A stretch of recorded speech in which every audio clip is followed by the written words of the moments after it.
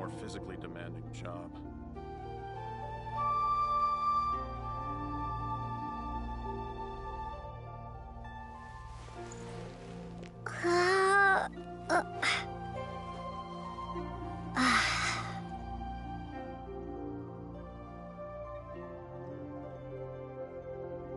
I need a more physically demanding job.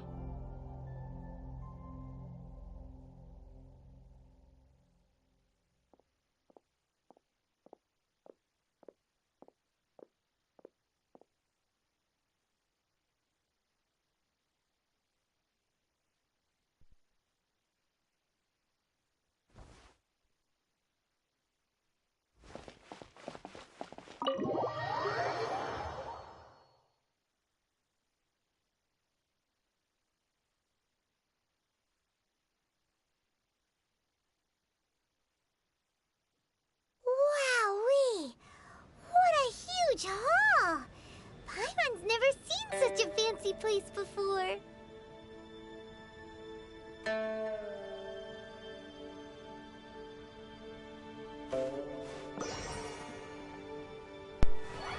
Hey there, simpleton. How you doing today?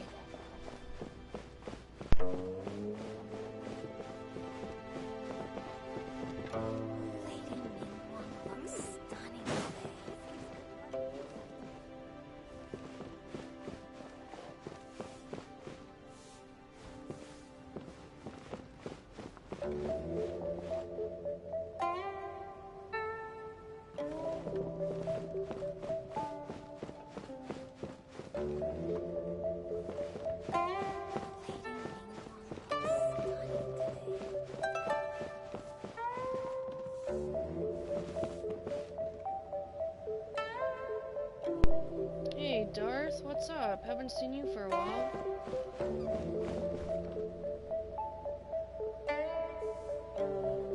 How you been? Sorry, anything business related is confidential. Be at ease, you two. Make yourselves at home if you wish. Can we really? I have invited you two here as friends. And when friends come over to play, our enjoyment comes first. Naturally. I'm doing good, thanks.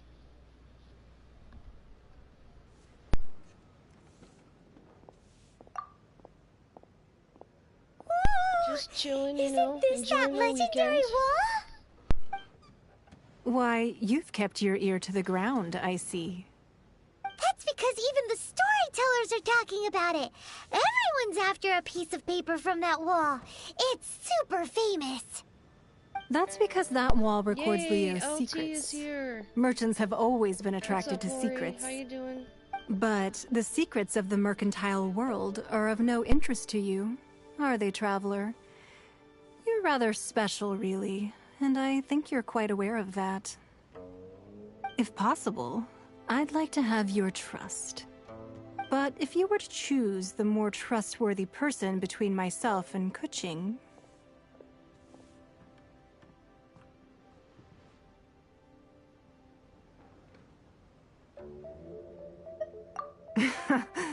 You'd pick Kuching? Nah, I had a feeling. I originally thought her a bit too hard-headed. With someone of her character on the Qixing, I've had some extra messes to clean up behind the scenes. But after she said those words, the time of the Adepti has long passed. If even the Liyue Qixing don't want to face that truth, then what future is there for Liyue? Well, I must say that quite a few of my doubts have been dispelled. I won't deny that Rex Lapis's passing seems advantageous to us. But, for Liyue's sake, we cannot allow ourselves to be shackled by rumors of our usurpation of power. Indeed. It seems that you understood what I meant to say from the very beginning. I called for the gag order and for the Exuvia to be hidden to temporarily stabilize the situation, and also to prevent something similar to the incident in Mondstadt. With Rex Lapis's death, the Fatui have busied themselves with many clandestine actions beyond their diplomatic remit. As the Tianquan, one responsible for Liyue, I cannot be too concerned with appearances when opposing them. Allowing the rite of parting to take place was also meant to buy some time for us to take control of Liyue's administration. It's exactly as Zhongli said. The Qixing only provided the venue for their rite so they could use us for their own ends. Wait, that's right. Speaking of ends, could I say one other thing? Of course. Paimon's heard that anyone who sends a greeting gift gets a little something in return. So, does that include us?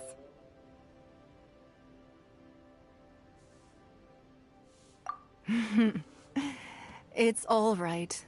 I like direct people. Well, we have made quite a bit of trouble for you recently. How about this?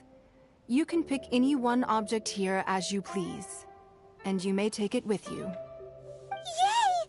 Paimon was just waiting for you to say that! Let's see, what should we get? One of the sheets on that wall!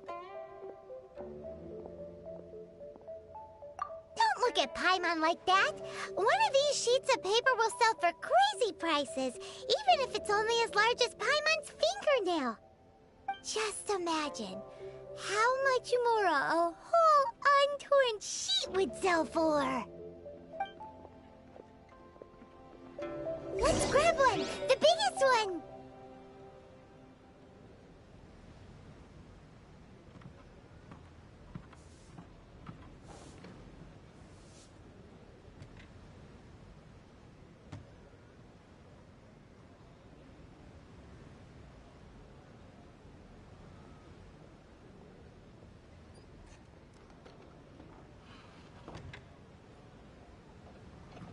Sorry, anything business-related is confidential. So, have you made your choice? You don't have to confirm it with me. Just choose one and take it. Afterwards, why not sit down for a while in the Jade Chamber? Or have a short stroll? Rest is also an integral part of any journey.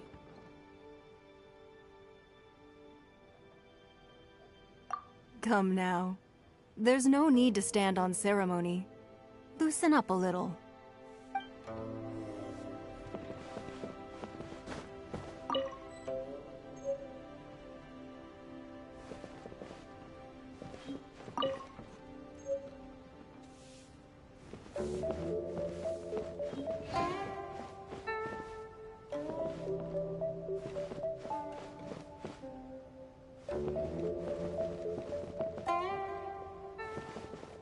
Sorry, anything business-related is confidential.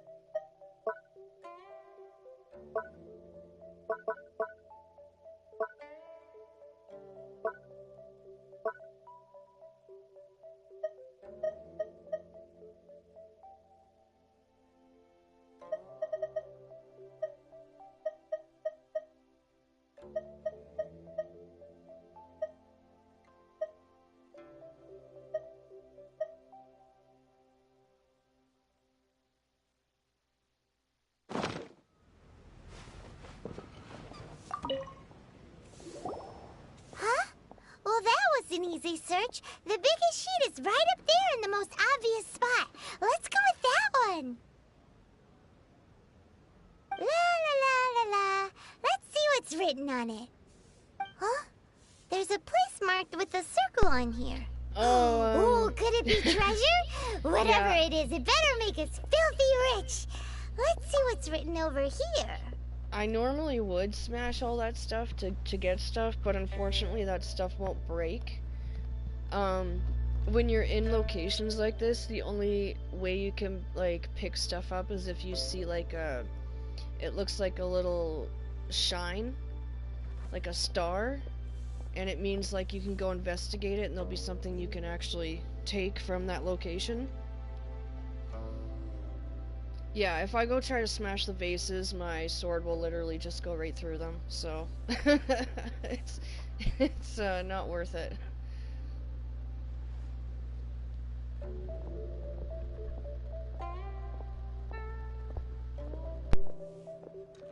Sigil of permission, something, something, Fatui, research, copy. Huh? Aw, that doesn't sound like treasure at all. This piece of paper shows that a Chising spy discovered traces of classified Fatui research on the Sigil of Permission. Oh, Ningguang did say that the Fatui have been up to all kinds of mischief in the shadows of Liyue. Spreading rumors, wanting to get their hands on the Archon's body and whatnot. But research on the Sigil of Permission? Paimon wonders what they're up to. Speaking of which, there's also some connection between you and the Sigil of Permission. Seems there's still more for us to find out. Oh, you really think so? Well, should we not go then? Oh, so you're saying that it's precisely because we can't completely trust Ningguang that we should confirm the truth of what she says for ourselves. That's way out of Paimon's league. Paimon thinks she's been nothing but good to us. Anyway, we'll see if you're onto something. Before we look for Zhongli at Dihua Marsh, let's go to the place marked out on these papers and see if the Fatui really are up to no good there. Oh my god, don't even get me started on her voice. I cannot stand it. I can't stand her voice. Sorry. Oh my god. If I could change it, I would. If I could mute her, I would. If I could feed her to my cat, I would.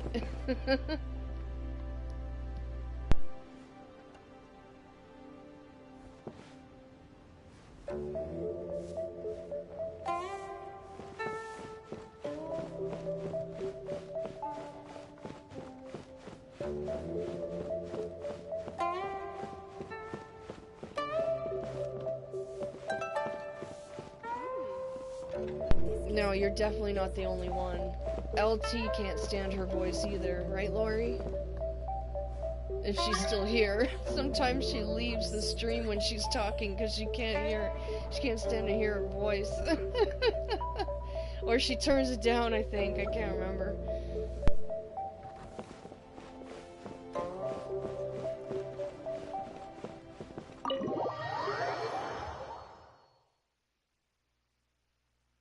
I can't blame her though, honestly. I find myself pressing the button to make her talk faster. Like when she's done talking, I'll like press it just to like make it end quicker, just so I don't have to hear it for another second.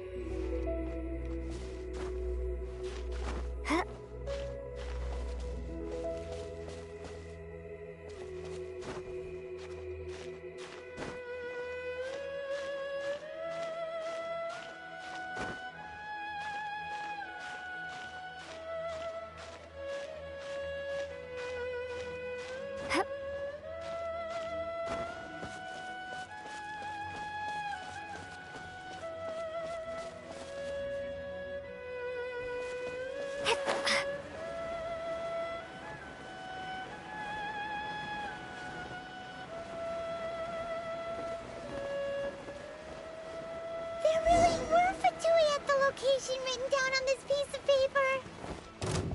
And, they look really mad at us, too. Let's move.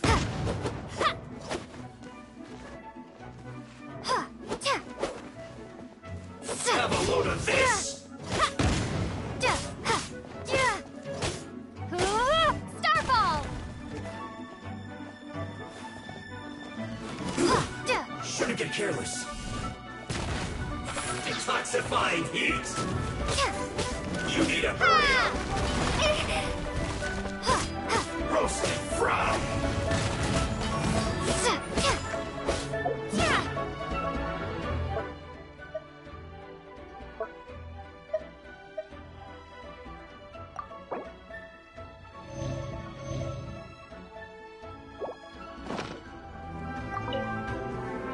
You need a hurry up. This was well done.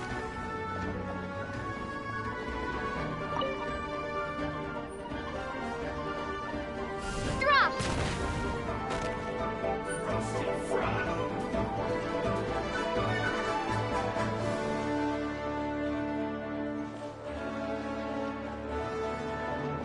This was well done. Starball!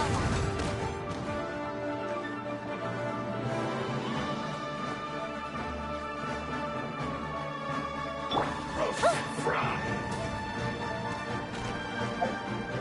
This was well done. Drop! Roast and fry. Not bringing a sweat.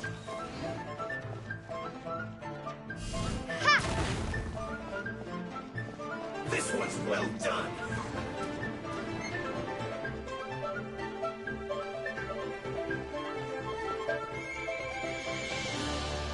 Roast and fry.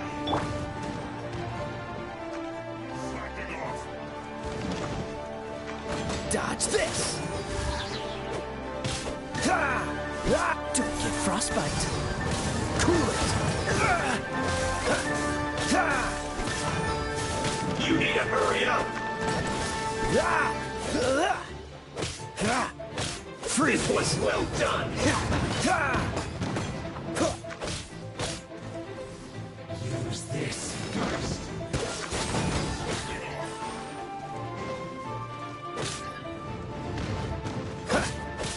Ha! Ha! Ah! Cool it! I must collect Oh, myself. so sorry. Ah! Dodge this! Ha! Ha! This was well Cool done. it! Ha! It's time for a flash your Dodge this! Ha!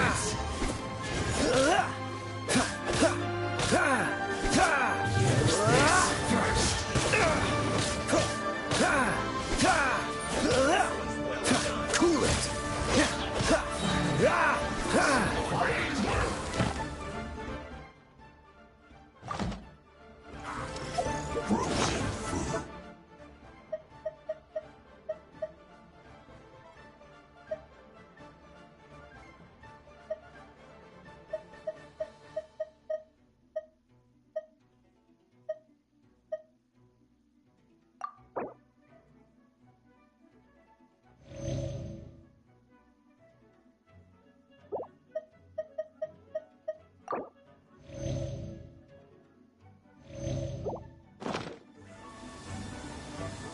Roast and fry.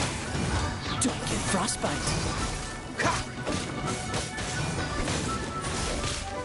Ha! Ha! Freeze! This was well done. Roast and fry. Cool it! You're You getting need on to my hurry nerves. up.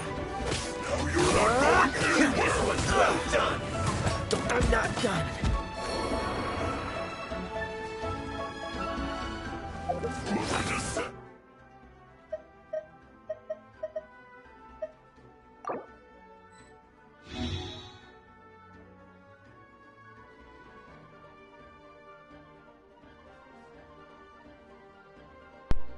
Hey John, what's up? I'm having a good day, thanks. How's your weekend going, John?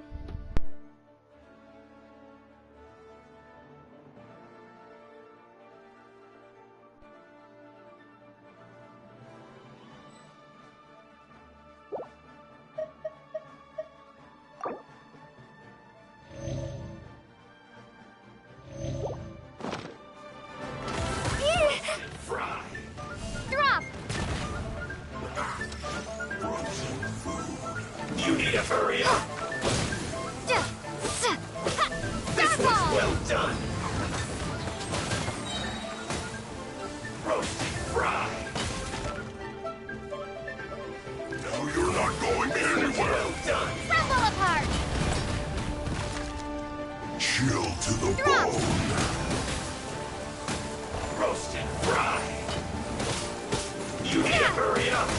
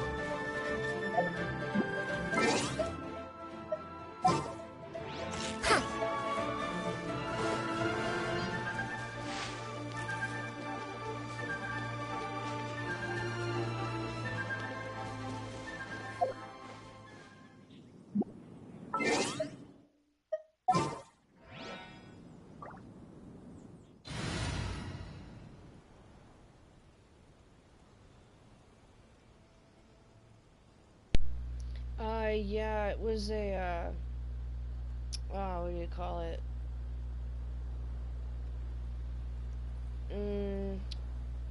It was a hawk. I can't remember what it was called now.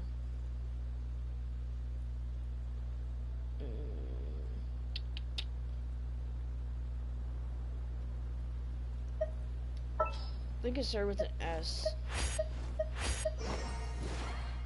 It's like a super, like, really small hawk type of hawk. No, not red tail. I can't remember. My roommate told me what it was, what kind of it was.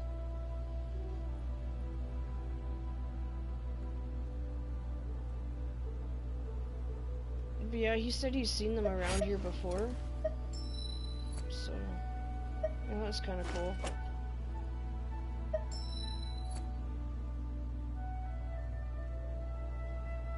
I haven't seen him come back yet. That was the first time I seen him and the last time so far. That little squirrel that I feed, she has like a little messed up arm right now for like the past week. It looks like a magpie, like one of the bigger birds, like maybe like bit her arm or got into a fight with her or something maybe. Poor little thing. I've been like feeding it every day, and it's like, it's something I look forward to, like seeing that little squirrel every day, you know, because he's like the only, she's the only friendly one, and all the other ones are like super skittish, and this one comes up like really close.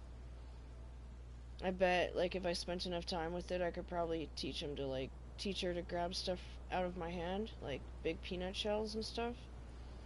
But, my roommate said he did that at one point. I don't know if it's with that one, but yeah, there used to be like 2 or 3 that were like friendly like that, and she's the last one left now that's like that, so. My roommate said that, like, she might not survive it, the injury, because she's like limping and not using the arm and stuff like that, and it's really sad. But I don't know, last week she's been eating, she's been coming around, and I even saw her jumping and maneuvering around while not using the arms, so I'm hoping she survives. She's a tough one, that one. Trooper. Because if I called the city and had the city come and deal with her, you know what they're gonna do. They're not gonna, like, fix her and bring her back unless I have money to pay for that, which I don't. Unfortunately, I'm not rich. If I were, I totally would. But you know what they'll do. They'll just come and grab her and then put her to sleep. And then I'll never see her again. So at least this way, she still might have a chance of survival, and hopefully... I mean, it's already been a week, and I don't see any signs of infection, so... You know, hopefully she makes it.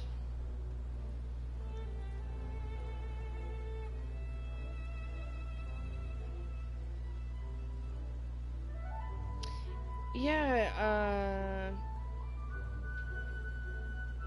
oh, I can't remember the name of it now. It starts with an S, I think. Like not swallow.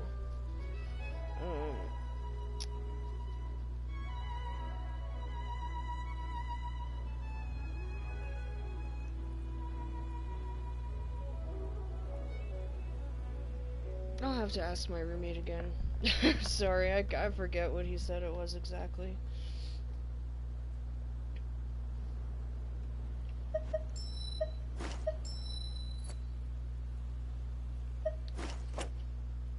At the ready.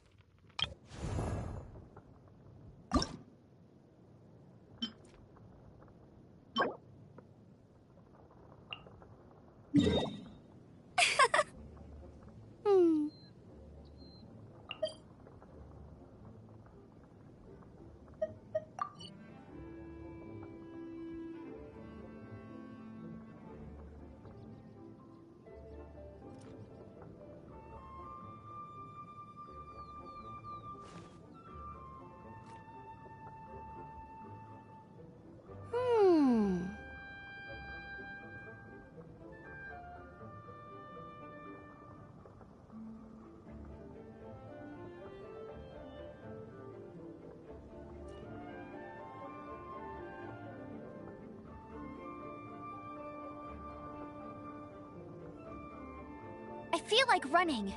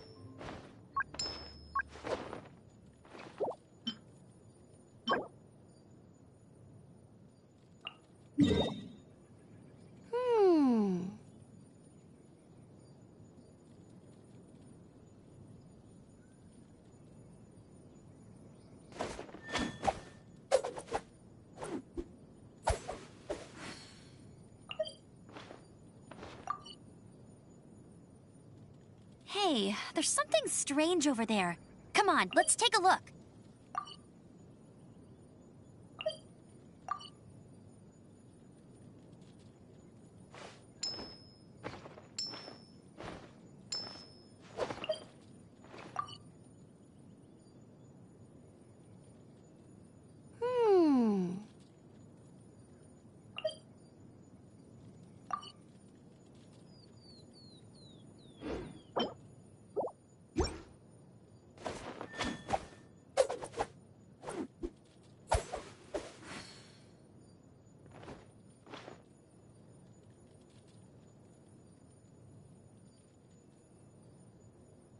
No, not sharp-shinned hawk. No, not that.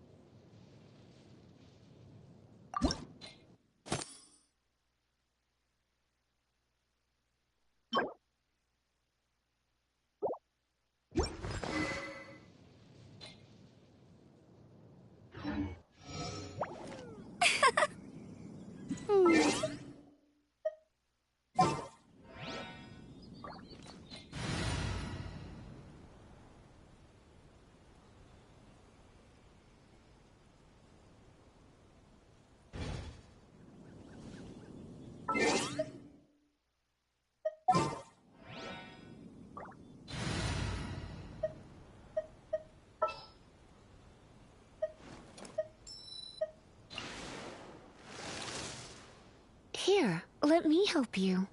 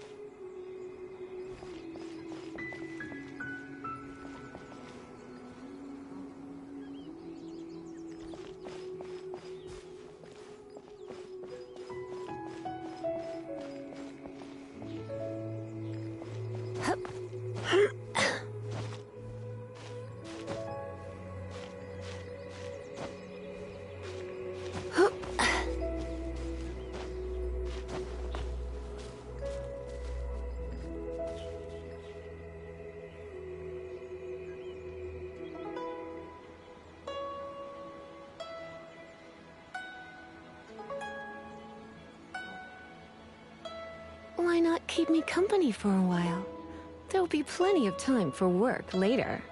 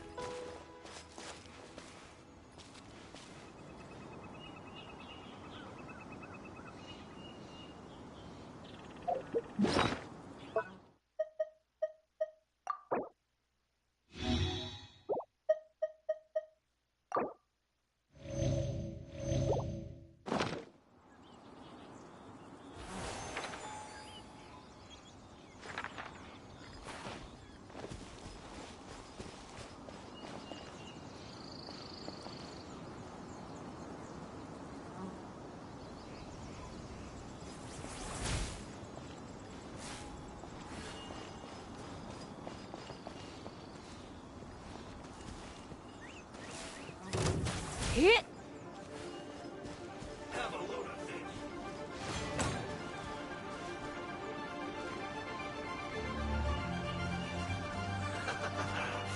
this. You've been a naughty boy.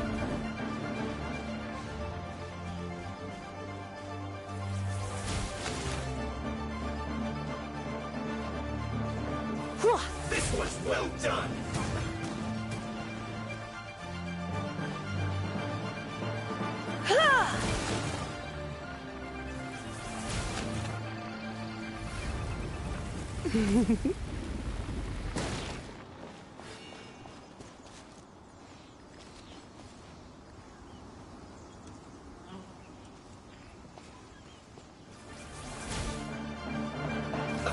Let's move.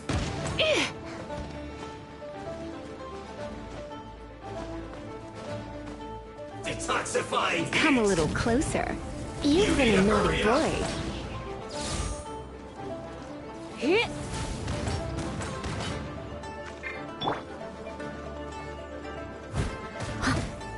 Steady as stone. Roast and fry. As a good knight should. You need to hurry up. This one's well done.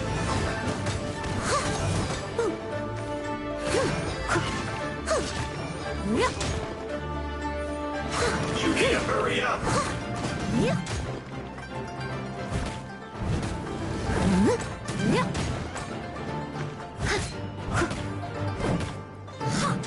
Leave it all to You me. need to hurry up. Roast and fry.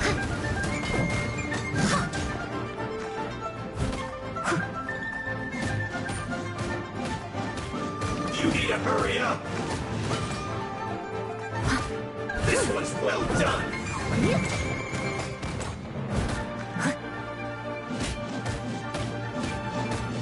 You need to hurry up.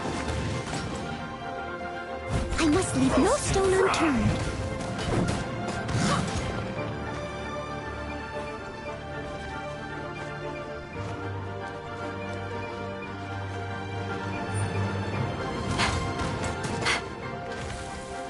You need to hurry up. This one's well done. It's time for a flash-free chill to the bone.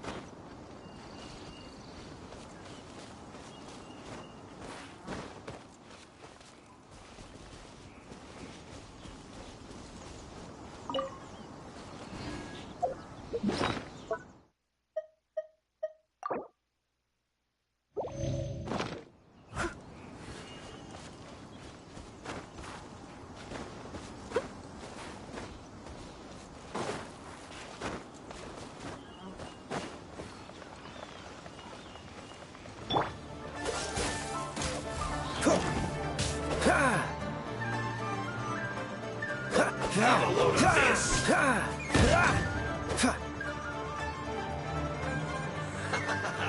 Eat up. Eat up. Freeze. You need to hurry up.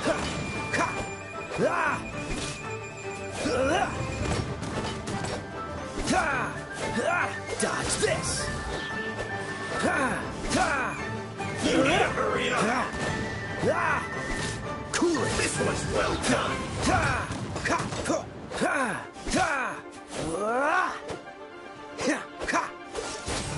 You need to hurry up. Roast and fry. Freeze.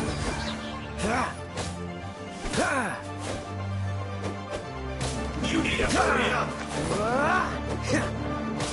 This one's well done. Put your back into it.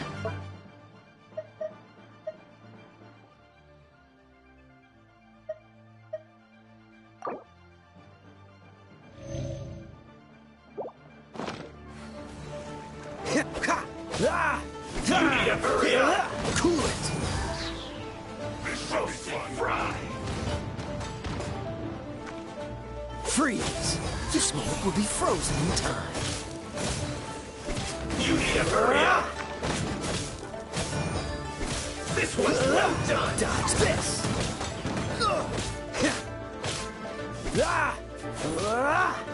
No excuse for Cool it! slacking. You need to hurry up! Roast and fry! Freeze!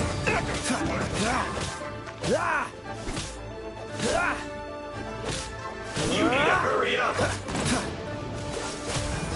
This was well done!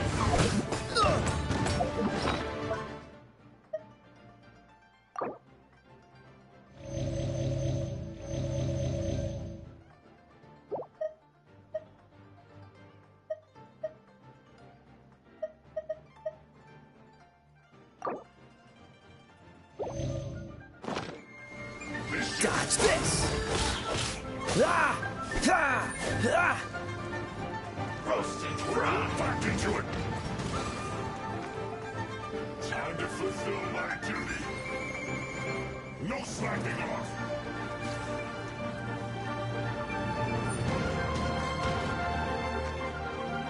Not breaking a sweat. You need to hurry up! It isn't time for a break yet. This was well done!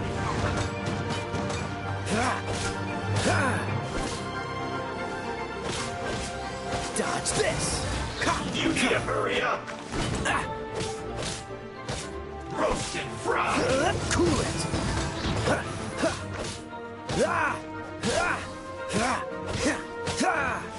Don't get frostbite. You need to hurry up! Freeze! This was well done!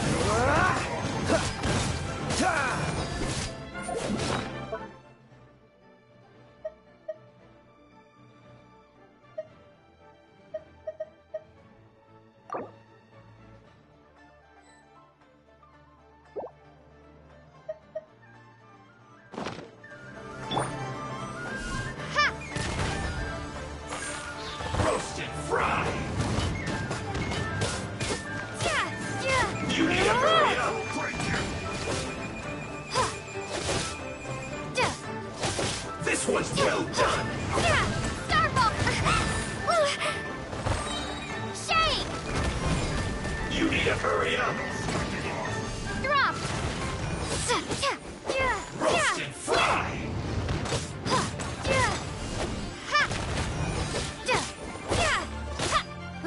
You need to hurry up! It isn't time for a break. This was well done! Drop! This should be fun. You need to hurry up! Starball! Roast and fry! Slacking off. Crumble apart! You need to hurry up! Back in a sweat. This was well done! It isn't time for a break yet. Roast and fry! Drop! You need to hurry up! This was well done! No slacking off. Roast and fry! You need to hurry up! This should be fun. Drop! This was well done! Roast and fry! You need to hurry up! Breaking a sweat. Drop! This was well done! It isn't time for a break yet. Roast and fry! Starball! This should be fun. Drop! This was well done! You need to hurry up!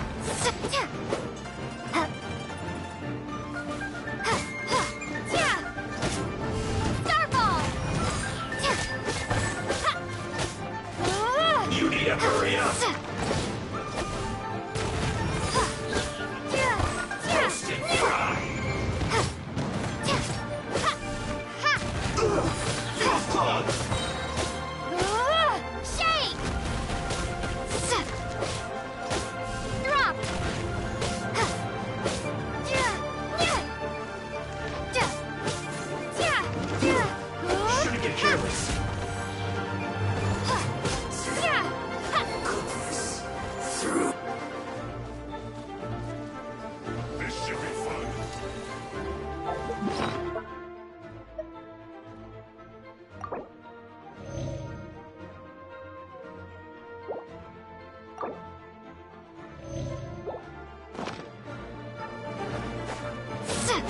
Drop!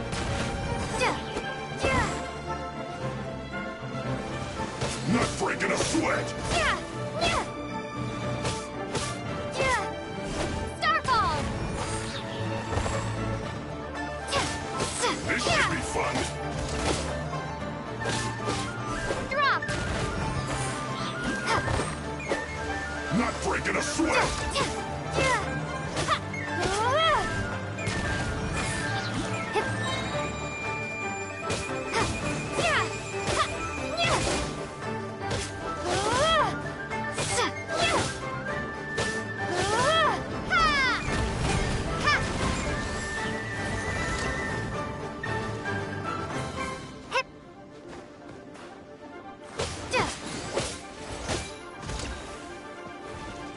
Starfall!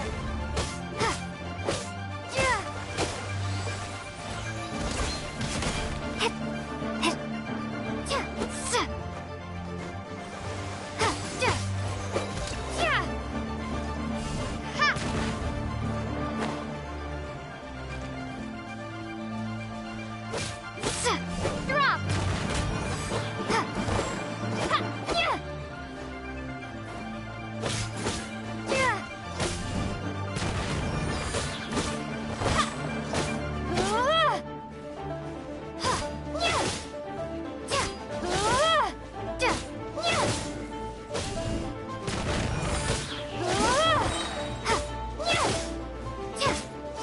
Rumble apart!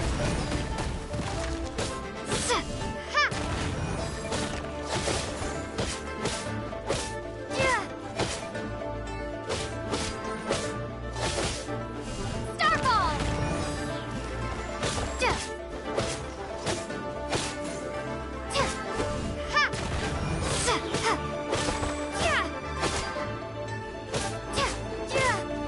Drop!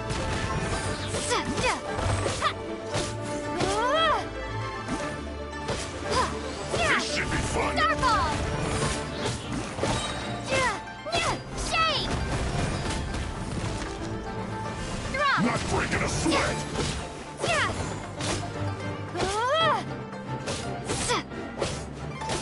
Starfall!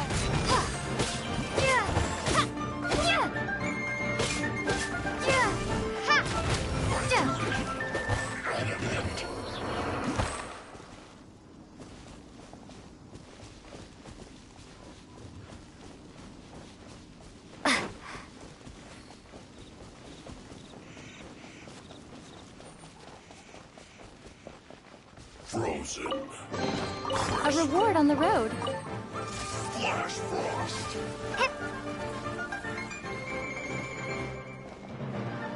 Frozen descent. It's time for a flash freeze. Now you're not going anywhere.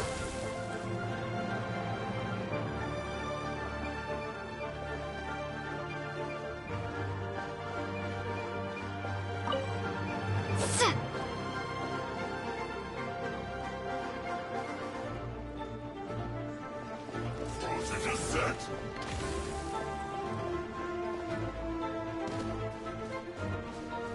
Now you're not going anywhere.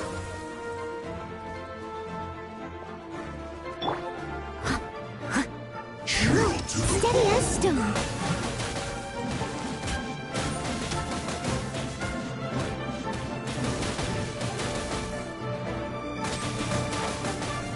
That's going back in the wash. As a dutiful maid would.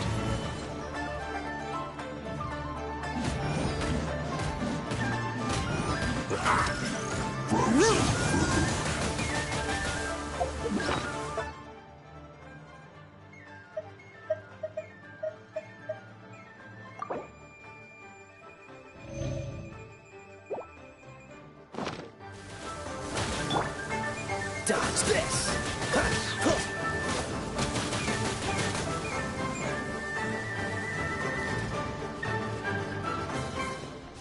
Frozen descent.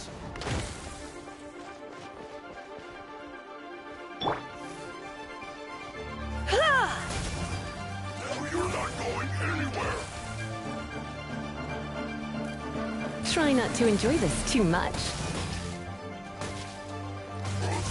set. You're in for a little shock. Now you're not going anywhere. Chill to the bone.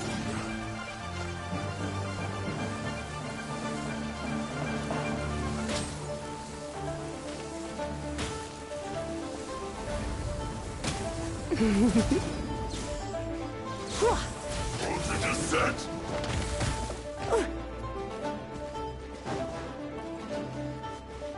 Now you're not going anywhere. Don't be such a brute. Frozen food. Come a little closer. Hit.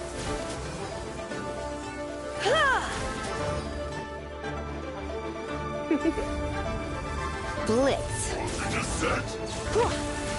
Chill to the bone.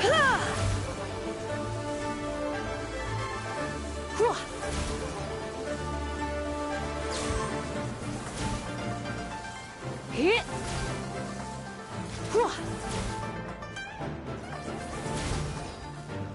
Yep.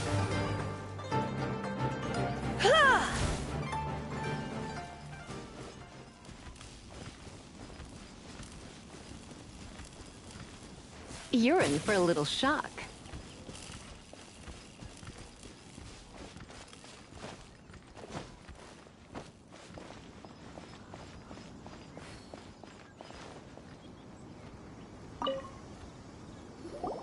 There are so many talismans here. And some stacks of blank paper, too. What are they for? Paimon's seen this pattern. Oh, Paimon knows. It looks But how did a relic of the Adepti end up in the hands of someone like Child? Suspicious. Oh, that's right. Cloud Retainer said that when the Lord of Geo created the talismans like that were once used in the art, maybe the Fatui are copying the Sigil of Permission in hopes of achieving a similar effect. Being able to channel divine power in battle? Whew, that sounds pretty dangerous. And the plot thickens. We'll need to keep an eye on Child, that's for sure. Alright, that's enough sticking around here. We gotta go meet up with Zhongli soon. The last stop on our rite of parting preparations tour is Dihua Marsh. Let's go! Paimon hates being late.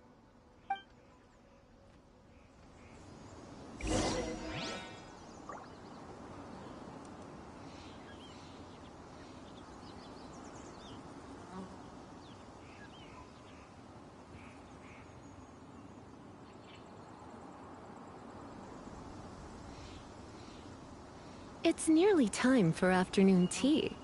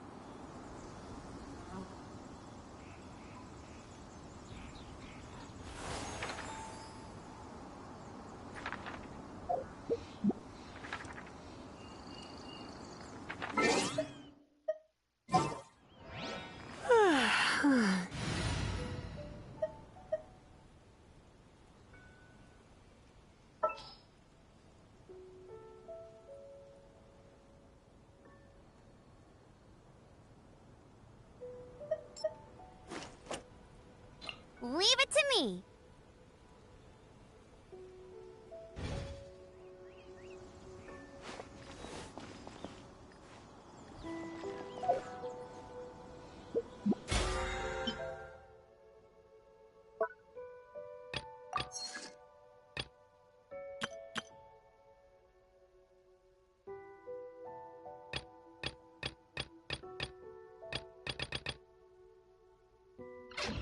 Today's no good for going out.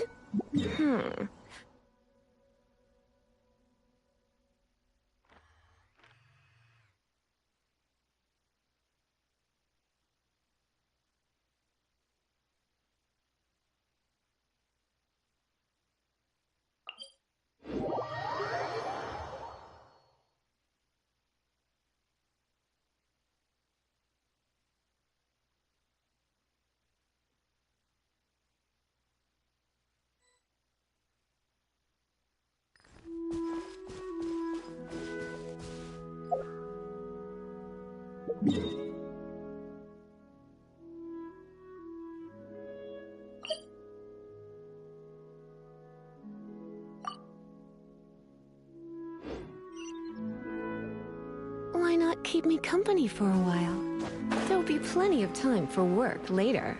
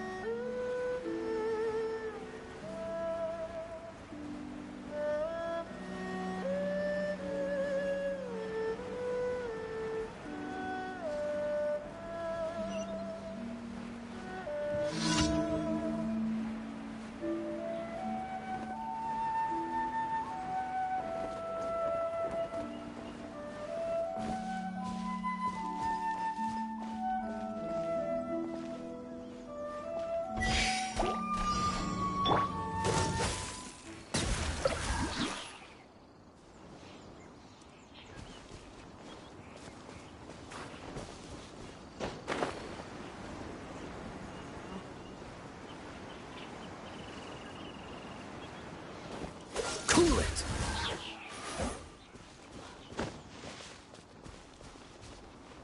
Dodge this! Ha, ha. Ha, ha.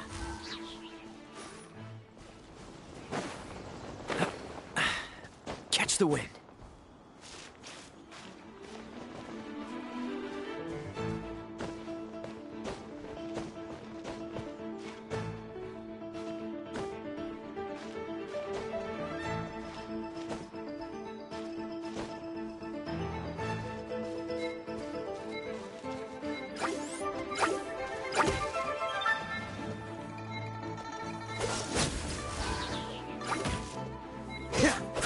Ah! Ah! Ah!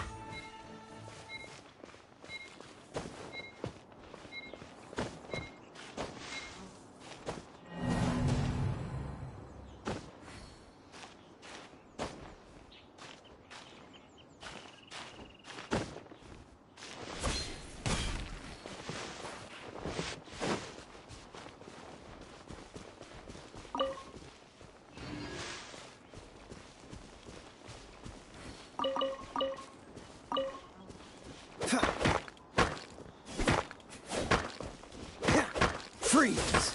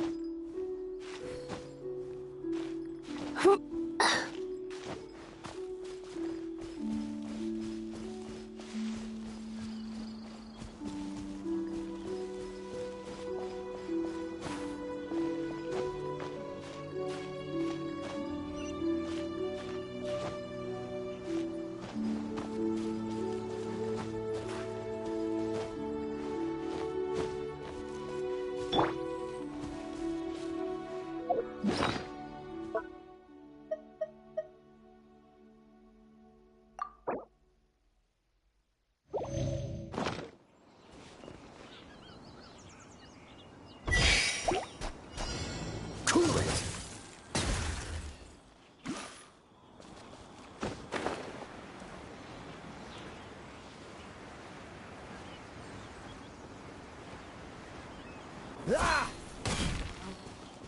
Freeze!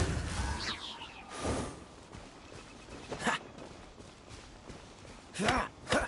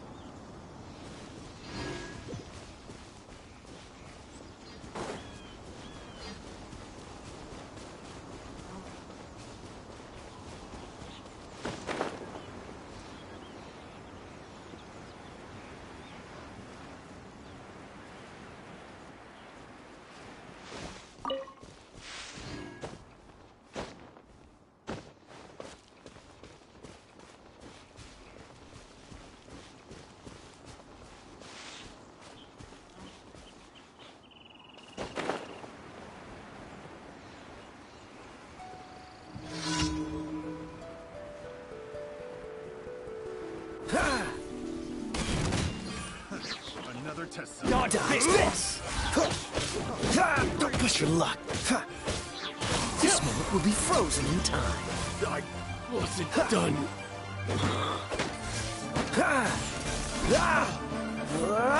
Freeze! Freeze!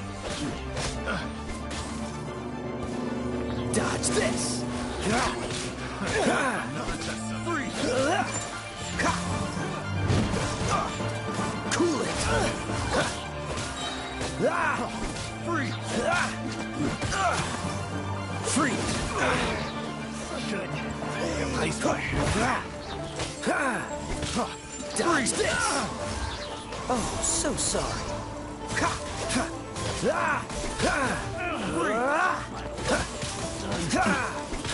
Freeze! Picked the wrong test subject. Freeze!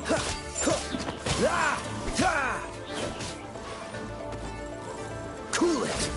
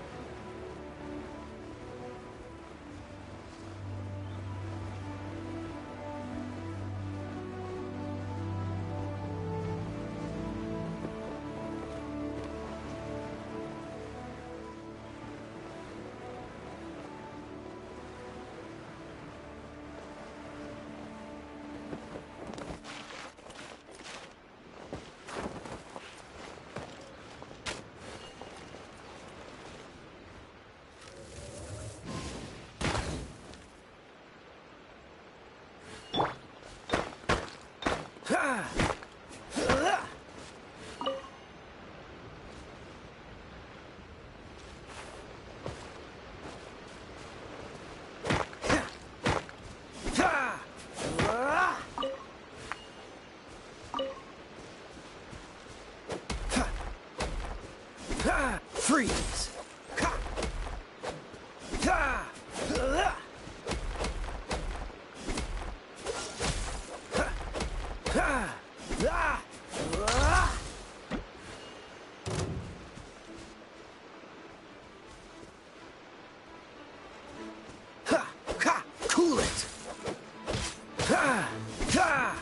it! Freeze!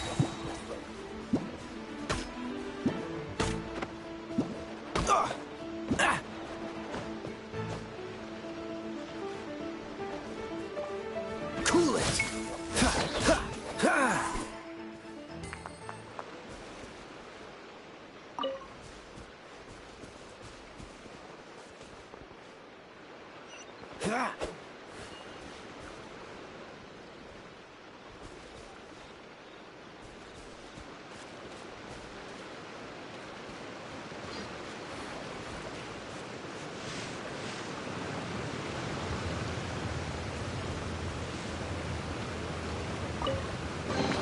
How fortunate.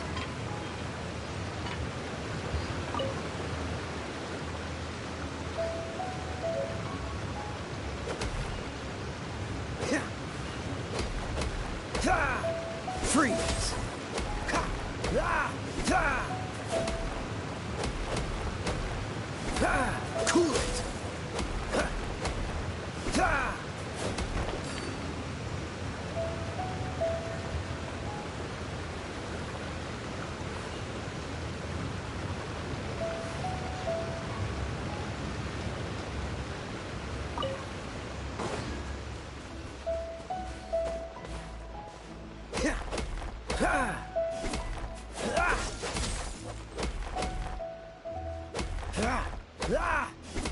Cool it!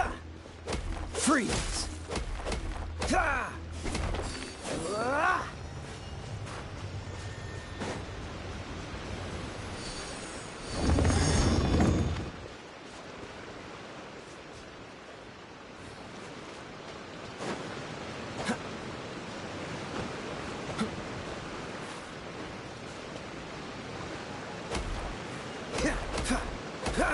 Dodge this!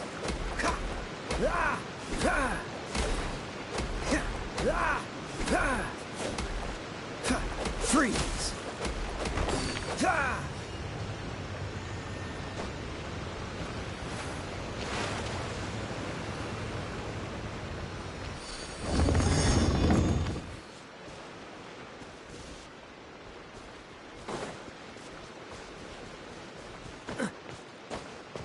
Cool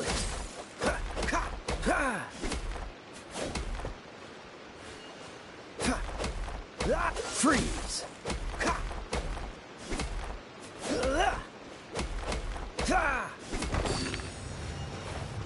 What's the hurry?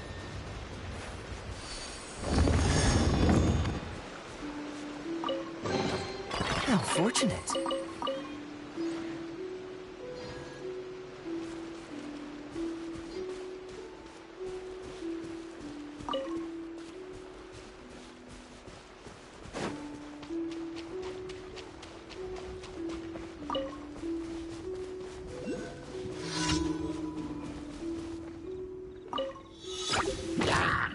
Dodge this! Ha! Don't push your luck. Ha! This moment will be frozen in time. Ha! Ha! Ah! Ah! Cool it!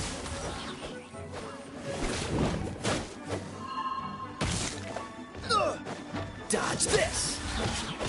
Ha! Ha! Ha! Free!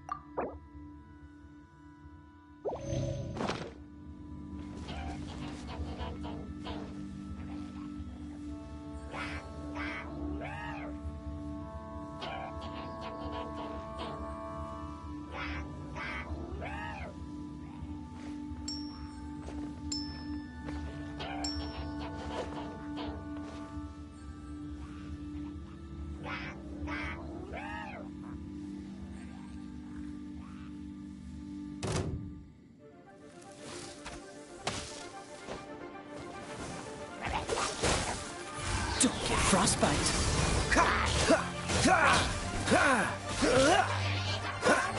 Freeze.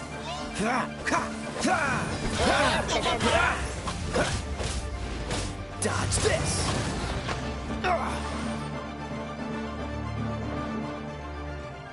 Cool it.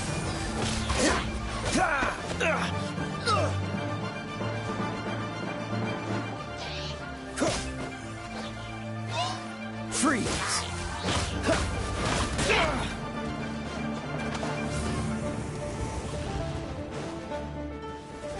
Cool it.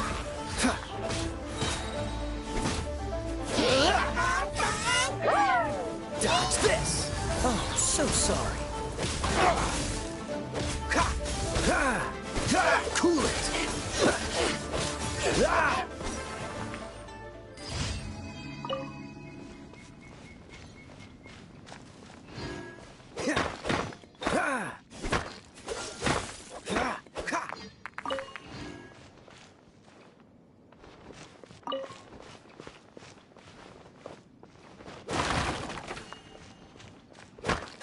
Dodge this.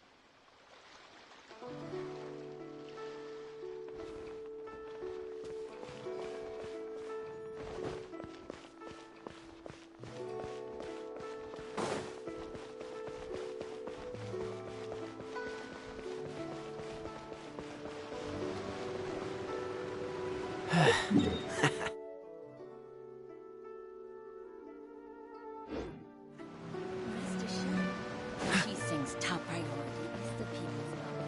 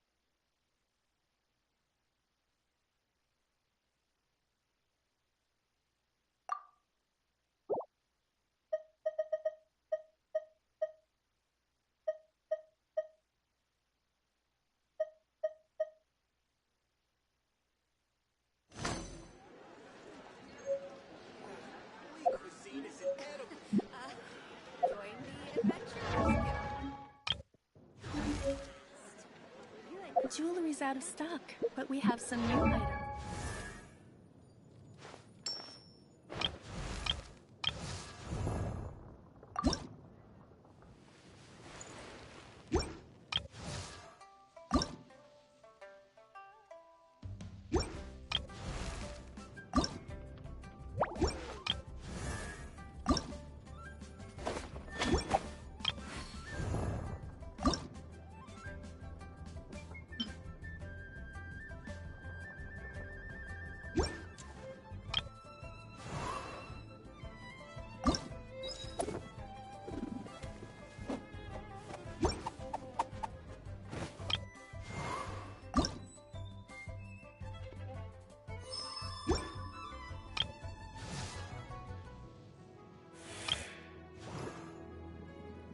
La da da da da da da da da da.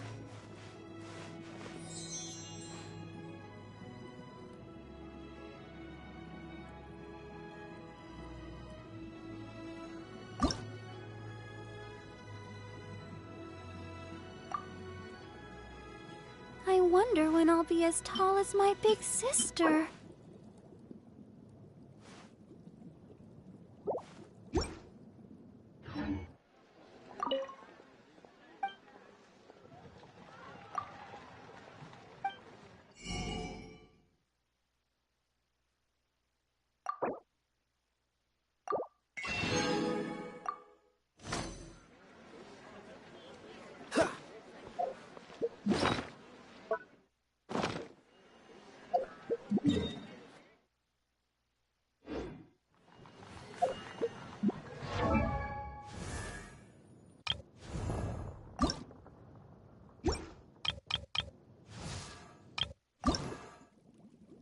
I wonder when I'll be as...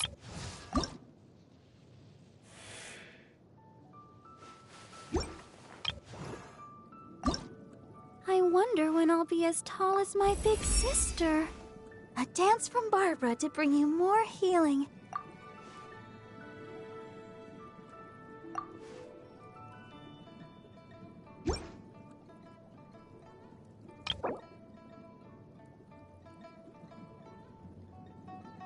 La da da da da da da da da da.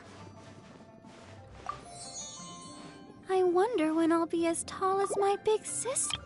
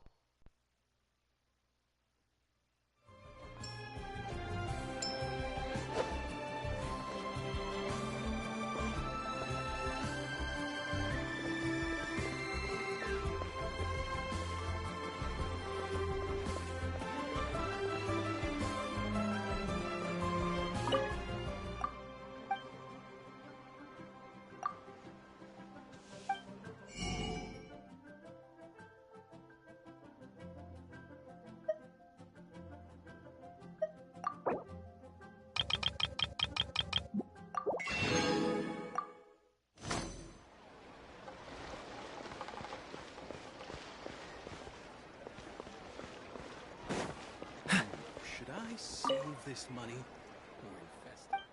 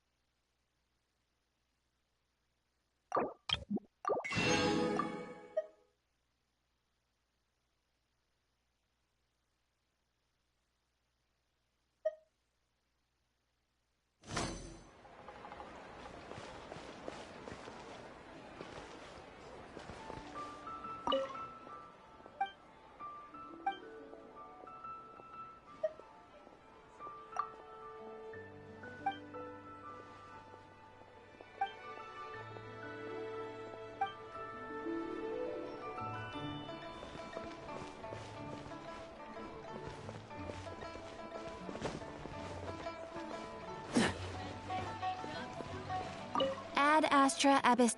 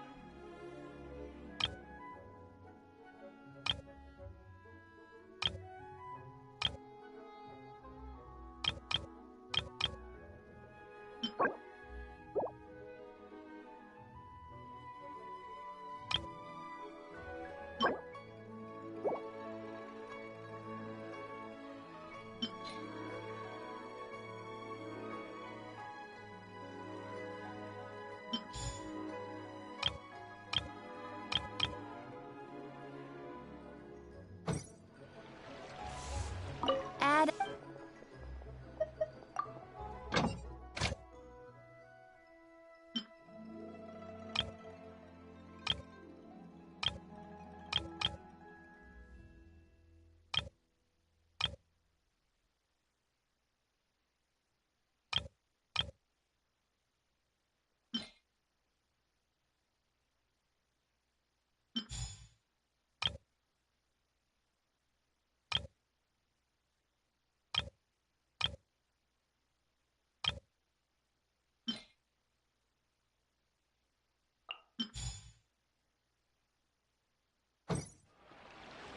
Ad Astra.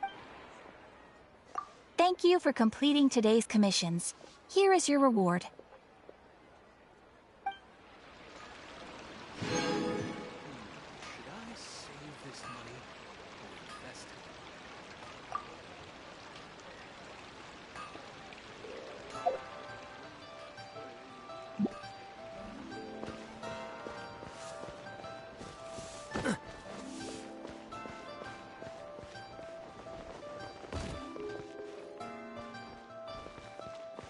All tasks have been handed out.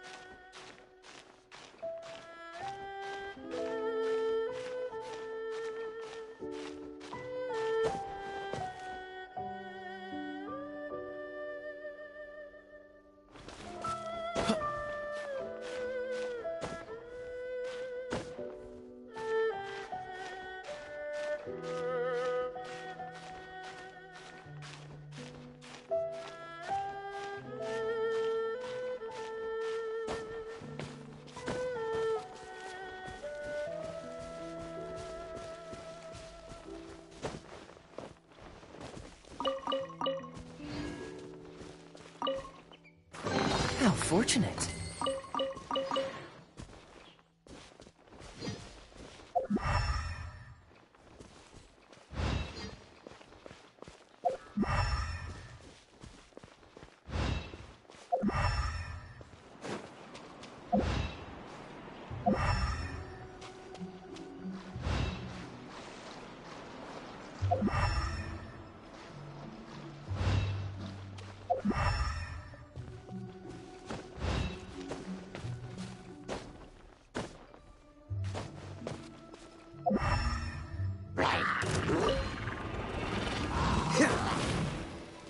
Ah!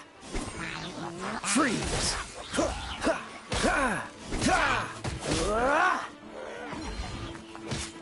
Don't push your luck.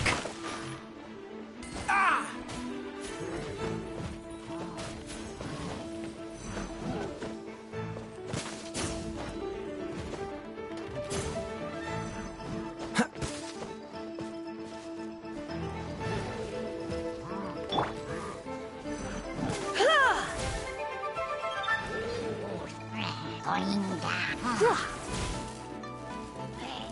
Surrender and I'll be gentle.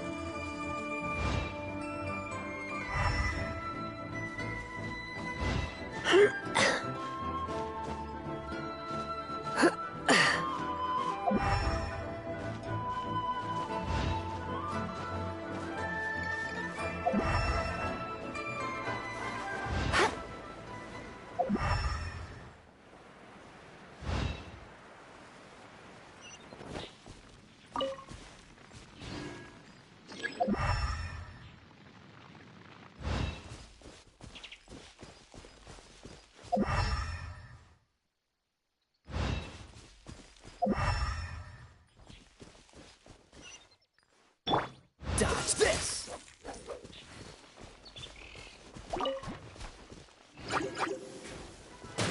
Freeze! Ha! Ah! Ah! Ah! Ah! Cool it! Ha! Ugh!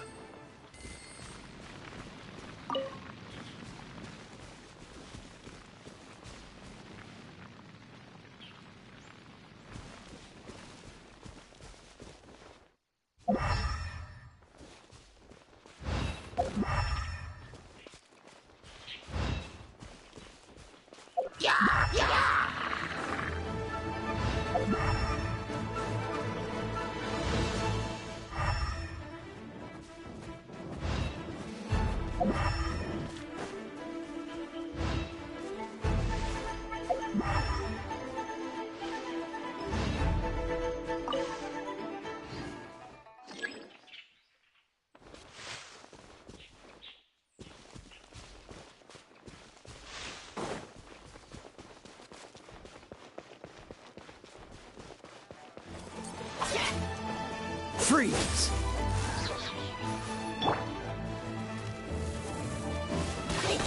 Hey! Get him!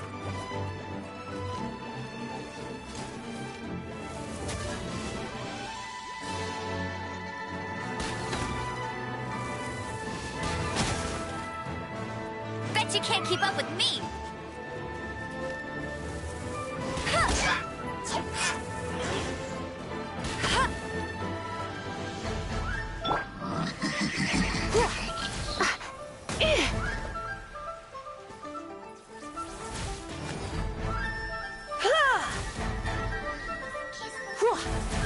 Come a little closer.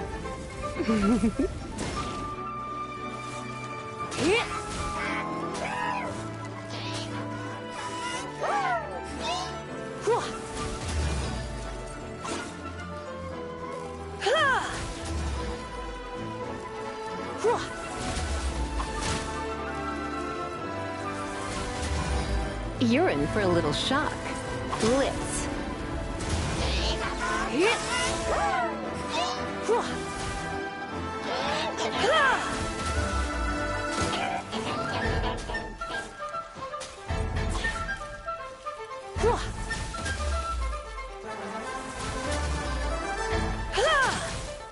Come a little closer. You've been a naughty boy.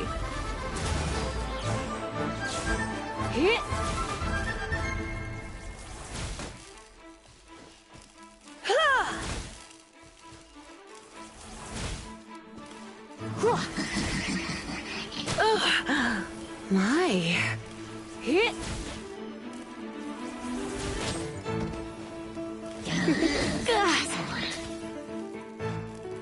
Come a little closer. Blitz. Going out is tiring. Starfall! Crumble apart!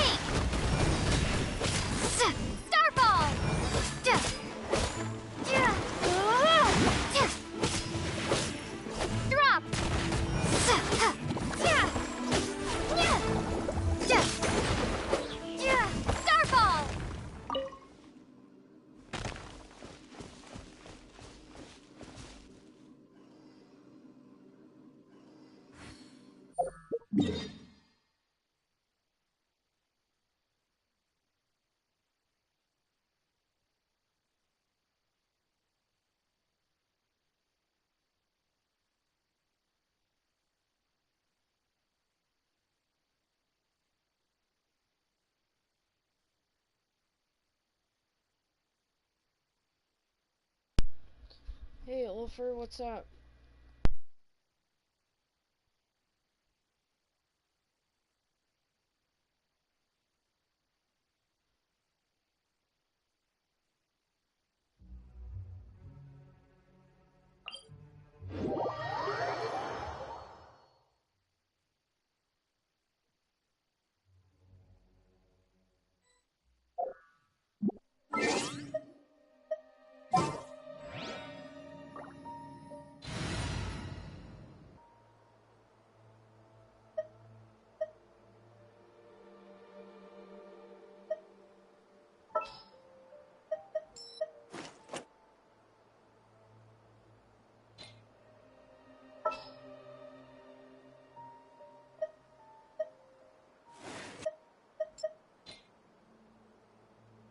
I will protect you. I'll keep an eye on you. I will protect you. Leave it to me.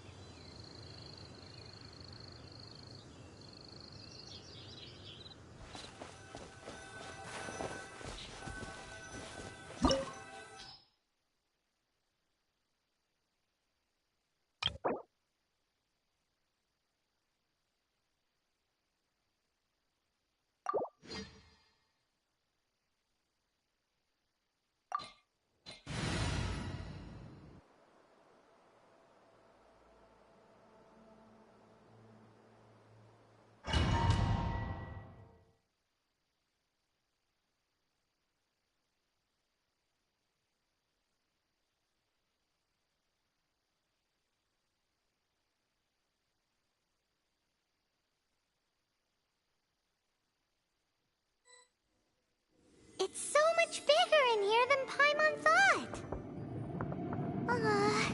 Do we really have to go all the way inside? If you borrow a book, you have to return it. There will be no exceptions.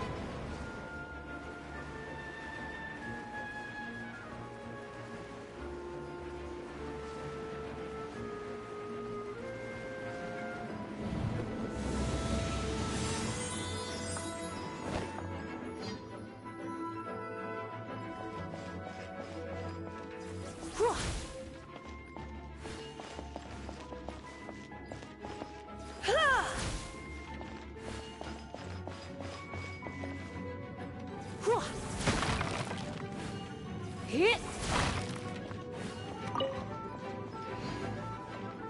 Ha!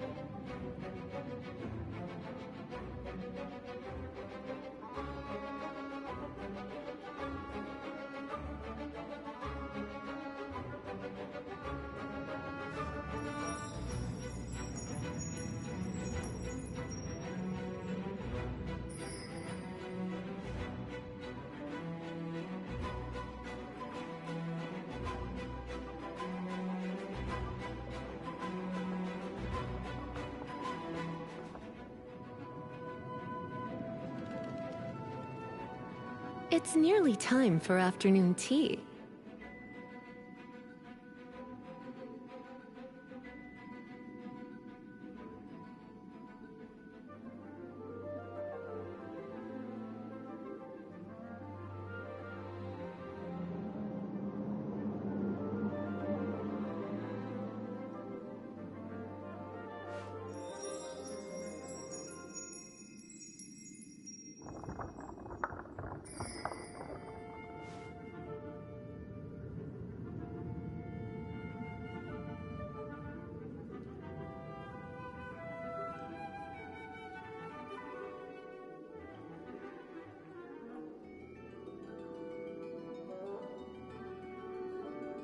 Today's no good for going out.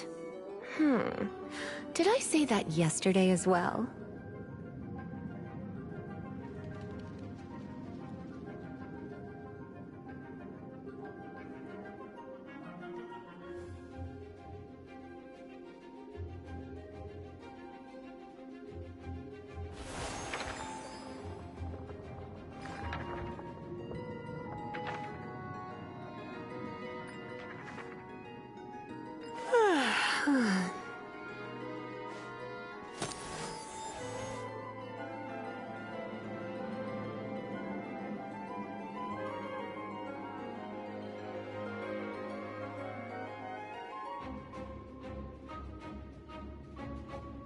Why not keep me company for a while? There'll be plenty of time for work later.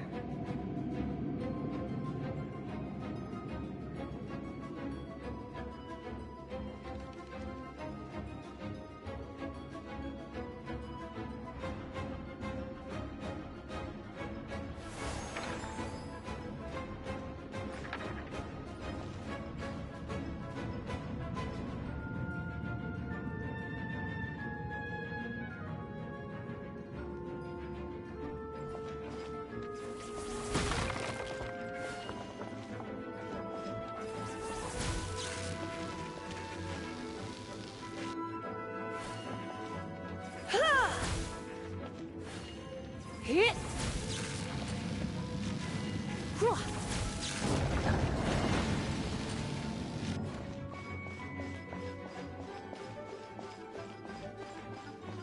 Hit!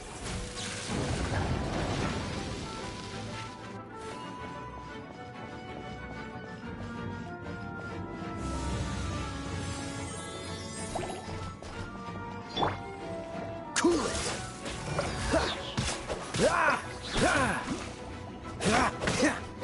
Don't get frostbite.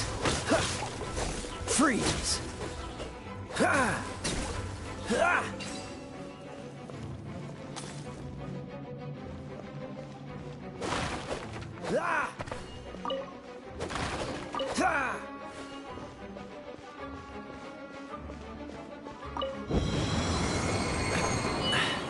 Catch the wind.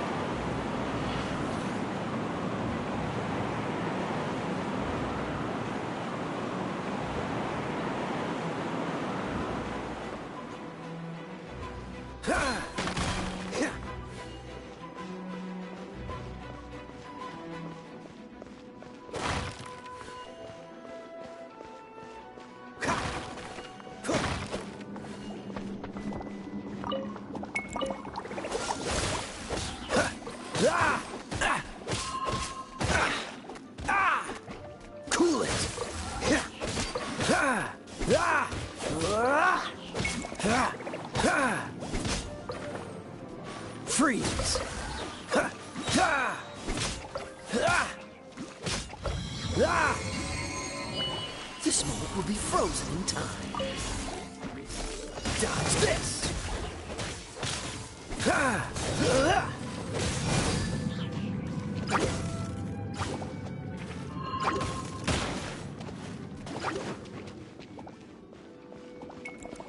Cool it! Ha! Ha! Ha! Ha! Ha! Ha! Dodge this!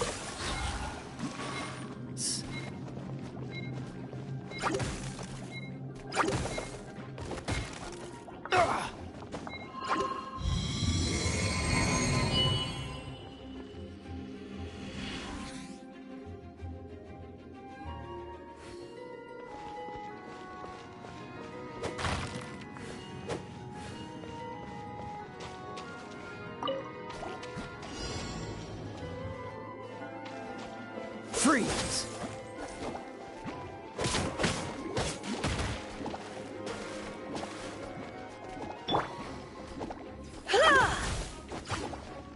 You're in for a little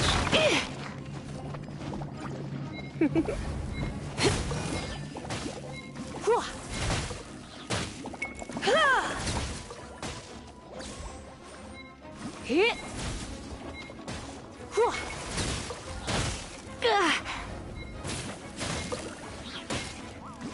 Hit.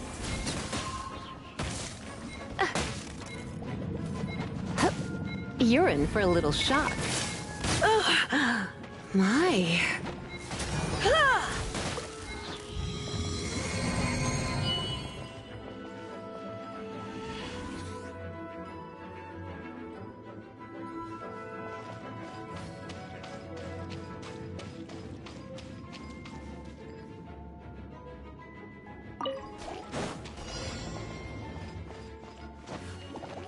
Hit.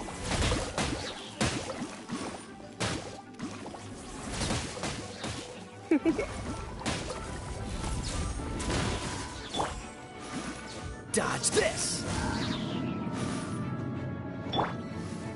Try not to enjoy this too much.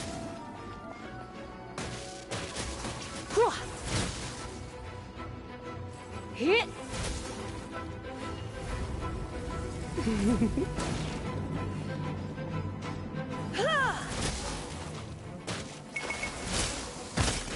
I have some for you too. Hit.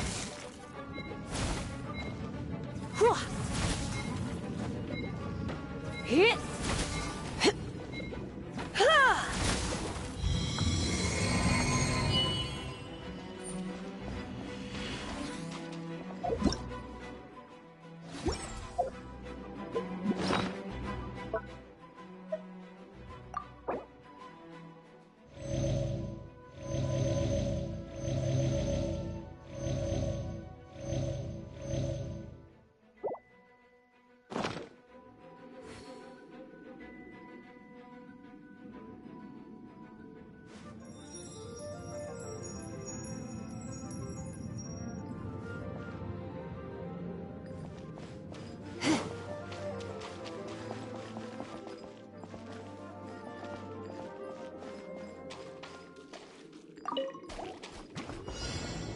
Come a little closer.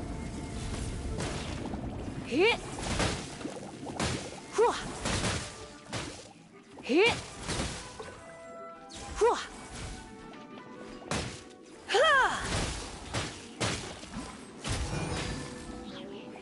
Hit.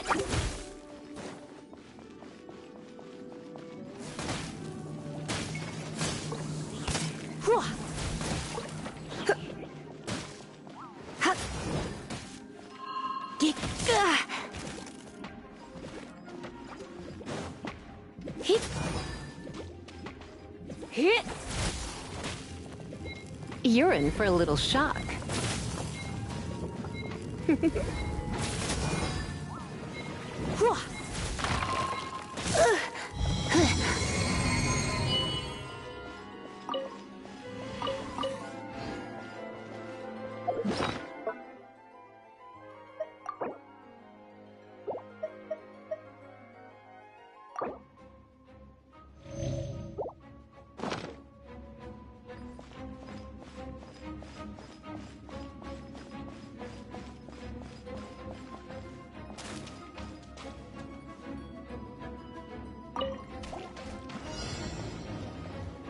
Hit.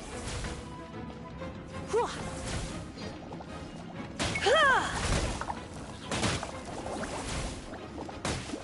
Hit. Ha!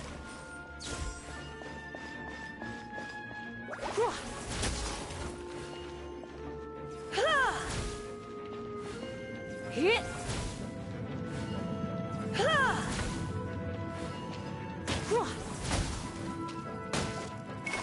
Hit. Hup.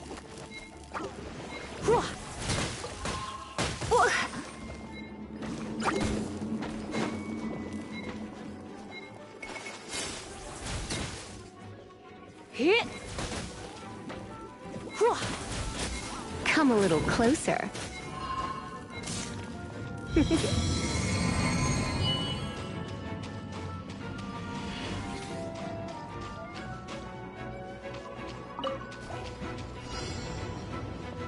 Hit. Ha!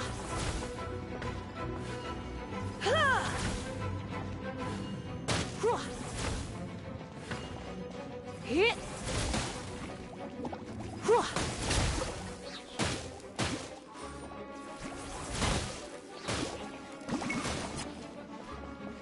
Hit. Hit.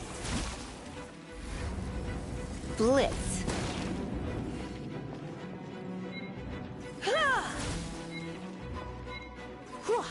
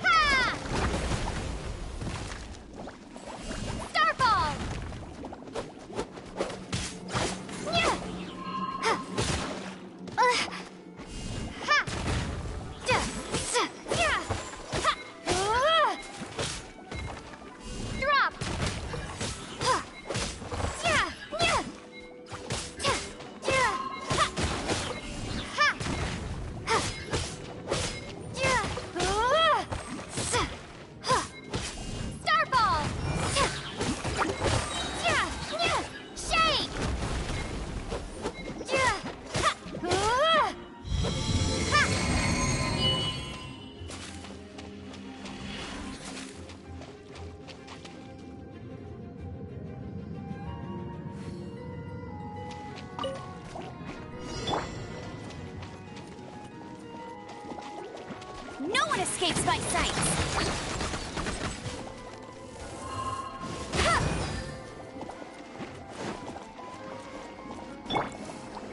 Hit.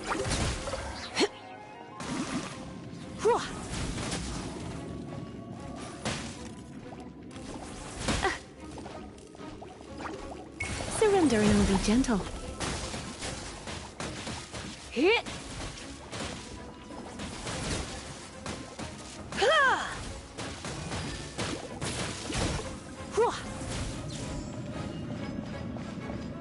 You're in for a little shock. Come a little closer. You're in for a little shock.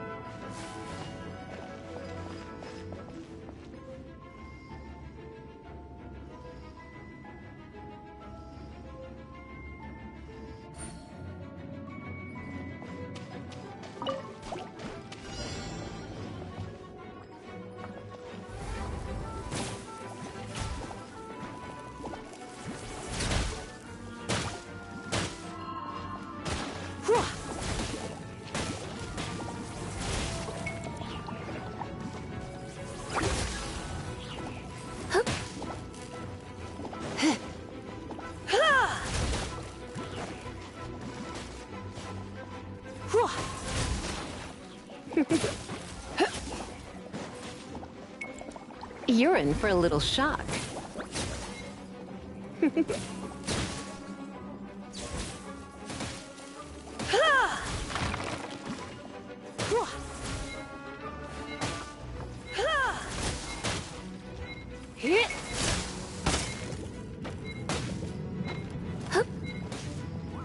You're in for a little shock.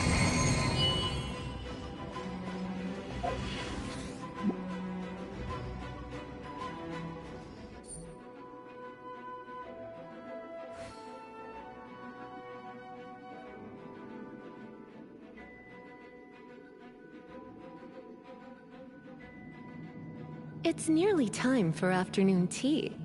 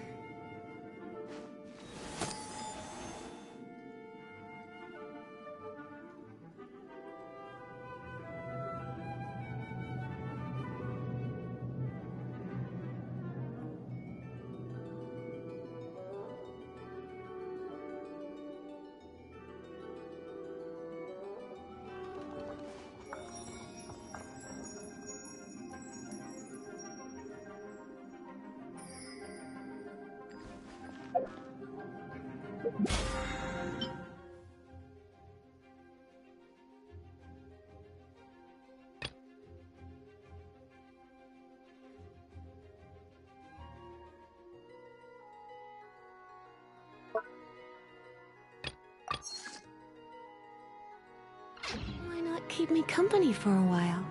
There'll be plenty of time for work later.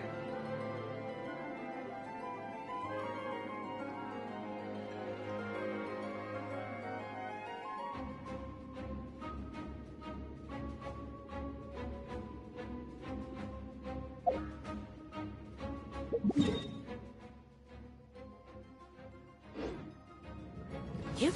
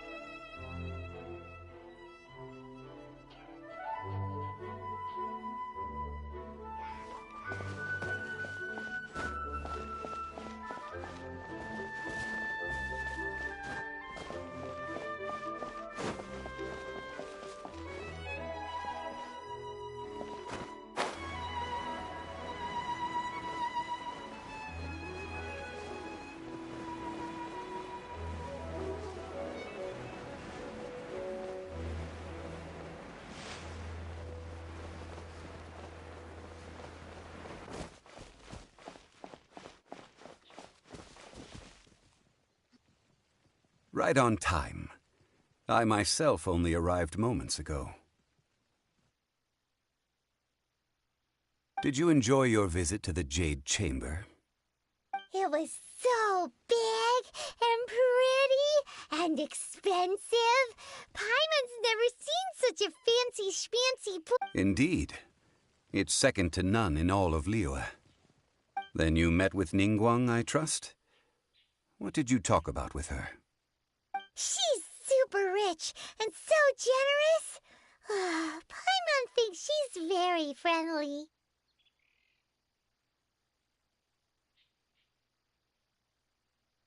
Yeah, her take on Ningguang is quite different from Paimon's.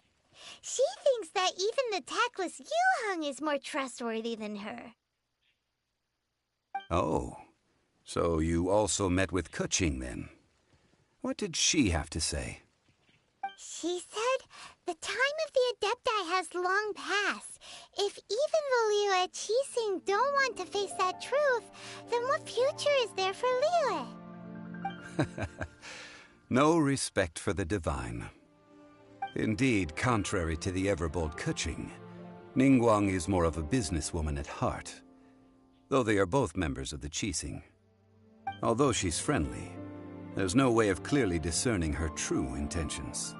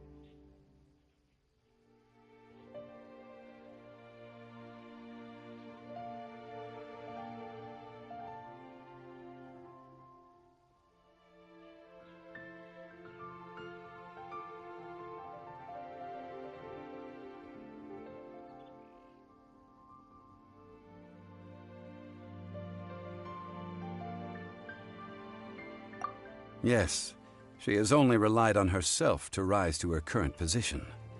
No ordinary person could ever achieve that.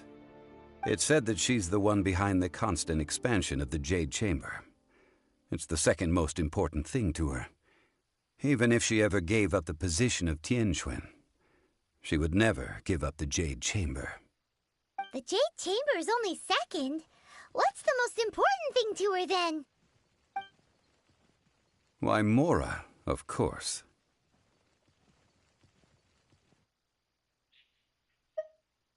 All Ningguang talked about was the Fatui this and the Fatui that. She said that after Rex Lapis was murdered, the Fatui have constantly been trying to sink their fingers into Liyue, and that they aren't to be trusted. That is how the Fatui have always been. It doesn't surprise me in the least. No matter what they may be planning, you must be careful when dealing with the Fatui. Always be on your guard. So, is there anything we need to get for the rite of parting in Dihua Marsh? Yes, as a matter of fact, there is. Today, we'll be gathering wild glaze lilies. Glaze lilies? But why did we come all the way out here?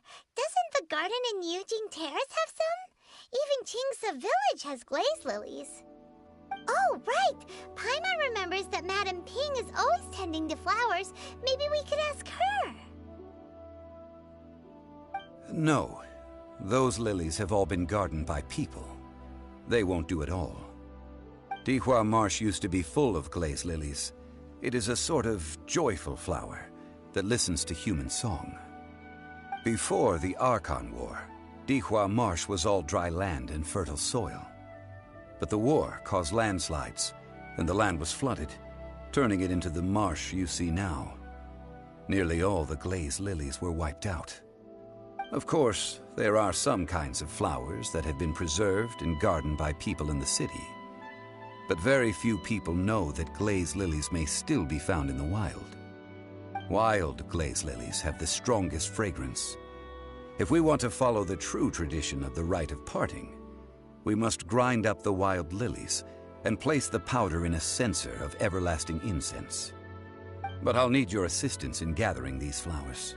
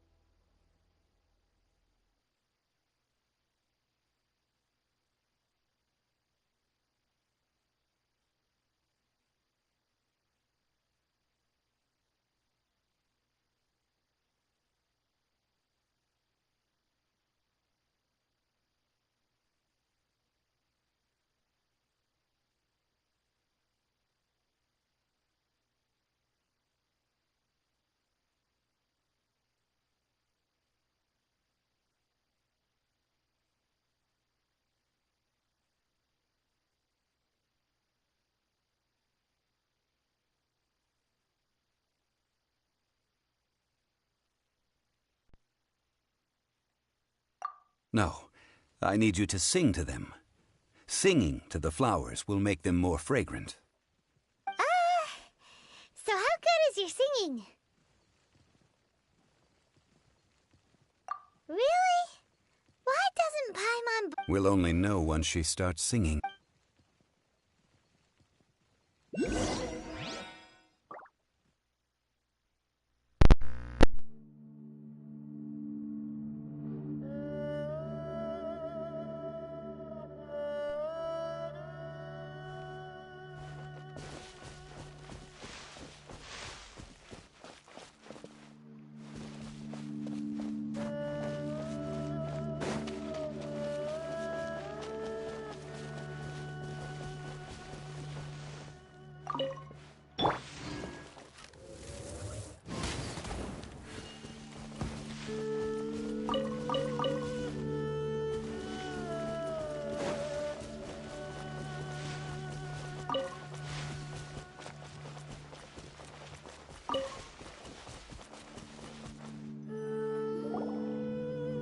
It's time to sing, whenever you're ready.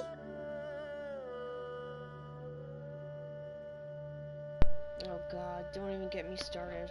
No, I cannot sing. In real life, I am not a singer. I wish I was, but I'm not. No. I'm not very good of a singer. Da da da da da da da da da da da. What happened? That was These even flowers better. are jumping. Better than They what look I would really have angry. came out with. Is this So. because you sang a song for Mondstadt that they don't understand here in Leland?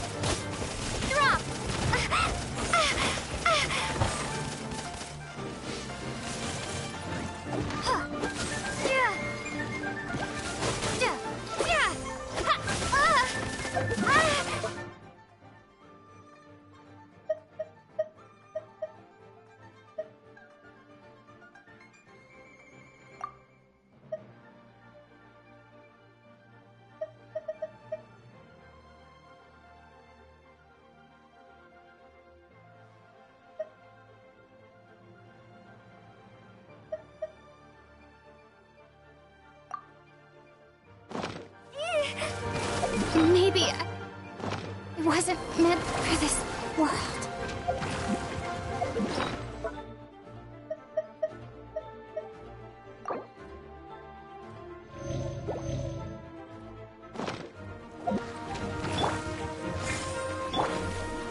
Leave it all to me.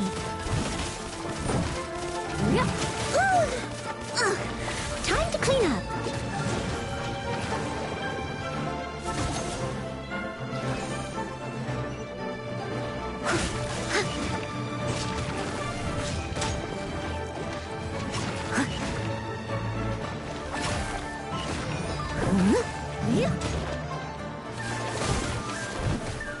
I must leave no stone unturned.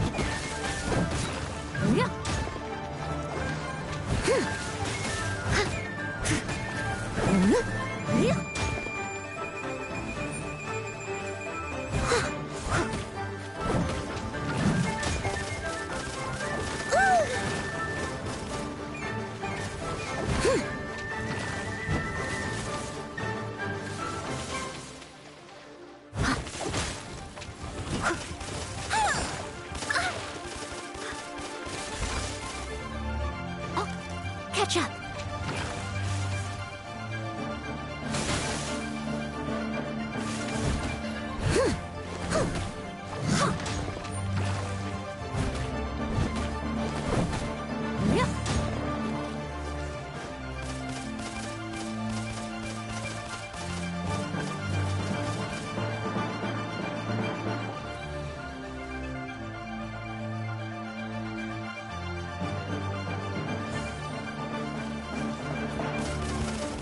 If at first you don't succeed.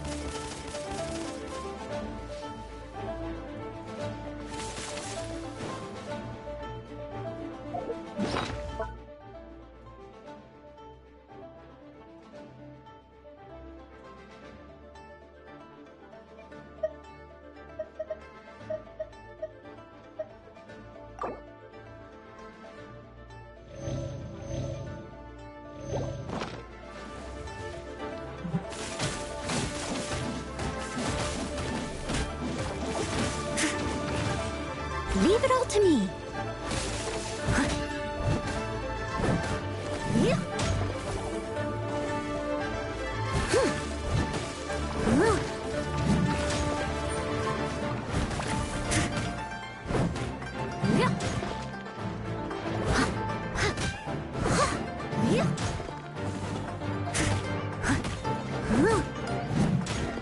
I must leave no stone unturned.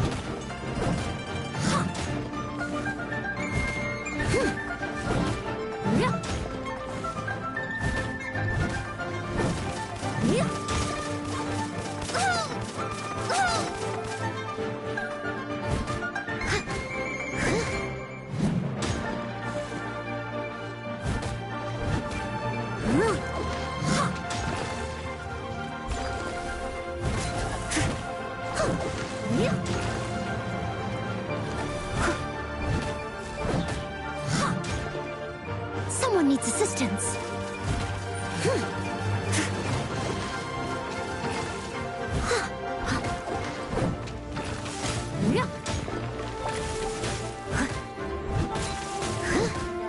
Leave it all to me.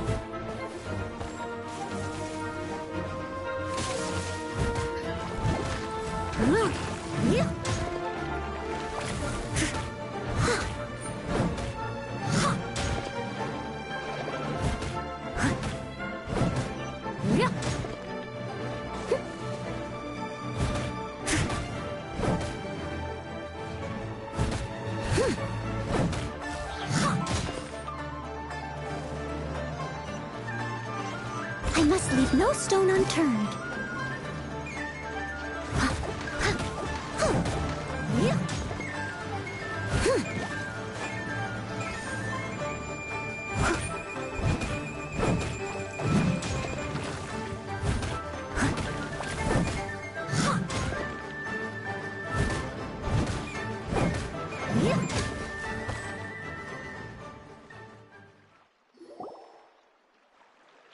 Those weren't glaze lilies. Glaze lilies wouldn't hit people. This little monster is known as a whopper flower.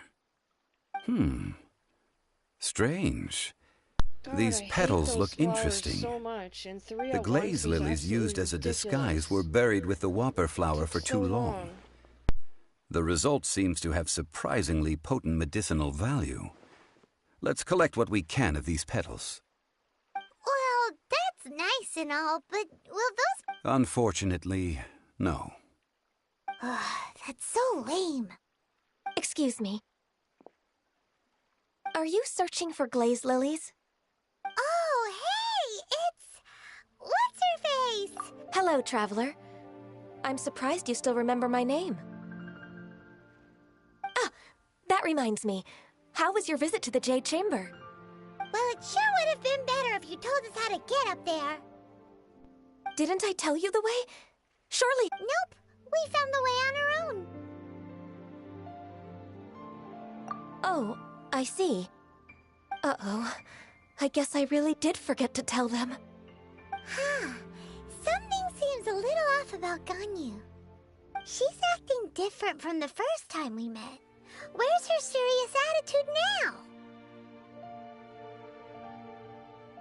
Ah, well, I met you at that time as an emissary of the Tianquan. But now, I am simply out on a stroll to see the flowers. You came all the way out here to see the flowers? Why not just enjoy the gardens of the city? Yujing Terrace is where Rex Lapis parted from this world. If I strolled through those lonely gardens now, I wouldn't be able to bear it. Whenever my duties take me near Yujing Terrace these days, I draw the windows to block my view of the gardens. Oh, sorry. We shouldn't have brought it up. No, it's quite all right. I just haven't processed my emotions yet. When the Archon War came to its end 2,000 years ago, the first iteration of the Seven would gather in Liyue and drink with Rex Lapis. But 5 of those original 7 had already passed before Rex Lapis. It's truly a changing of the guard.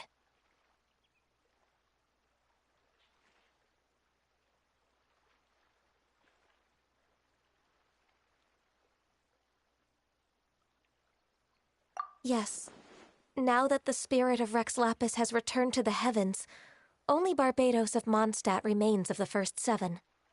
The other 5, including Inazuma's Raiden Shogun, are no longer the same friends from 2,000 years ago.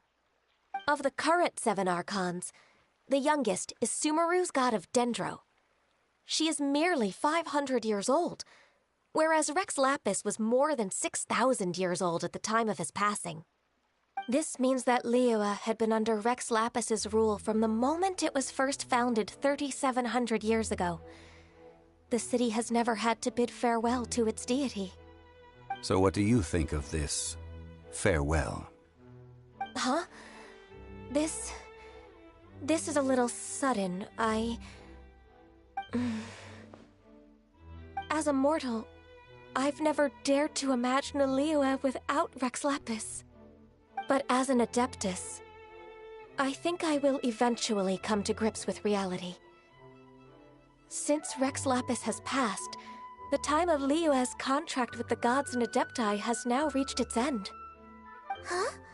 Did you just say, as an Adeptus? Yes, I am a mix of human and Chilean. Adeptus blood flows through my veins. I fought for Rex Lapis and the city of Liyue during the Archon War. After the war ended, I signed a contract with Rex Lapis and took the position as secretary for the Qixing. I've continued those duties to this very day.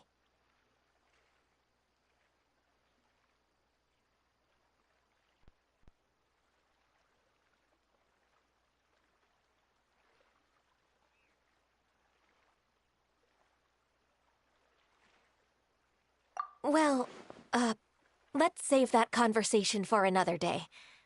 You say that you are here looking for glaze lilies? I also know where wild glaze lilies can be found.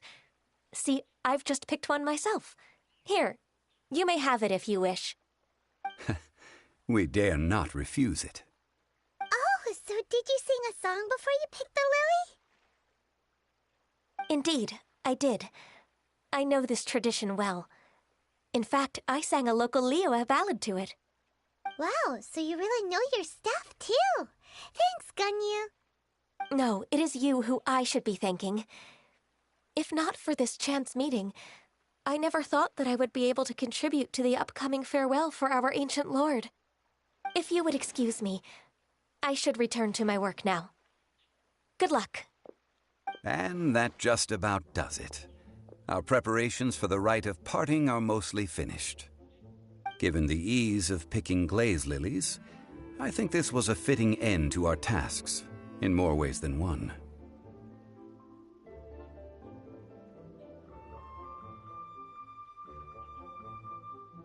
Yeah, Paimon can already imagine him starting a business in Liyue. I've had enough ventures in my life already. Beginning a new undertaking is always difficult at first, and requires no small amount of effort. And once business is at full steam, the stress of it all only wears away at you over time. So you must be careful to take the time to step back and re-examine yourself. If left unchecked, the wear and tear on your heart may go well past mending. Wow. See? Zhongli sounds like he's already seen it all. Alright, I think it's about time we head back to Liyue Harbor now.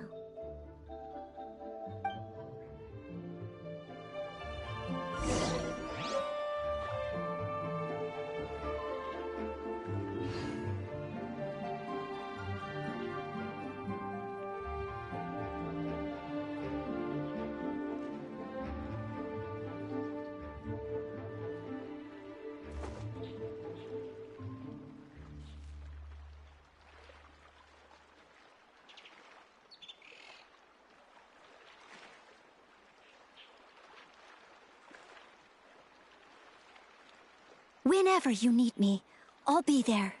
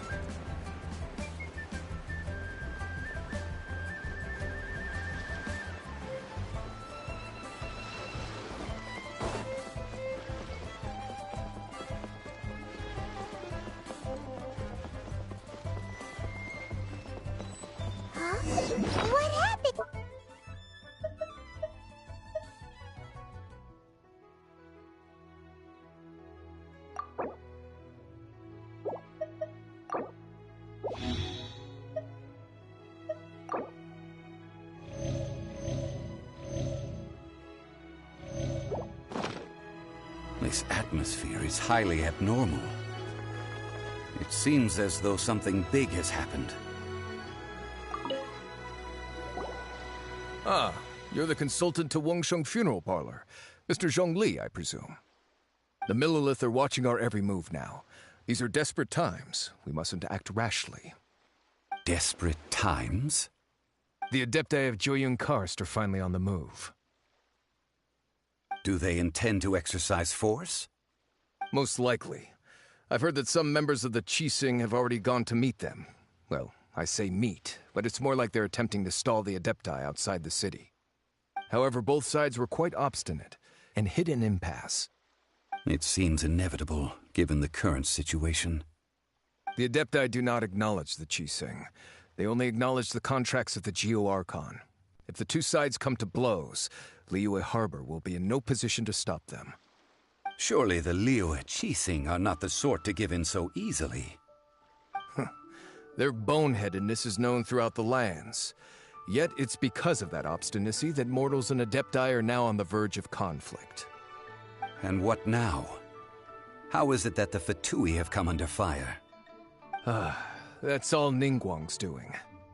She proclaimed that in these tumultuous times, the Millilith must rein in the actions of the Fatui. Only now do they want to start keeping tabs on us? That's the Qixing for you. Anyway, Mr. Zhongli, you're one of Child's close associates. Please understand that your actions will reflect on us. Don't let anyone catch you off guard. It looks like things are about to boil over in Liyue Harbor.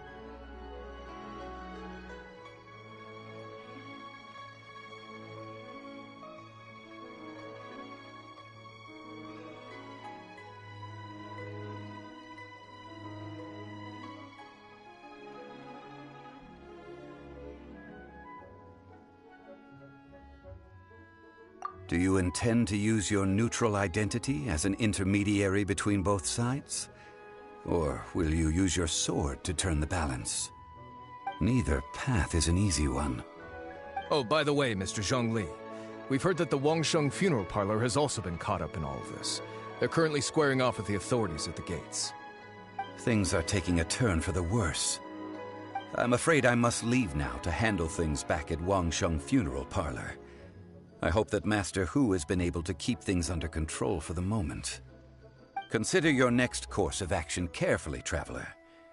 If you're trying to prevent an explosion, it may be wisest to look for the fuse first. Having connections with the Fatui seems to be quite the double-edged sword. So what does Zhongli mean by looking for the fuse?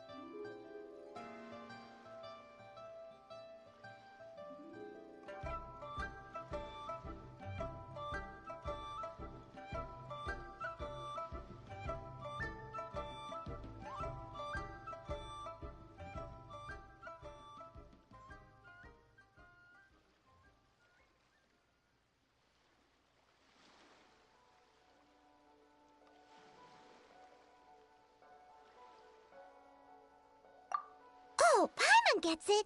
If there's anyone that wants to see the whole city, he must be waiting for the moment when no one is watching to do something really bad. But where could we find him now? Where would he go at a time like this?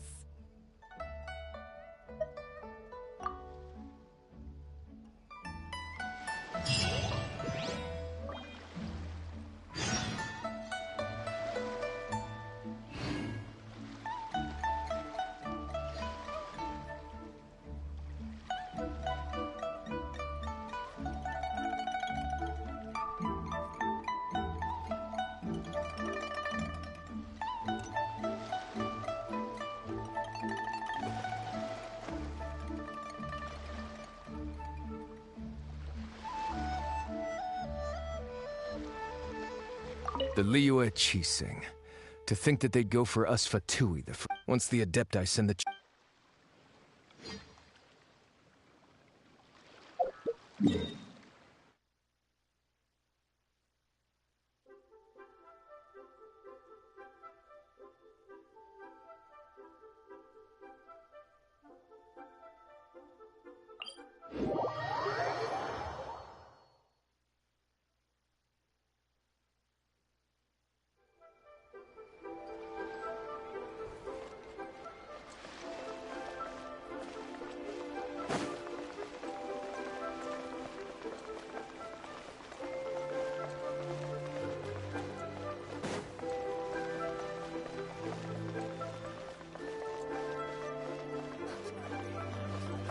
Adventurer, think you can last a round against me?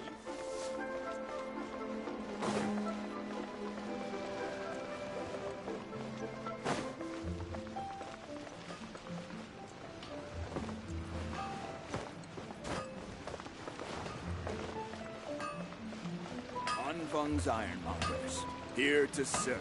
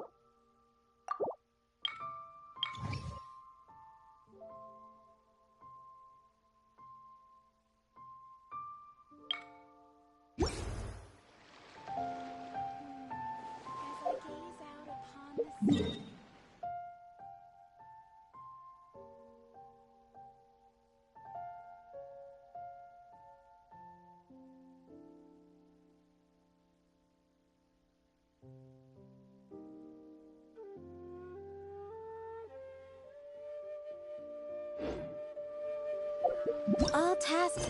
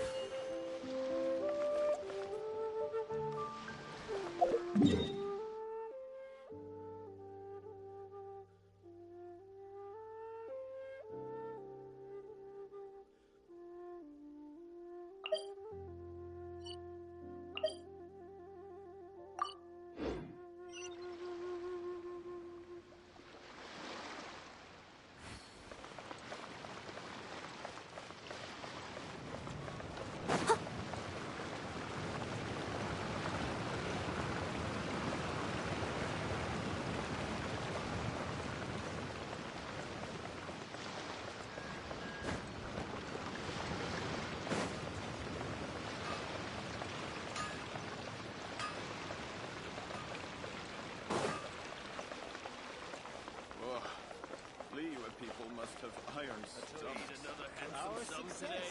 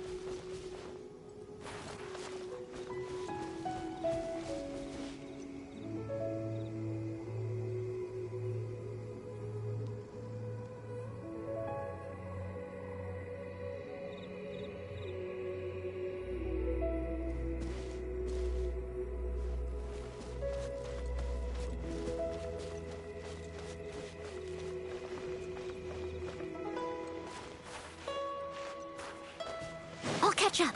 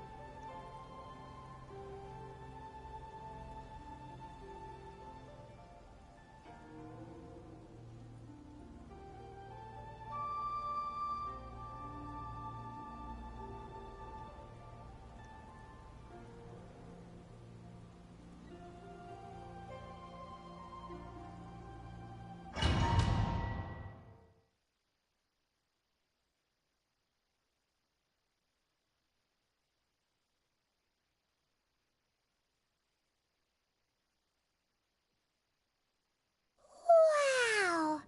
This is the Golden House?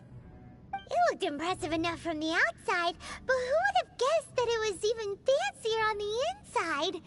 And so full of Mora. This is where all of Tibet's Mora is minted, right? In that case, maybe they won't notice if a few Mora go missing. Oh, so it's a trap! Tricky, tricky. Good thing Paimon's got you here. But even if we can't take any, we can still have a closer look, right? Or better yet, take a nap on top of a mountain of Mora. It's like a dream come true.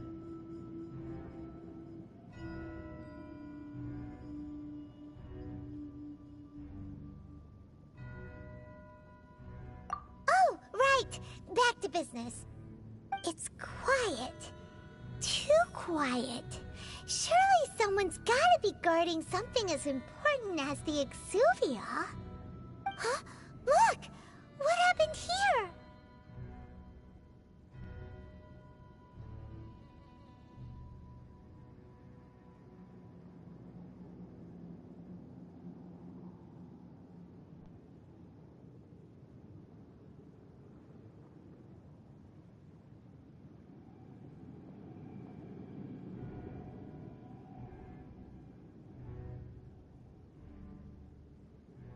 Uh-oh. trouble. Quick, we have to go make sure that the Exuvia is all right.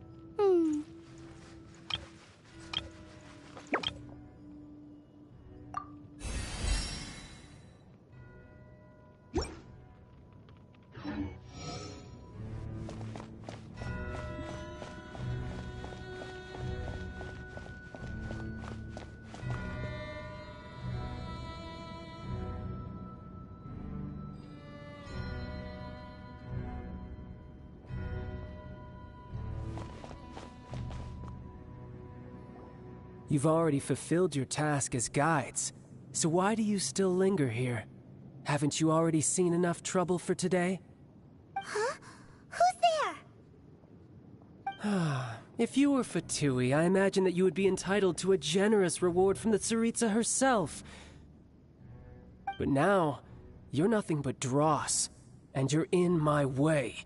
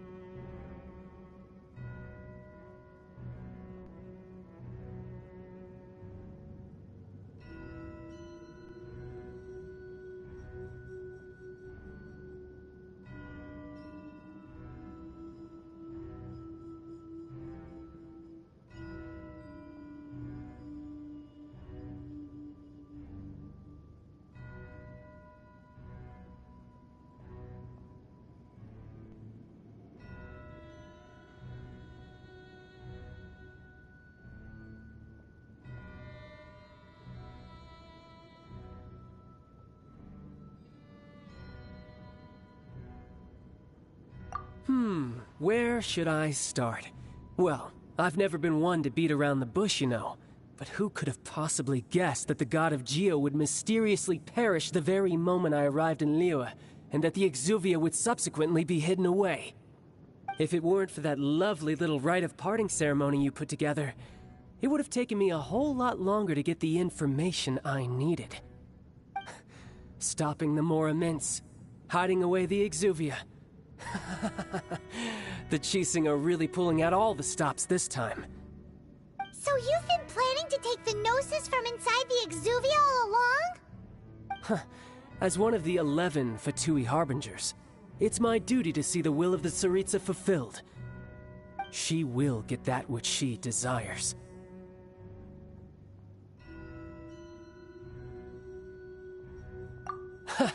I'm not asking for your blessing.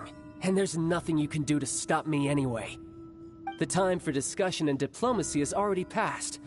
I mean, if it were up to me, I would have skipped that stage to begin with. But I'm willing to do as the Tsaritsa deems fit. Either way, we now come to my favorite part. A simple pleasure, and one that I am oh so delighted to be sharing with you. The battle. Battle? So you're the type that goes looking for trouble, huh? You could say that. When Signora offended the deities outside the cathedral in Mondstadt, she swiftly left the scene once her mission was accomplished.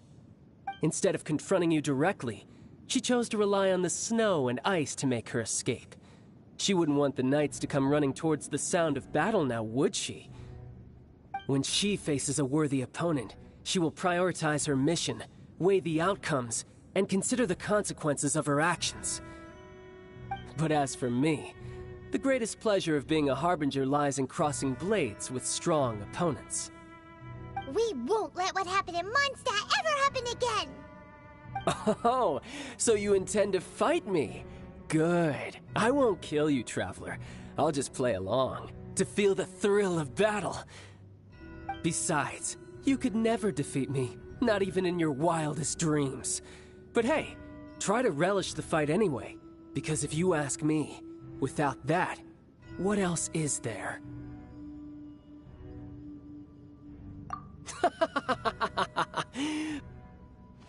Fighting talk, I love it! Now let's see you live up to it.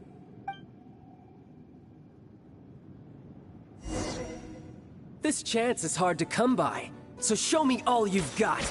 So very few ever get the chance to square off with the Fatui Harbinger. So come now, amuse me, and don't you dare disappoint.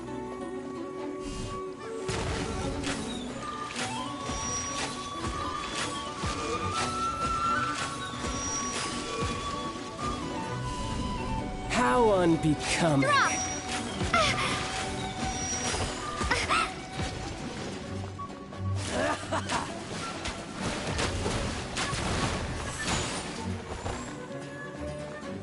Passable effort. Poor timing.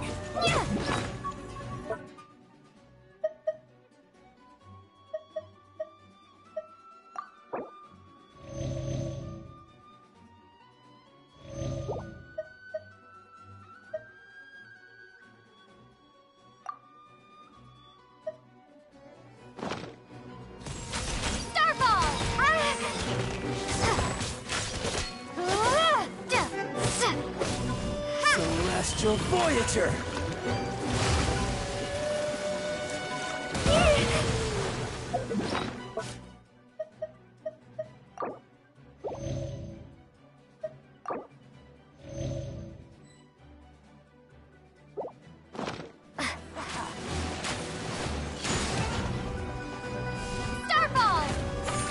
Passable effort.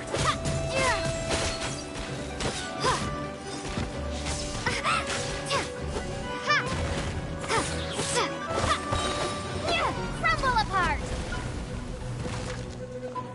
Cowering already? Drop!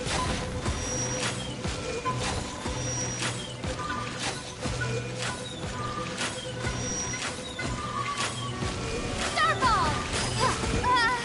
This is not the...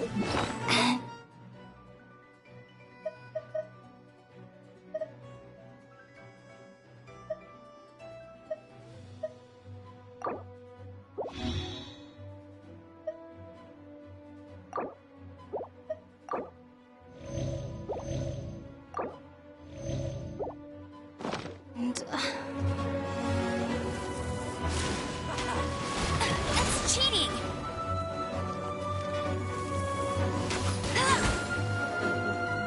Clear shot.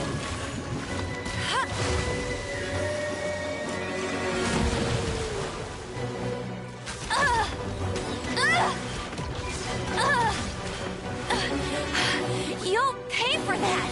Go, Berry Bunny!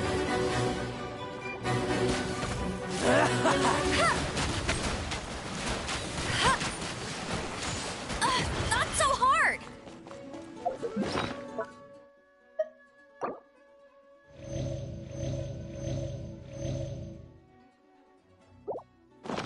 Try this.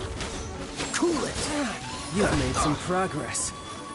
Guess I should take you more seriously. Good.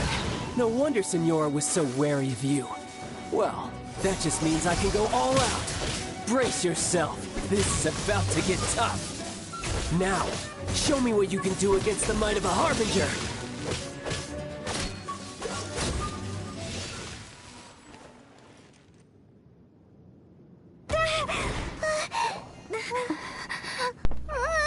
Not bad. Your swordsmanship is quite impressive.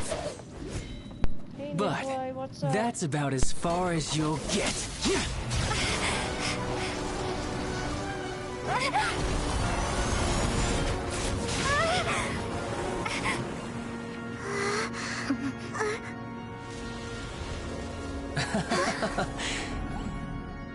Didn't think you had that card hidden up your sleeve.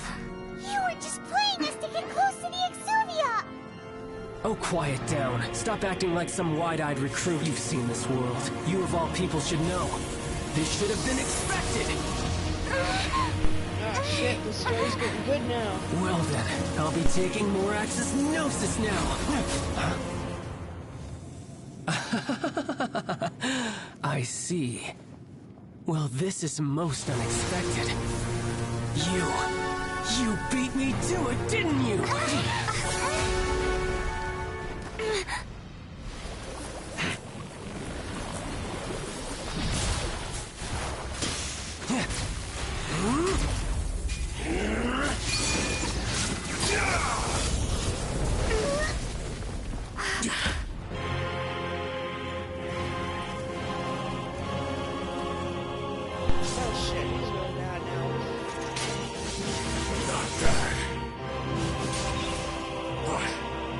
This is going to cost you!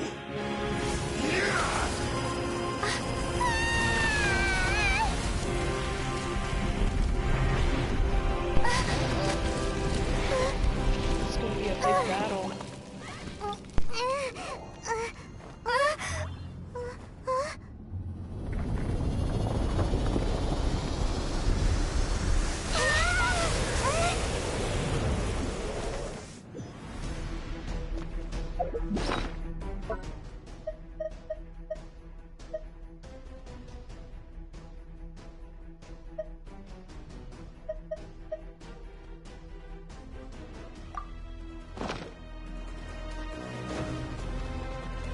You got to the Gnosis ahead of me, didn't you?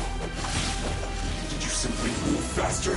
Or did you leak the information regarding the Golden House to me on purpose? No matter. Hand the Gnosis over, now! Don't make me take it from you! We didn't take it! Freeze!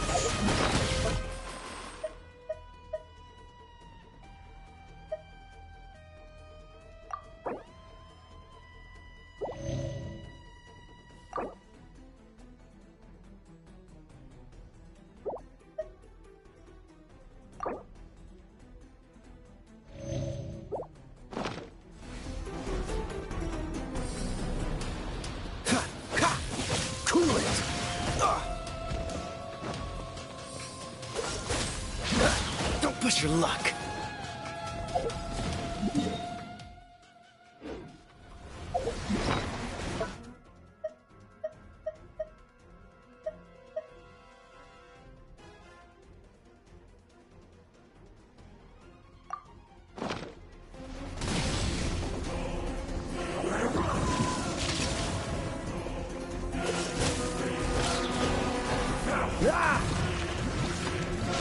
What's the hurry?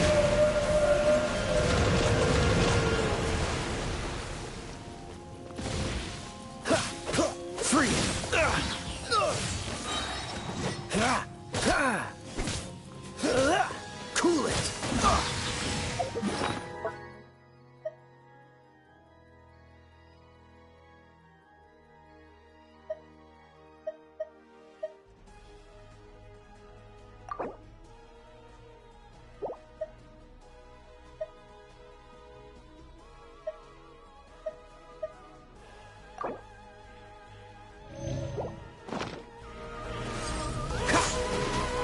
This moment will be frozen in time.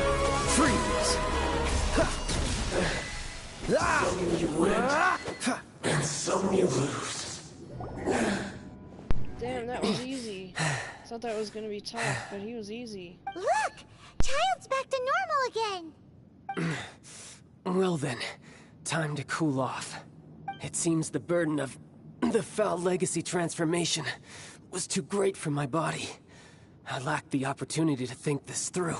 And now that I consider the matter more carefully, you never had any chance of beating me to the Gnosis. You had no connection to the Gnosis, no matter where it had been taken. That's what we've been trying to tell you! We didn't take it! Your show of ability today far surpasses that of Signora's initial assessment of you in Mondstadt. Tell me, how could that be?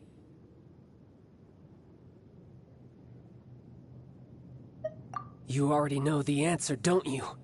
I can see it in your eyes. But if that is a secret you wish to keep, I guess I'll just have to curb my curiosity.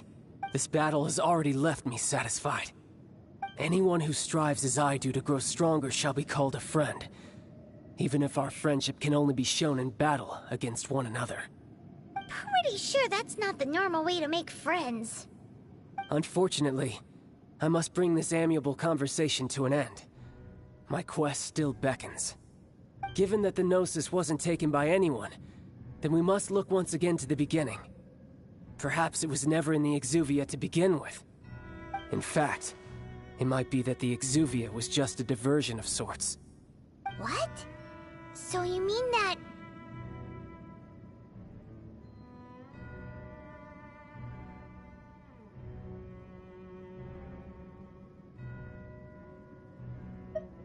Yes, it appears so. Interesting to say the least.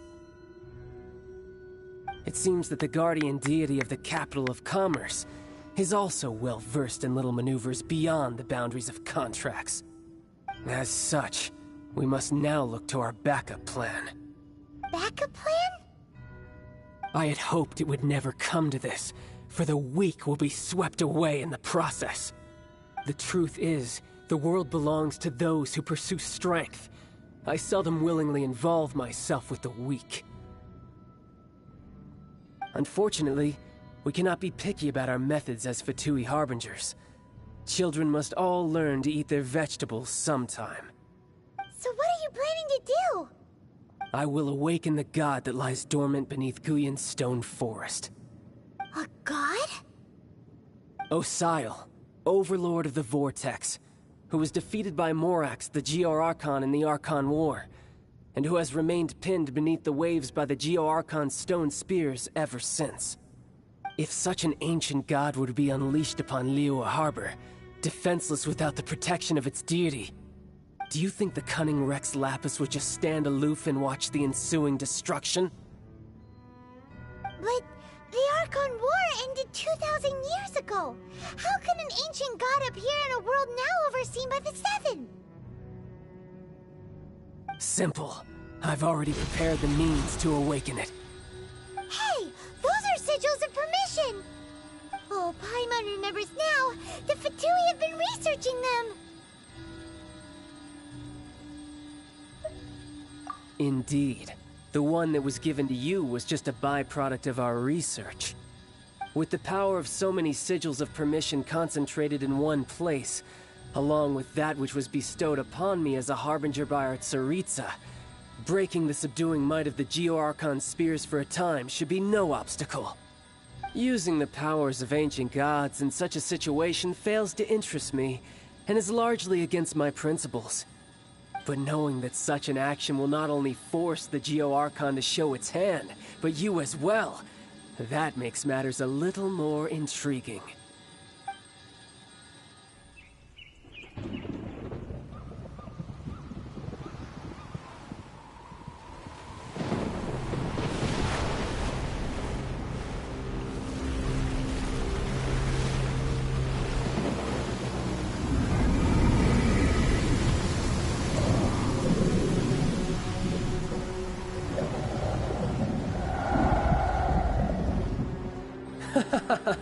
Let's see. Will the nation that has lost its deity be swallowed up by an ancient malice once more? If you wish to drown together with the people of Liyue, you're free to stay and enjoy the show. Huh? He's already gone. That guy is fast. What's going on?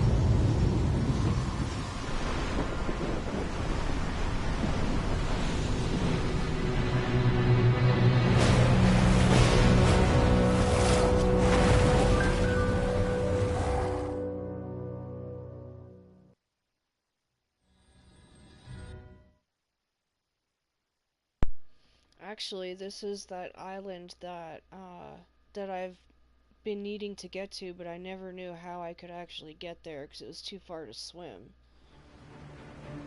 I knew there'd be a quest that would like take me there. So Paimon's exhausted. If we hadn't happened to see the Jade Chamber flying over just as we came out of the Golden House, we really wouldn't have known which way to go.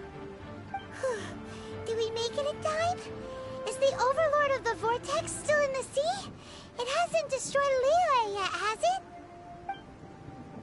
What are you doing here? Huh? Hold on. It's the Adepti. What are you doing on the Jade Chamber? Paimon thought you were arguing with the Qixing. Is the fighting over? Faced with a calamity of such magnitude, we have agreed to put our differences aside for now and unite against this common enemy. Oh, Paimon gets it. So how do you plan to defend Lilith? Just seeing this Overlord of the Vortex guy puts a pit in Paimon's tummy, even from all the way out here. It's not just you. We've got new Millilith recruits who can't even stand at attention without shaking. The force of an ancient god's presence seems to be too much for ordinary people to handle. Which is why we must stop that monster before it gets any closer to Liyue Harbor. So the Archon War was fought 2,000 years ago against enemies like that thing? Now that's scary. So will the power of the Qixing, Millilith, and Adepti gathered here be enough to stop that god? We've already discussed this together, and our conclusion is... not necessarily. What? But all of you were supposed to be the Guardians of Lilith. Can't you think of something? One certainly could. Huh? The Qixing did once research the matter of the Guizhong Ballista when it piqued their fancy. And as fate would have it, one who did craft the Guizhong Ballista with one's own hands is here. For what could you mortals ever learn of Adepti mechanisms? Yet, it would take one, but a little tinkering to turn this ballista into an engine of war beyond your wildest thoughts. I suppose this is one blessing from the Adepti that we should be thankful for. So be it. We shall use the upgraded Guizhong Ballista to fight off that god. All the Adepti here can lend their strength to man it. We haven't a moment to spare. Our battle begins now. Yep.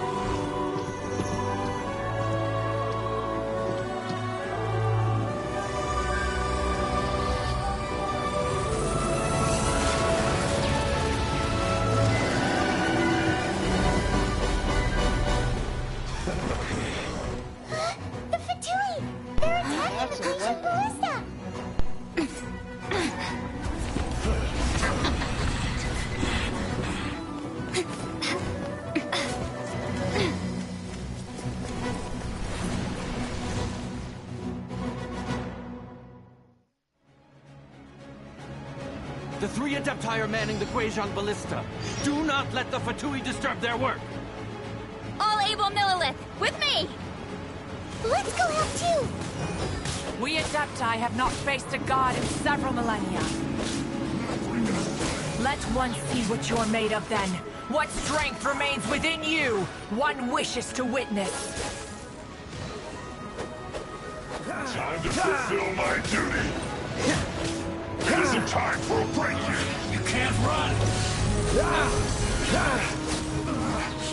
Looks like I went too far.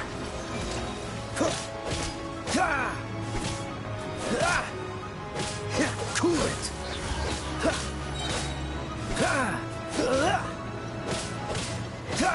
Don't get frostbite.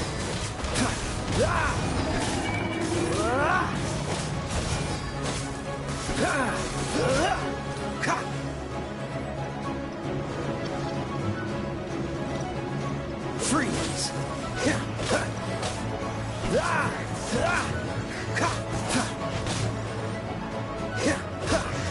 Dodge this! Miscalculated. Use this first.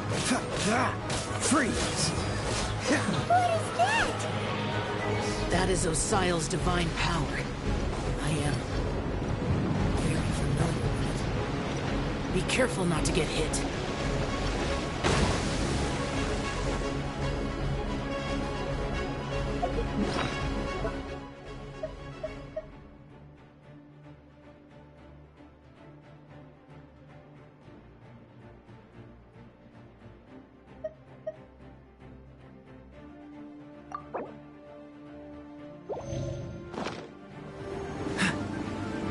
The Fatui!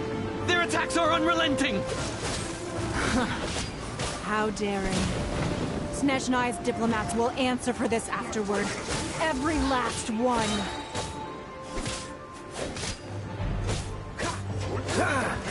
Oh, so sorry.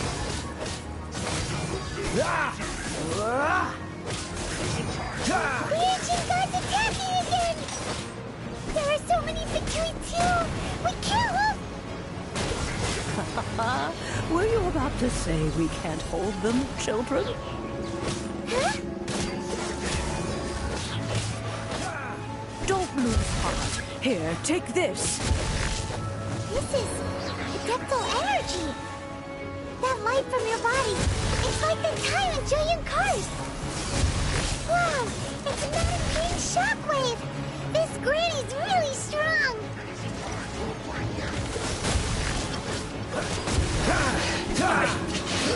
Calculated. Freeze. Disgusting. No slacking off. Cool it. Oh, so sorry.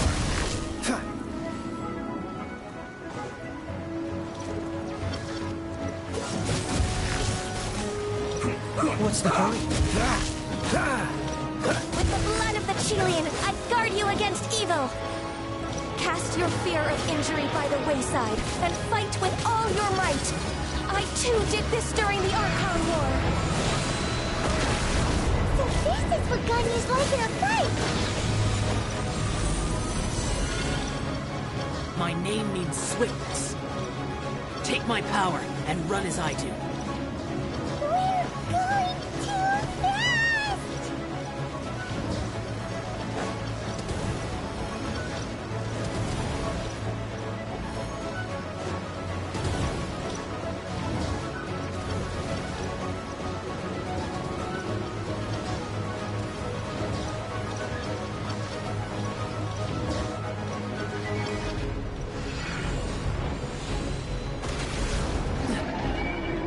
Child, you are strong in body and spirit.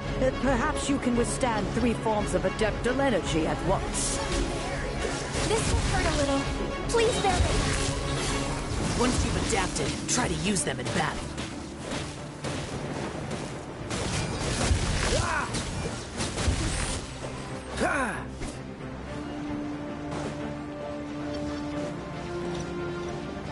Freeze! Don't get frostbite. Should be fun. Cool it!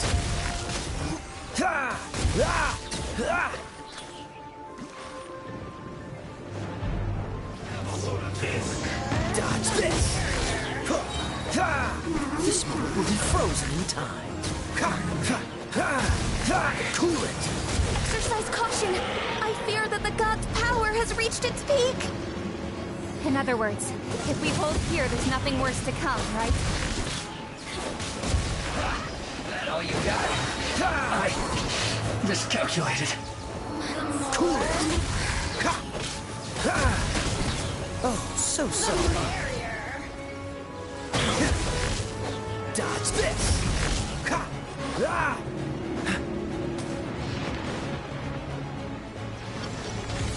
Cool it!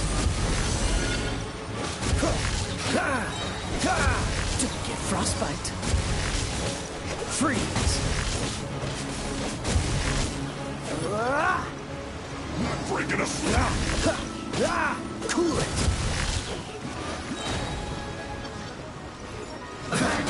Oh, so sorry. Freeze!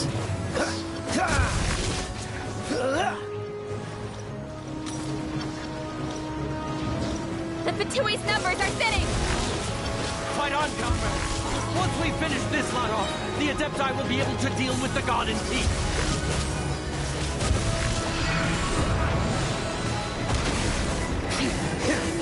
Dodge this!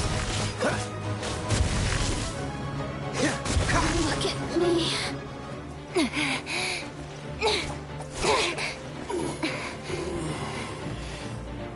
The interlopers are no more. Now we may commit ourselves fully.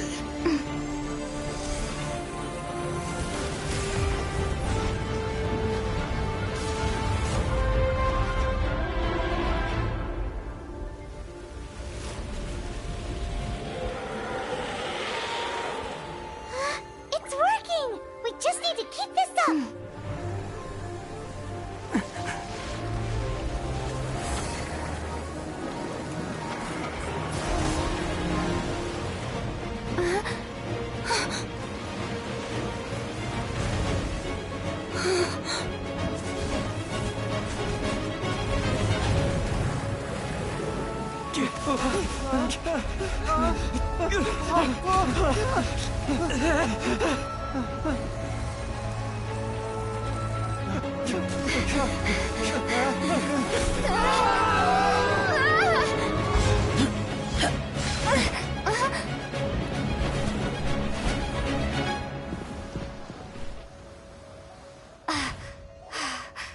Be careful now. The Guizhong Ballista is destroyed. Without its covering fire, retaliation shall be difficult. But the Jade Chamber is our last line of defense. We can't give another inch, no matter what. I have another idea. What do you mean, Lady Ningguang? I'll sacrifice the Jade Chamber. What is the meaning of this? I understand. Traveler, lend me a hand. Farewell, old friend. Goodbye for now. Let us meet again in the future.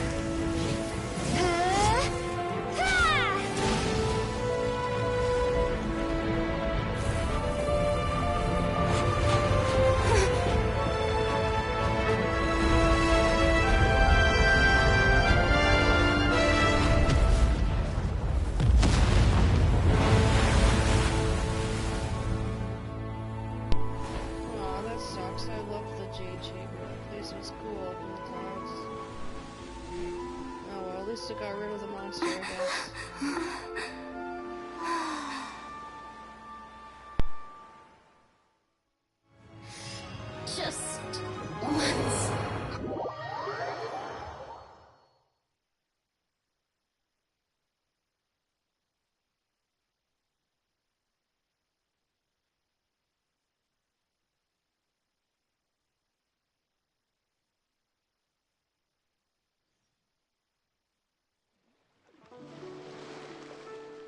Is it finally over? The ominous aura of that monster has indeed begun to fade. The effects of the Sigil of Permission last but a short time. It will be some time before the Overlord of the Vortex can make any waves again. We are indebted to you for your assistance. If the Adepti hadn't happened to be here, the future of Liyue Harbor would surely have been in great jeopardy. Save your flattery. We didn't just happen to be here. Surely you won't pretend to have forgotten the reason for which we came. Come now. There's no need for such harsh words, Cloud Retainer. I've heard that when Ningguang began learning to do business, she had already started setting aside part of her then limited income in preparation for building the Jade Chamber. At first, it was only the size of a small room, but with continued expansion, it has become the palace that lies before you now. It is a testament to Ningguang's entire life, both as a businesswoman and as the backbone of the Liyue Qixing. Seeing the Jade Chamber destroyed in the defense of Liyue means much to her. To me, such cooperation and sacrifice deserves at least some recognition, don't you agree? Well, I was really hoping you would say that such sacrifice could at least be used as some leverage in our negotiations. Thank you all for hearing me out. We know very well why the Adepti came here today. But please forgive us. We cannot yield to your wishes. Oh? 3,700 years. According to our records, the Adepti signed a contract with Rex Lapis to protect Liyue 3,700 years ago. Even to this very day, Liyue and its lands have stood the test of time, immovable as stone, just as it was thousands of years before. This is truly no small feat. But that does not mean that the Liyue of today is the same city as it was all those years ago. Do not merely cast your protective gaze upon the land. Instead, focus your sights on our city and each of the citizens that dwell within it. Are you questioning our means of protecting Liyue? I mean no offense. I simply hope that our Adepti forebears would see Liyue in a new light. Forebears, you say? One doubts you would be fit to be part of such a lineage. This morning, Rex Lapis appeared to me in a dream. What? In the dream, I yearned to tell him that we Qixing, though mortal, are equally bound to the contract. Each passing generation of the Qixing leaves many things of value to be inherited by the next generation. I also thought to tell him how the past generations of Qixing had strove under his rule to survive in our mortal world, establishing a network of contracts which has since come to be known as trade. But I dared not speak. I could only gaze at him in silence until the moment I awoke. Oh, Ningguang.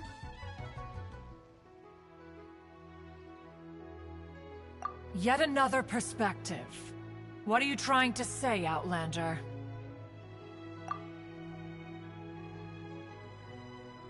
Right! That's something that happened in Mondstadt. It's a story about the Four Winds and the people of the Animal Archon.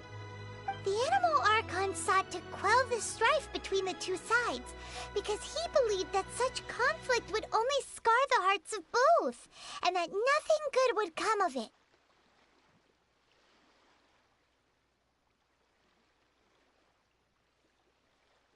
Each of the 7 nations has its own scars from the past. Though your point is the very height of simplicity.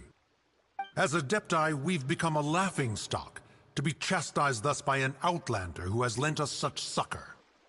All right, all right. Didn't Ningguang suggest that we should focus on the city and each of its citizens? I know I already have, so why not see for yourselves? I apologize for appearing in full armor. I am afraid I cannot show the proper courtesies. And who are you? I am Feng Yan, a sergeant of the Millelith. I have come to extend my thanks to the Adepti. I thought this battle would perhaps be my last. But thanks to the aid of the Adepti, our forces were not as badly battered as I feared we might be. Although I am a mere mortal soldier, I promise to hold the line and never betray the grace given to us by the illuminated Adepti this day.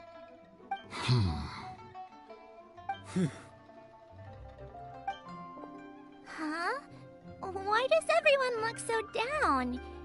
Didn't we just beat that big monster? Weren't you frightened, dear? It was quite the predicament. I wasn't afraid. All the strong Millelith guards were there, and those powerful heroes with their visions were there. Everyone was there. When danger is near, everyone always protects me.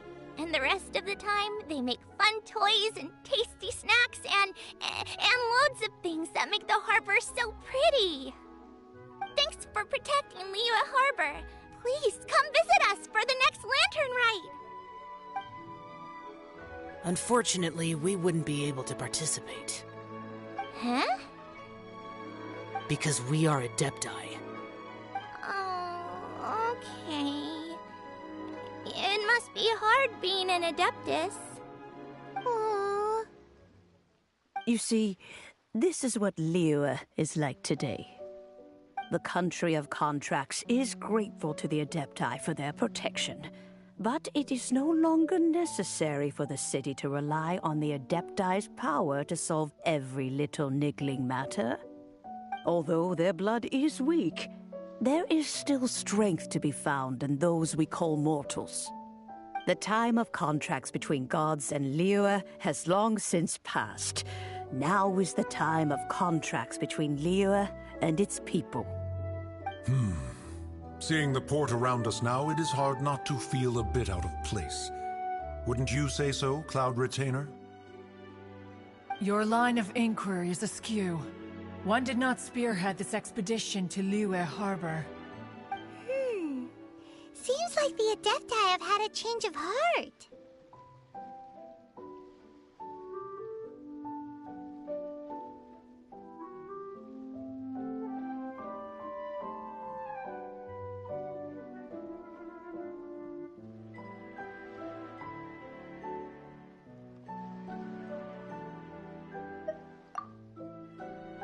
Let us return now. Eager to leave, Conqueror of Demons. Yes, one understands what the Conqueror of Demons means. The city of Liyue has changed much after our long separation. One fears that by the time one finally grasps the new contracts of Liyue, you humans would have once again changed the place beyond recognition.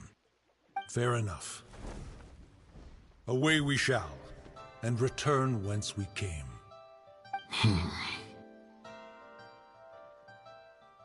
Since we Adepti have consensus, then one shall persist no further.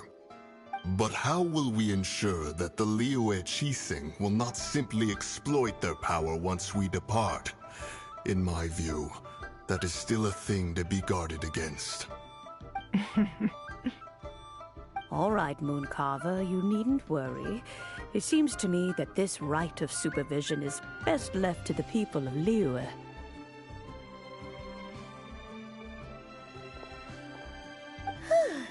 Looks like the conflict between humans and Adepti was avoided.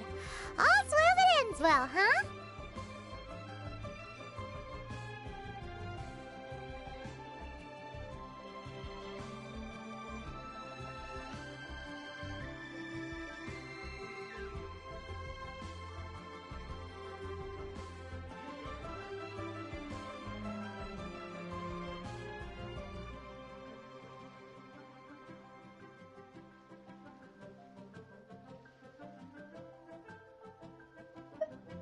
Oh, right!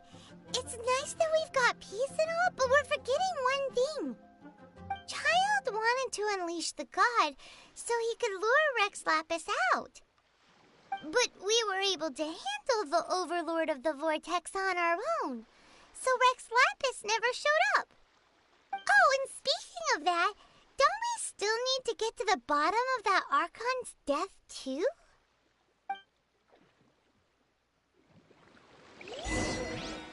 Hyman doesn't get it. But isn't the strongest lead we have the Adeptiless rite of parting that we're organizing? No idea where Zhongli's gone. Let's ask for him at Wangshen Funeral Parlor.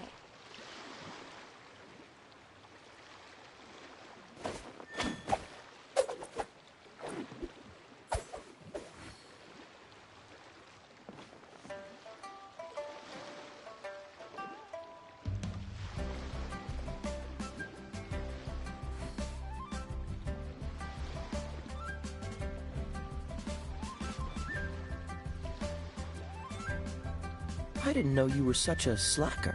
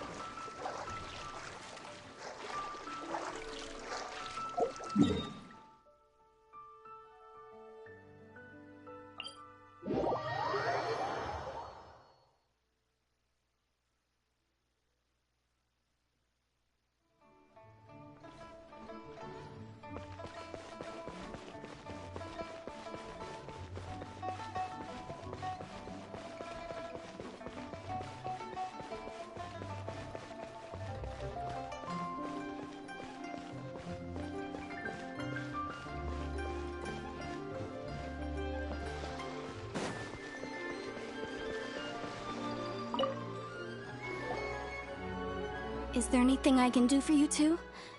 I'm afraid that Wangsheng funeral parlor isn't in the best state to receive guests.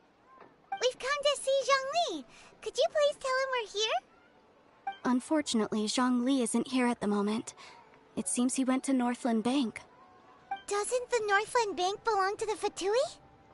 Last time we saw Zhongli was before we went to the Golden House. Do you think he doesn't know about the attack on Liyue? Visiting the Fatui at a time like this could only mean more trouble. We had better go and make sure that everything is okay.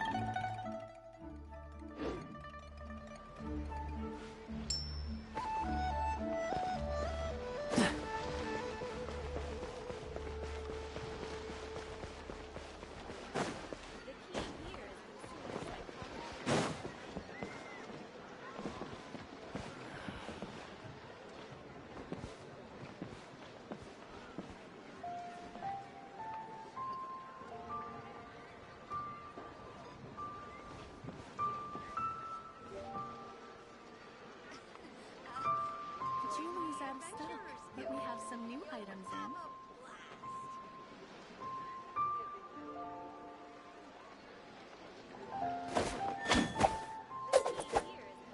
Cool it!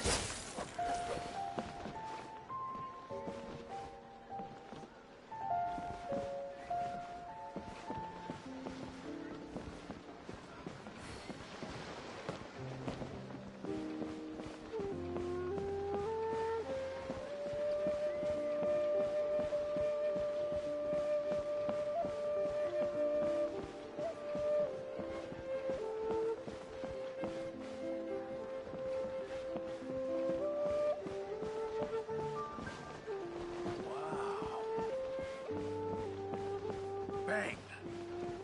And with that...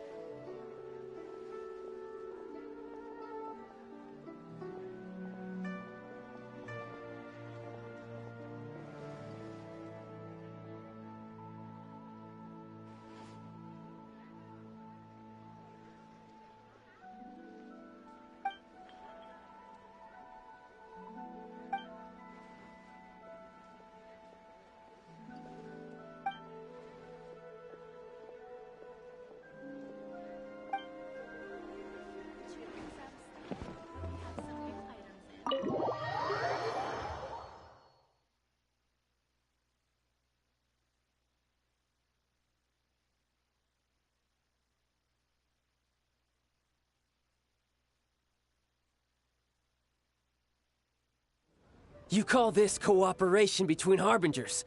Cooperation involves communication, you know.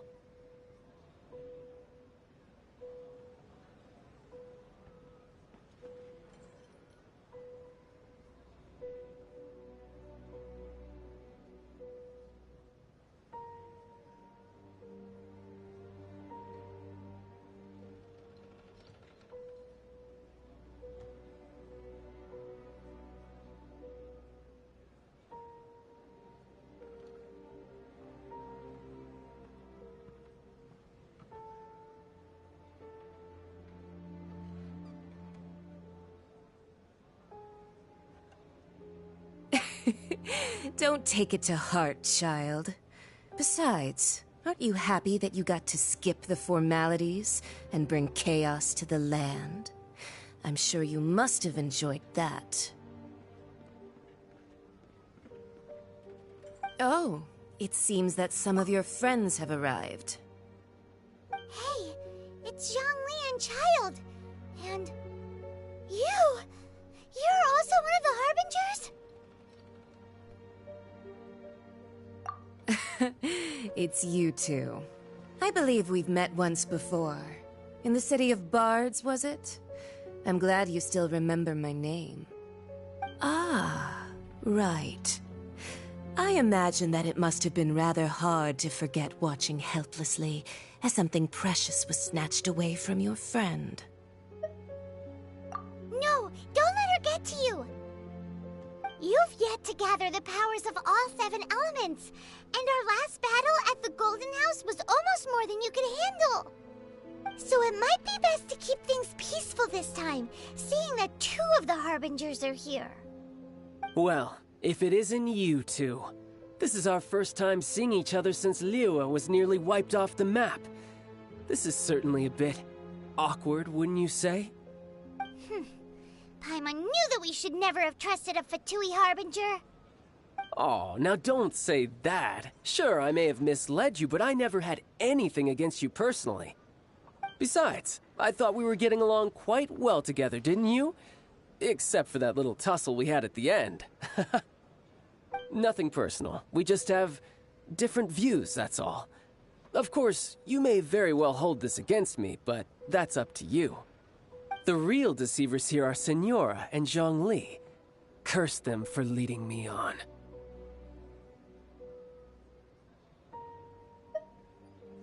So actually, I think... Stop wasting time, child. There'll be plenty of time to chat once I'm through here.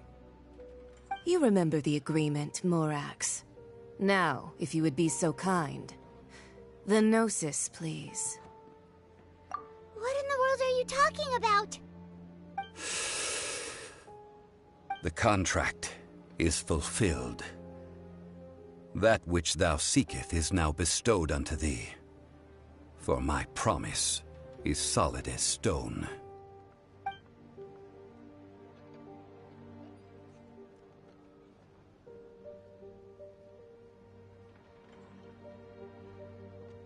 How sanctimonious.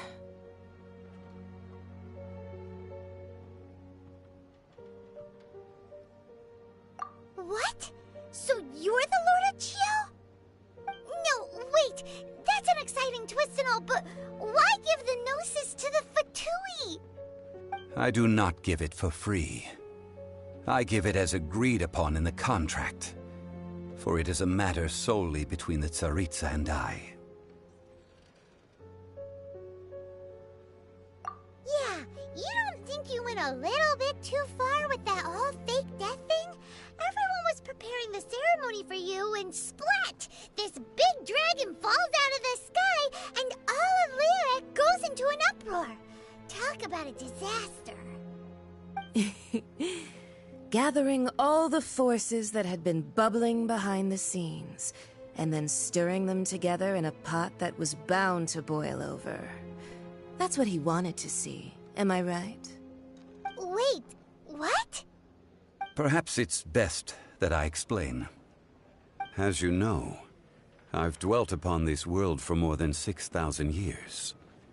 It is now 3,700 years ago that I founded Liyue together with the Adepti. Even boulders that can withstand whirlpools will erode with the passing of time. I kept convincing myself that cracks had not begun to form, and that the end of my time had not yet come. Until one drizzly day, as I was strolling along the harbor, I heard a merchant tell one of his workers, "You've finished your duties. Go ahead and call it a day." I stood motionless among the crowds, asking myself, have I already finished my duties? Oh, Zhongli. But as I began to consider relinquishing my divine role, I soon discovered that many reasons still reigned to not hastily depart. Was Liyue, the city I had dwelt in for so long, already prepared to enter its next age? I decided that a test was needed in order to reveal the answer. So I feigned my own death, and gathered the cast of Child, the Adepti, and the Liyue Qixing to play their roles together on the stage that was Liyue.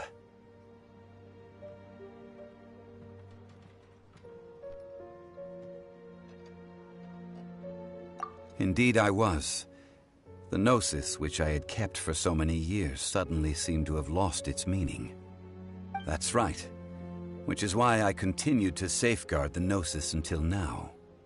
So you mean that if the chaos ever reached the point of no return, you would simply appear and use your divine powers to bring Liyue back under control? Of course. And it would have been all too easy for him, too. Just as a child quickly matures after losing their parents, so has Liyue matured when faced with the death of its deity. In the end, the resolution to all that has transpired was even more satisfactory than I could have hoped for. Take the Adepti, for instance. Owing to their years of seclusion, they were the least informed. Yet when faced with a crisis, they commendably showed the greatest amount of restraint possible. Not only did they manage to cooperate with the Qixing, but in the end, they even made efforts to understand the hearts of the people. Credit is also due to Signora, the emissary dispatched by the Cryo-Archon to fulfill our contract.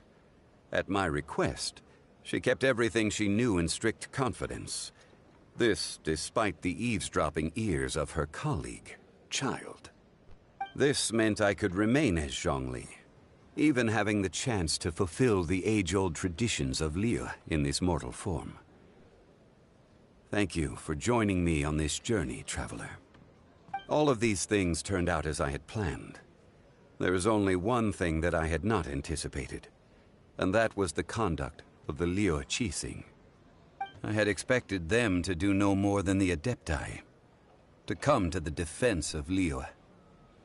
But when all was said and done, they seized the opportunity to supplant Liyue's divine protectors, and used the subsequent power vacuum left by my death to quickly gain complete control of Liyue. Huh? That doesn't sound good at all! Ha! On the contrary, I think it is excellent. I had always feared that it was too soon for them to take over from me. And it was also that which I longed for the most. As such, this is the best parting gift anyone could have given this god of old. Hey, what about me? Doesn't anyone feel the least bit of remorse for deceiving me? You've practically kept me in the dark! I think that thanks would be more appropriate. You certainly played no small part in all of this, wreaking havoc and turning the city upside down. The Lord of Geo ought to thank you for your performance, if anything. If you hadn't created the pressure of a battle between mortals, Adepti, and a god, the lump of coal resting in the hands of the Geo-Archon, Liyue, would never have been able to become a dazzling diamond of a city. Huh? Just whose side are you on, mocking me like that? Are you itching for a fight?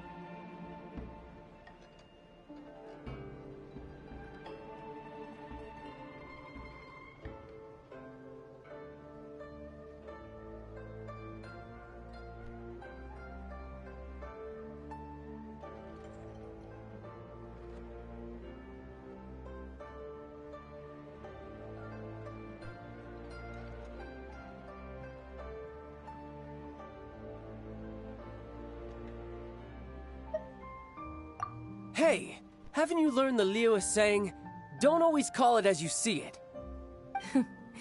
Well then, with the Gnosis in my possession, I have no use for such idle chatter.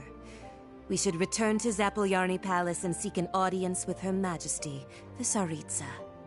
Come, child. Fine. I'll meet you there later. I'm not sharing a boat with the likes of you. Do as you wish.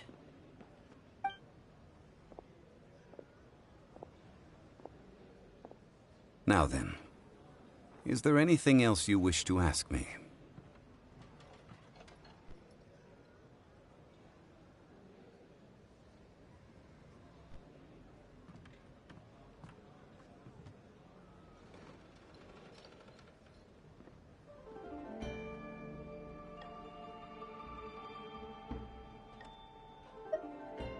Right!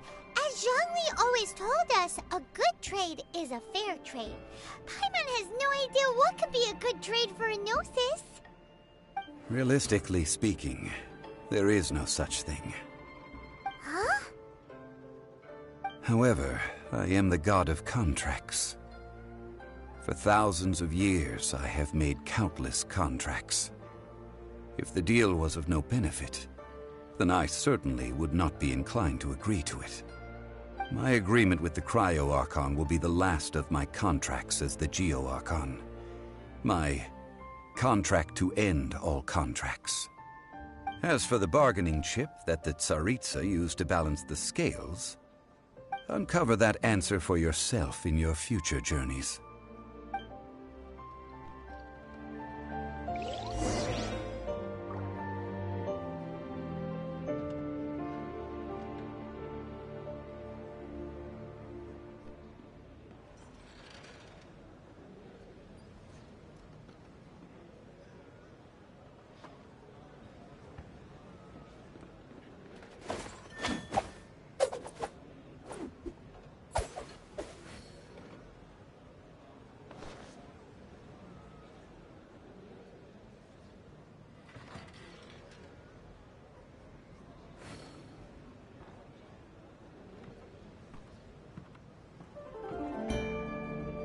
Come on, let's get moving. We're not frozen in place after all.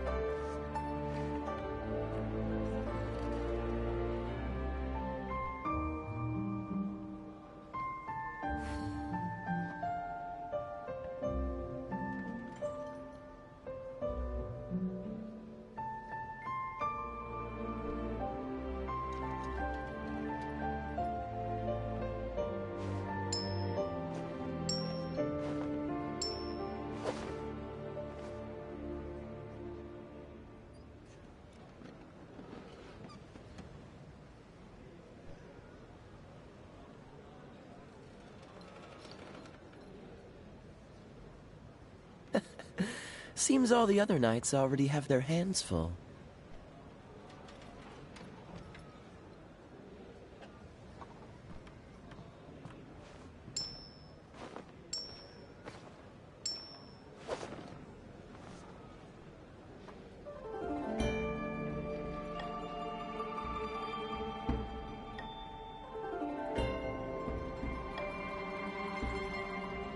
Come on, let's get moving. We're not frozen in place after all.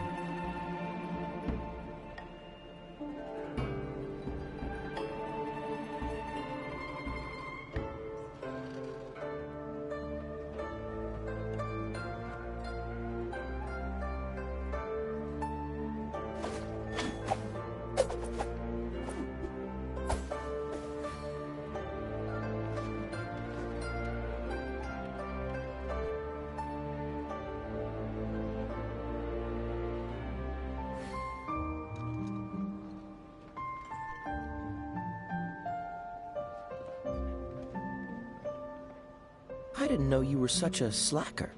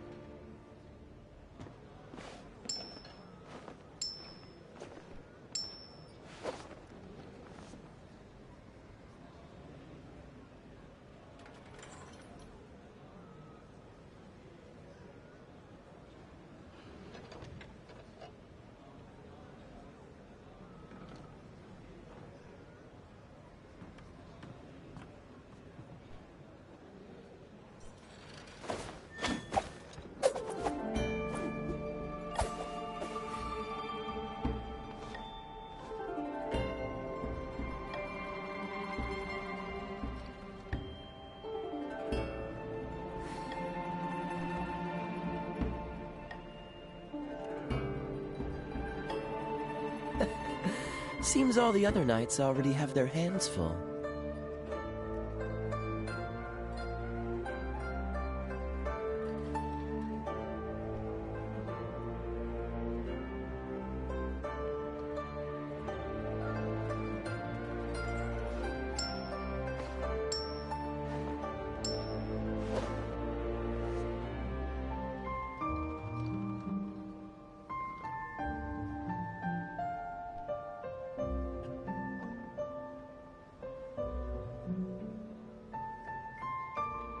Come on, let's get moving. We're not frozen in place after all.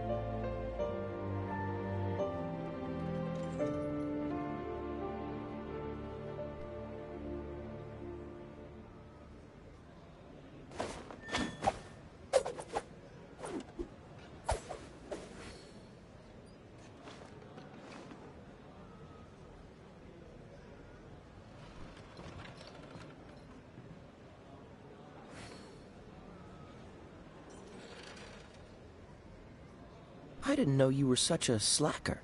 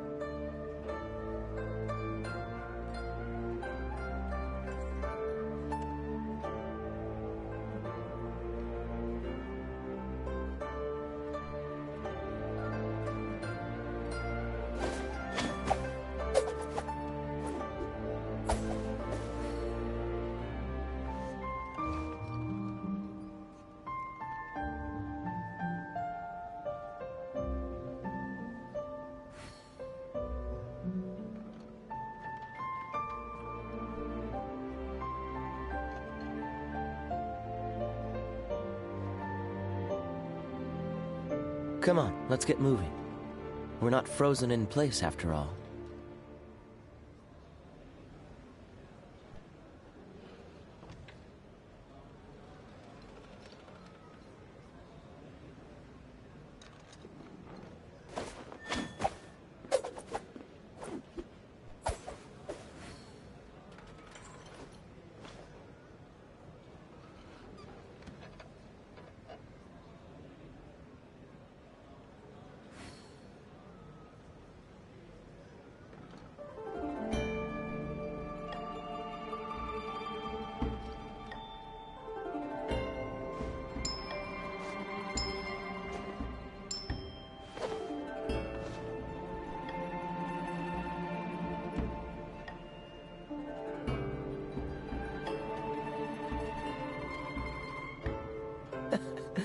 Seems all the other knights already have their hands full.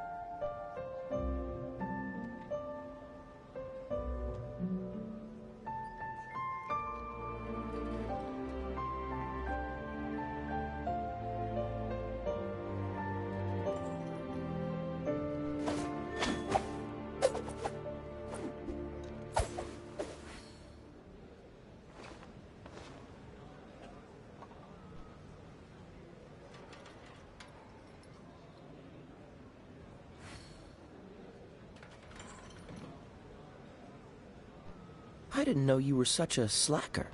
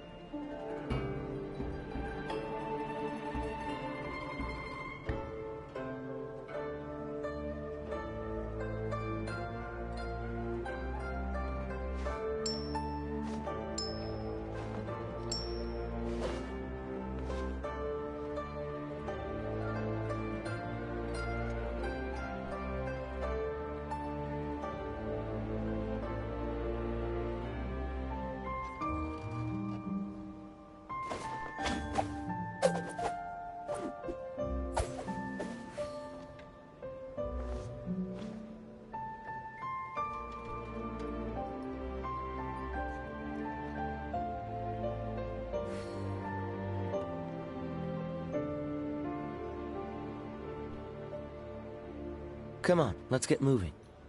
We're not frozen in place after all.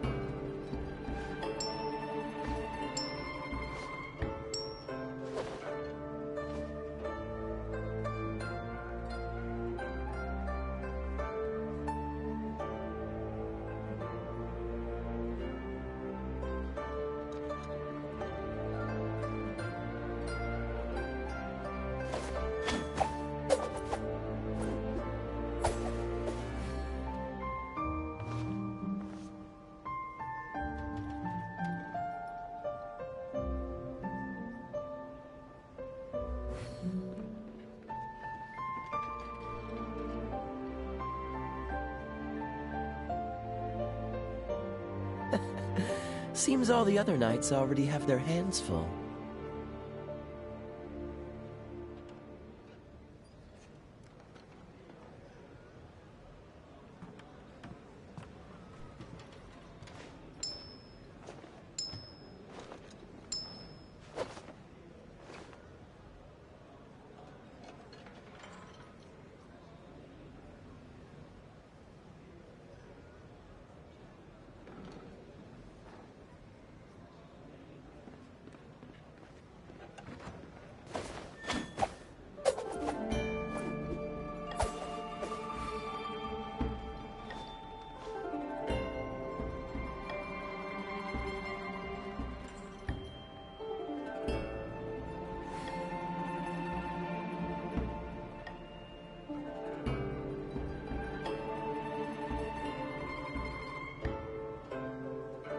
I didn't know you were such a slacker.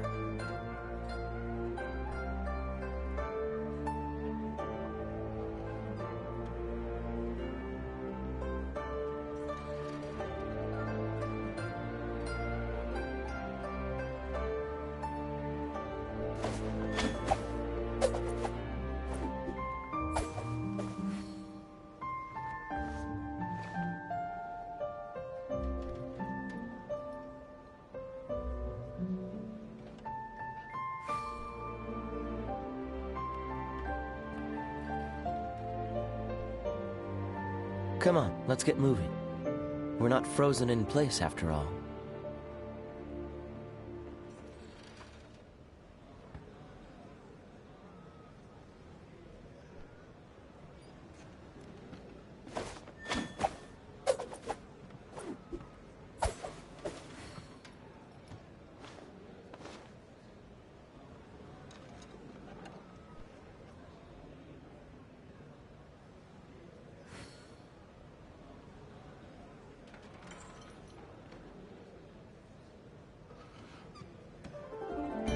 I didn't know you were such a slacker.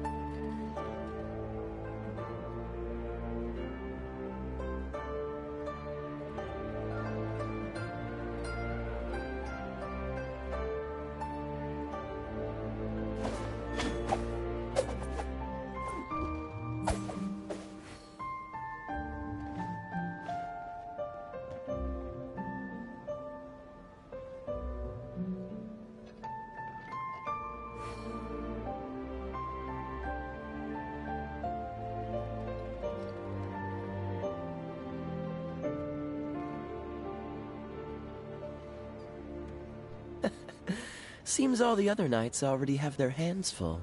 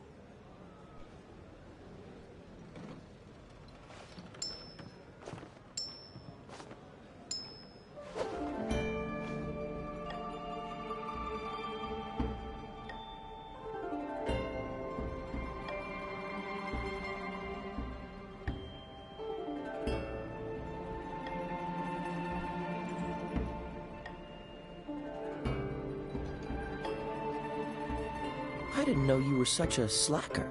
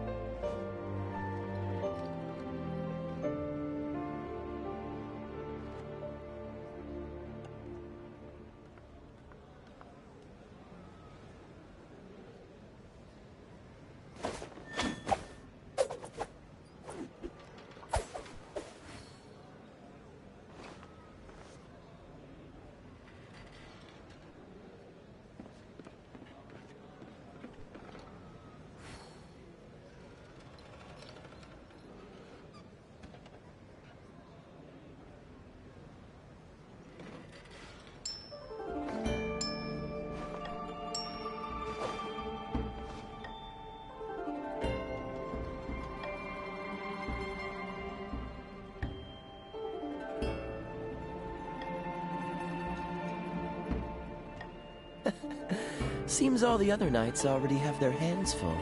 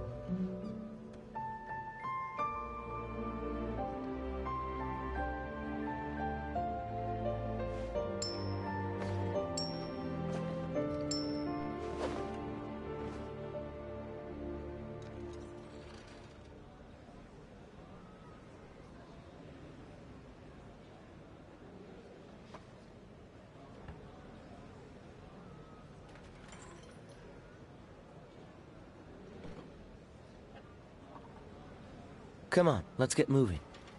We're not frozen in place after all.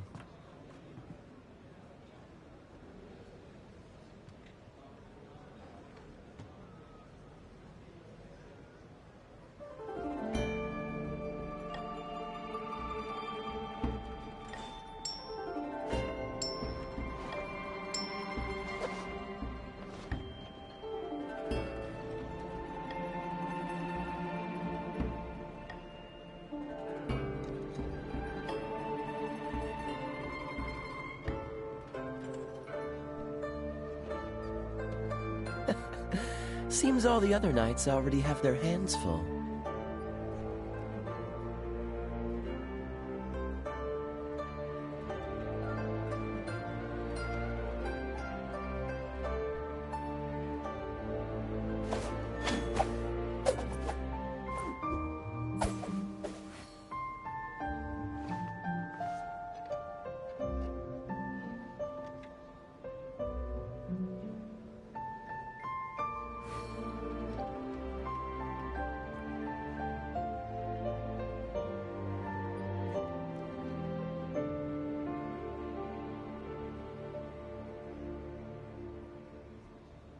Come on, let's get moving. We're not frozen in place after all.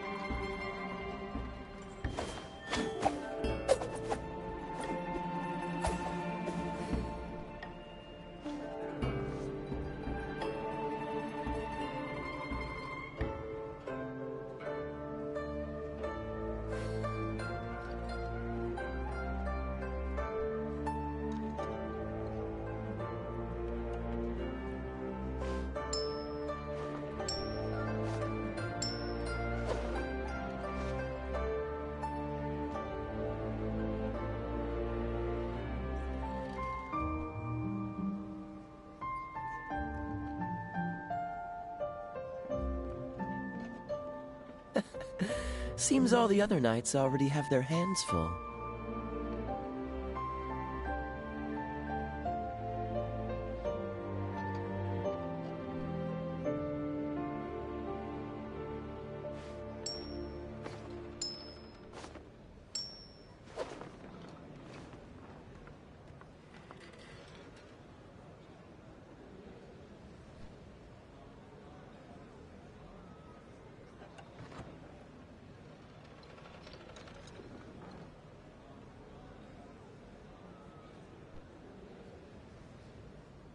Come on, let's get moving. We're not frozen in place after all.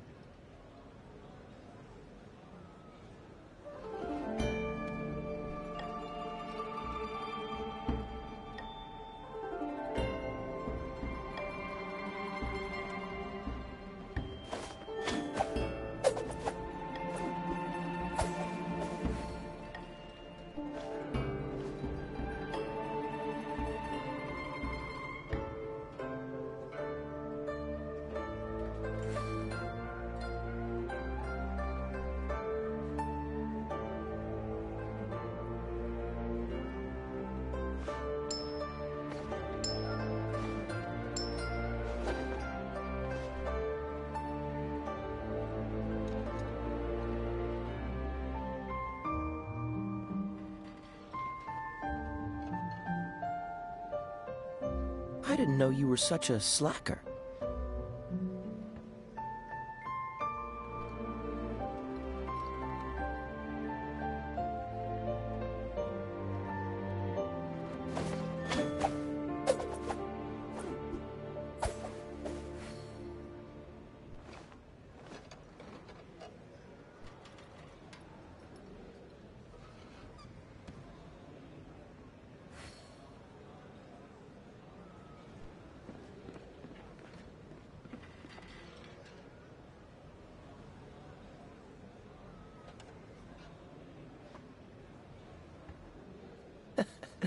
Seems all the other knights already have their hands full.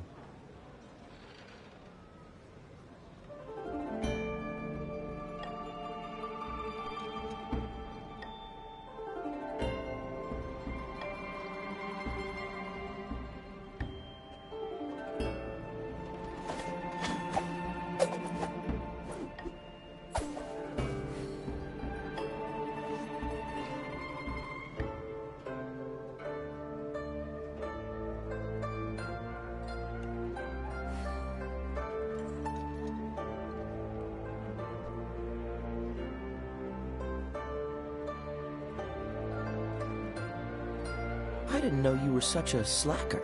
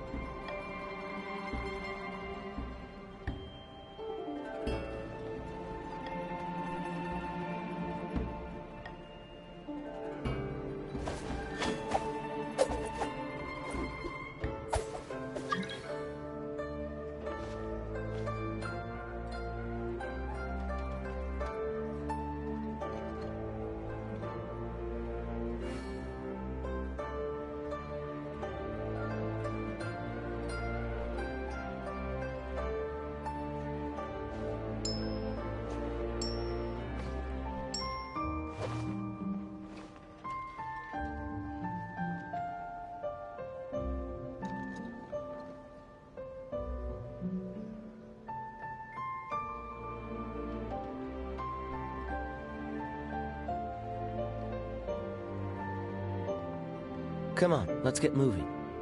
We're not frozen in place after all.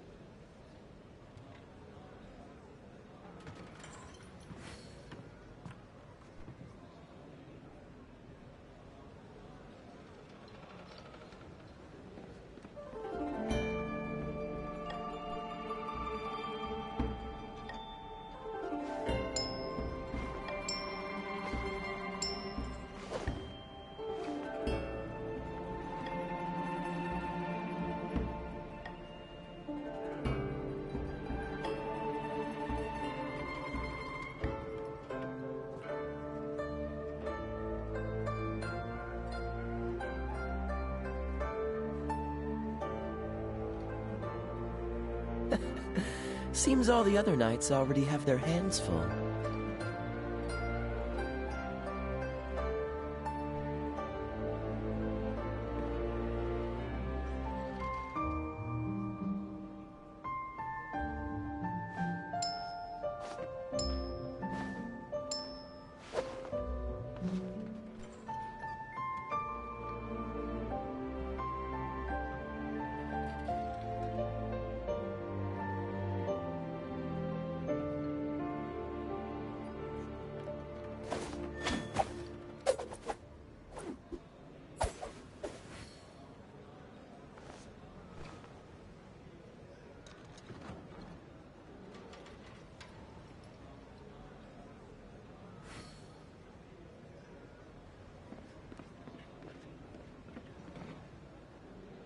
Come on, let's get moving.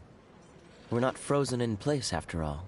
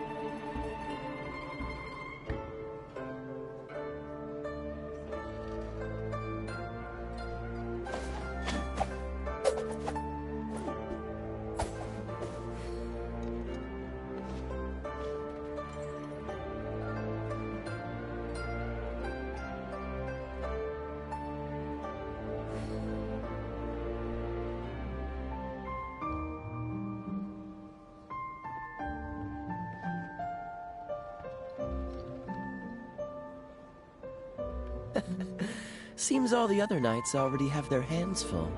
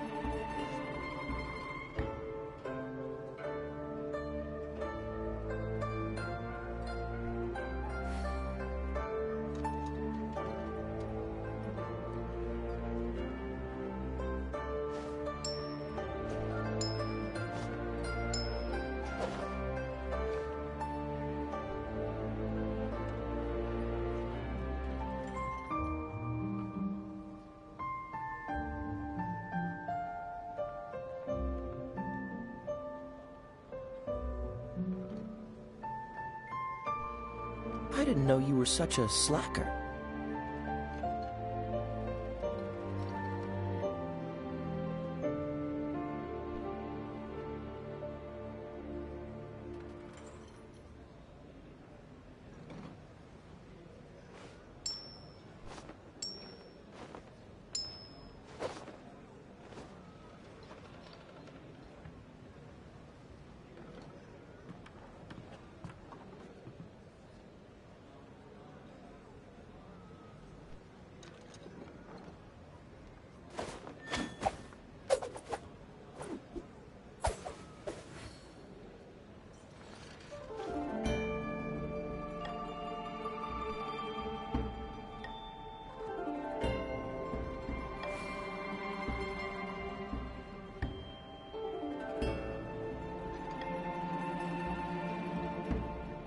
Come on, let's get moving.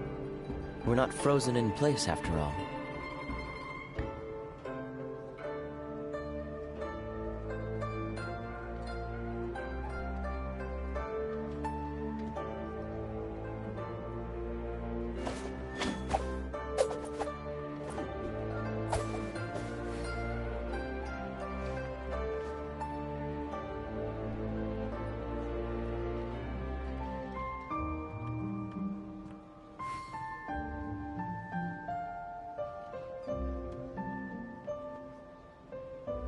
I didn't know you were such a slacker.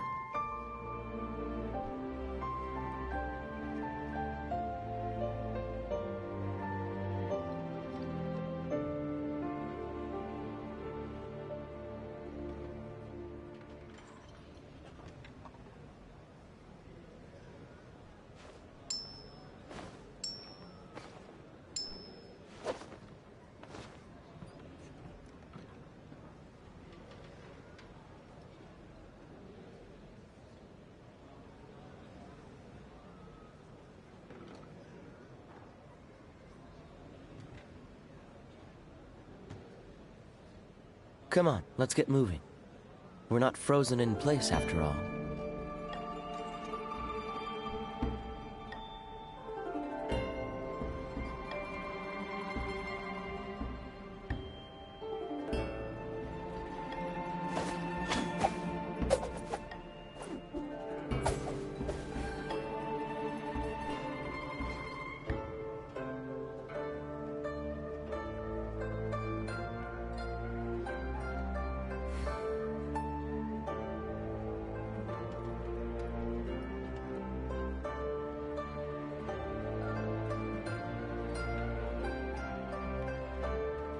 I didn't know you were such a slacker.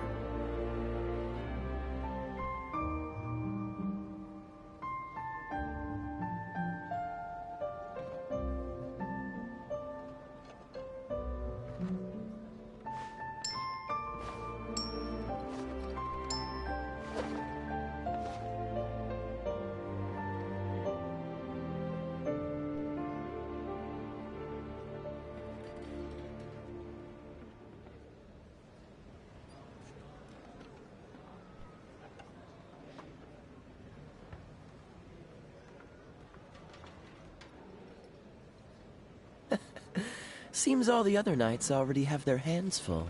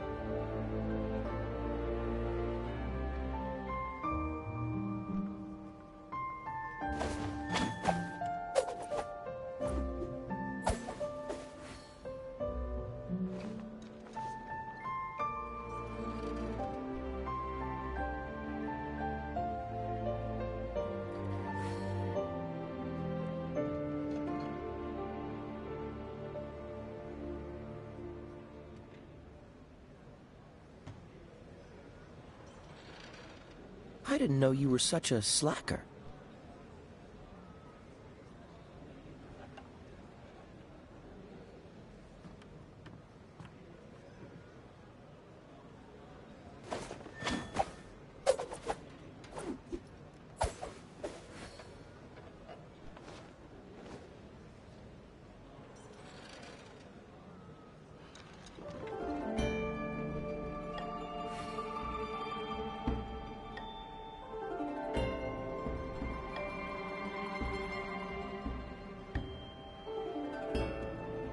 Come on, let's get moving. We're not frozen in place after all.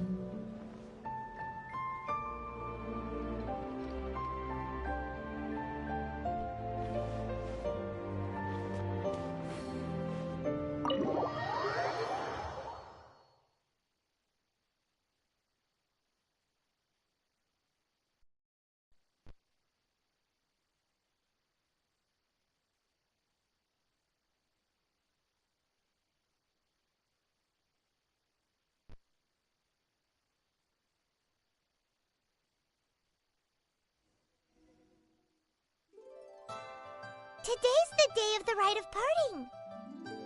Although the star of the show is fake, we spent so much time trying to organize it, it would be a real shame not to go there now.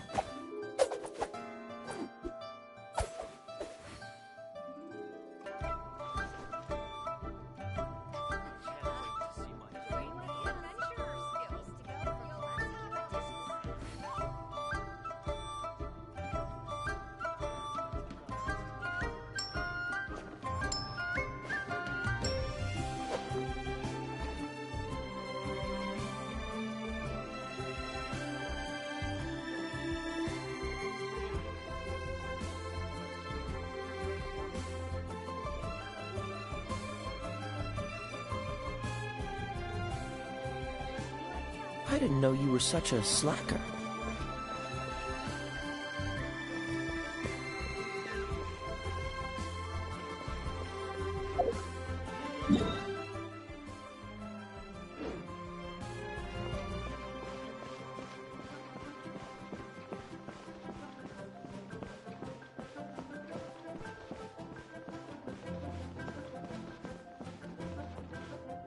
So, are you buying or not?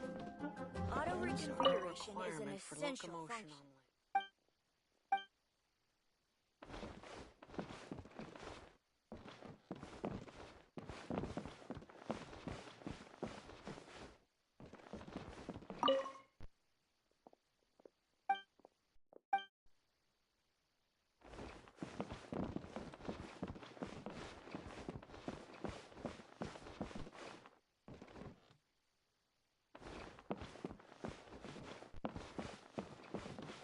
Auto reconfiguration is an essential function. So, are you buying or not? Rooms are a requirement for locomotion on land.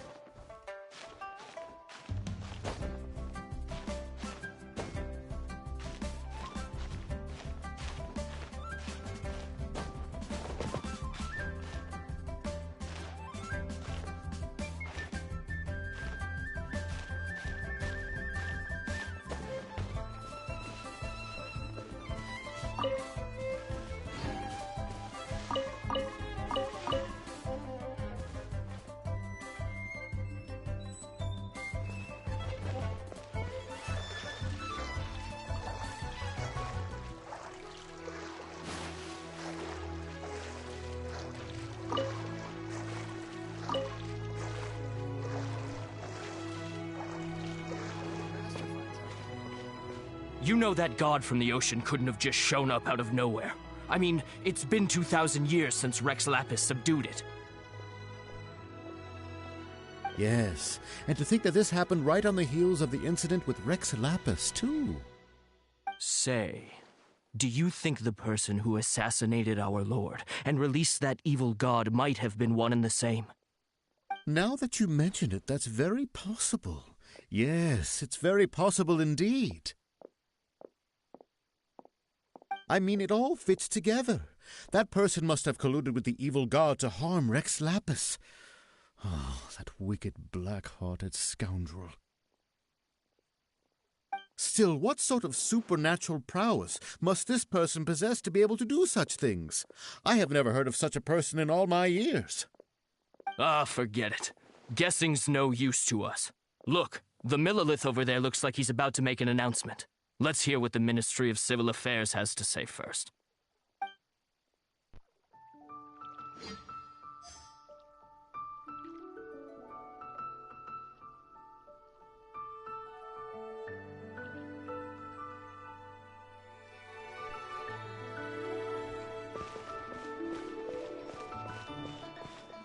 Oh, well, since we're going through with this rite of parting, I guess it means that those rumors hit the nail on the head. So Rex Lapis is really... But they didn't catch the culprit, did they? Oh, come on. Do you think that the assassin could have been a normal person? You know what I think. I don't think any of the gossip on the streets you hear from those shady types is worth anything. There's only one real possibility in my mind. I've heard that the assassin was that Fatui fellow.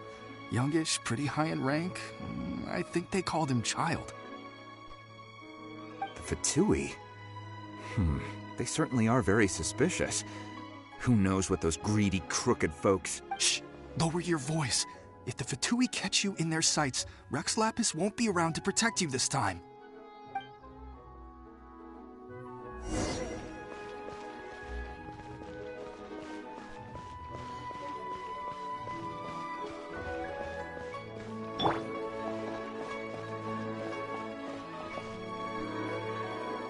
Hear ye all! The Qixing's words. Though a dragon soars ageless as the mountains, it too must return to dust. This is common knowledge. Gods and Adepti live glorious lives, but both light and shadow have their season. So too must they face divinely appointed trials. Rumors and hearsay abound on the streets that Rex Lapis was murdered. Now, let the truth be revealed. Having been thwarted in his trial, Rex Lapis's soul has recouped the celestial heights. He beseeches the people of Liyue to grieve not and to let not their hearts be saddened.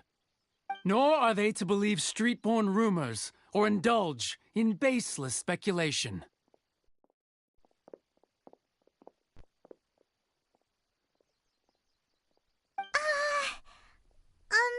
Paimon needs a translation on what the Qixing's announcement said.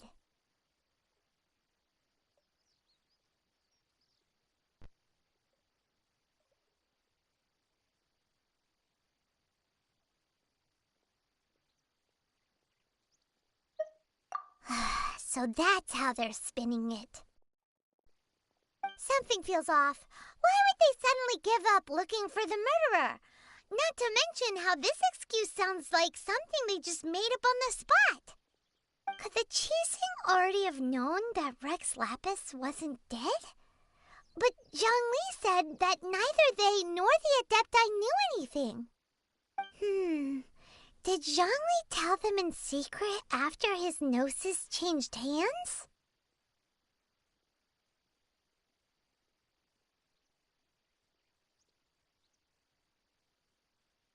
Exactly, right? Ooh, seems like the rite of parting has been going on for a while now. Let's go have a look.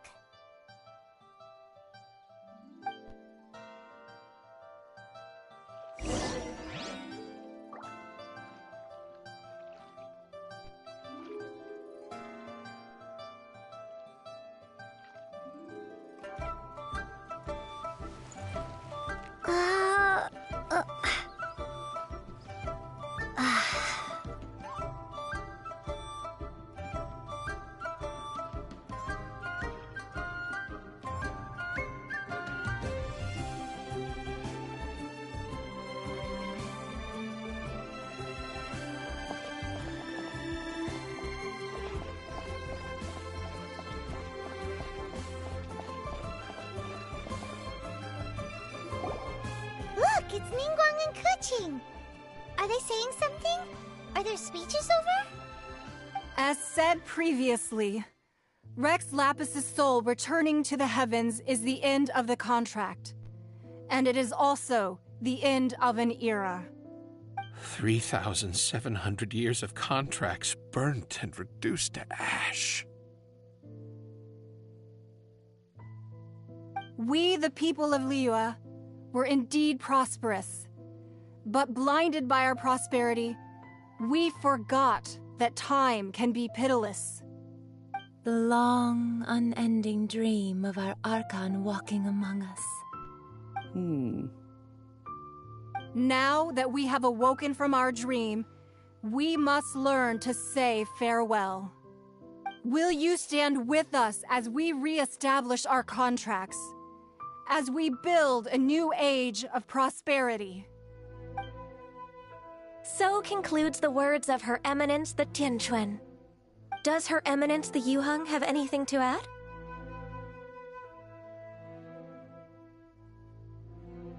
Huh? Is she looking this way? Traveler. Yikes! She really is looking our way! Is that the traveler who they say defeated the ancient god? So young. The Liyue Qixing always repay their debts. And as you have heard, our eyes see far and our reach is long. Name your price. You deserve that much. Whoa!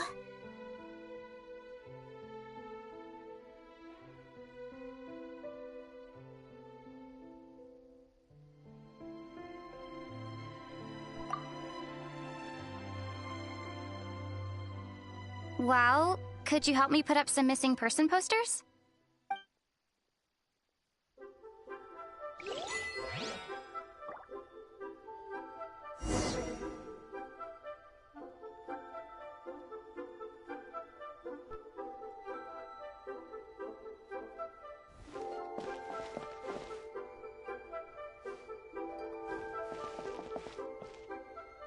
Roping you in was possibly the most masterful move we could have made.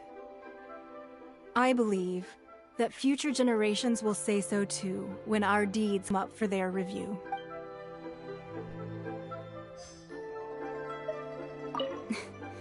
Why, you... Were you just trying to look cool earlier, or are you really that selfless?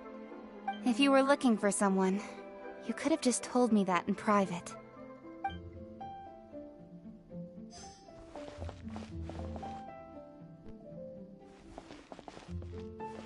The cleanup of the premises, managing the crowds as they exit, making an account of the rite? There's much that remains to be done. I didn't miss anything, did I?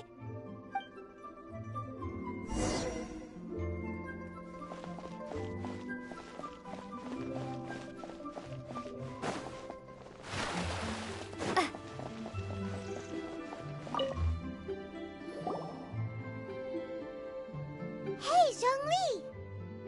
Look at this. Everyone in Liyue is caught up in their emotions, thinking that they'll never see Rex Lapis again. And here you are looking all relaxed. Why would I not feel more at ease after laying down the burden I have borne for 3,700 years? Right. If the two of you can spare the time, I should treat you to a meal at the Xinyue kiosk. Ha!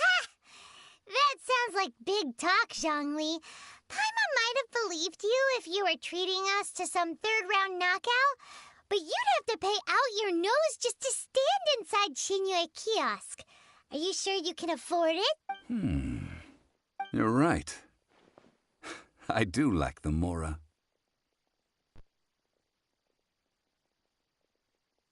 But why would Morax lack Mora? As the Rex Lapis Morax, I can easily create Mora. But since I have chosen to walk this earth as the mortal Zhongli, I should abide by the same rules that mortals do. When I was journeying with you, though I still had the Gnosis in hand, I knew that I must soon retire from my role as an Archon, so I had to rehearse a little for my new life. Oh, no wonder! Paimon gets it now. You didn't look at the price tags when we were spending because you've never had to. admit, since you weren't used to not being able to just make more Mora as and when you wanted to, you had to try becoming a parasite to society who lives off of other people's credit. Well, we were only spending Fatui money. You don't have to say it like that. In the City of Commerce, we do not merely exchange money or goods. We also exchange knowledge, memories, and foresight, as well as positions, roles, and lives. The Archon Morax could never experience life as the true mortal Zhongli could, no matter how many times he descended to be with his people. I must thank you for that. I will treasure the memories that I made as Zhongli, traveling the streets of Liyue with you.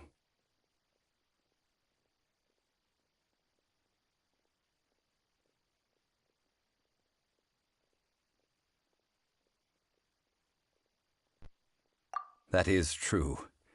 But there is no journey that does not end. No meetings without partings. Paimon thinks that we should make a move and continue our search for the Seven. I fear that continuing your journey may be difficult. The nation that neighbors Liyue by sea, Inazuma, is presently closed. Yes, the nation has been closed by order of its deity, the Electro-Archon Ball. And just as the people of Liyue preferred to call me Rex Lapis, she too goes by another name among locals in Inazuma. Paimon thinks we've heard that one before. Raiden? That is the case. And since Raiden is also the Shogun of Inazuma, people call her the Raiden Shogun.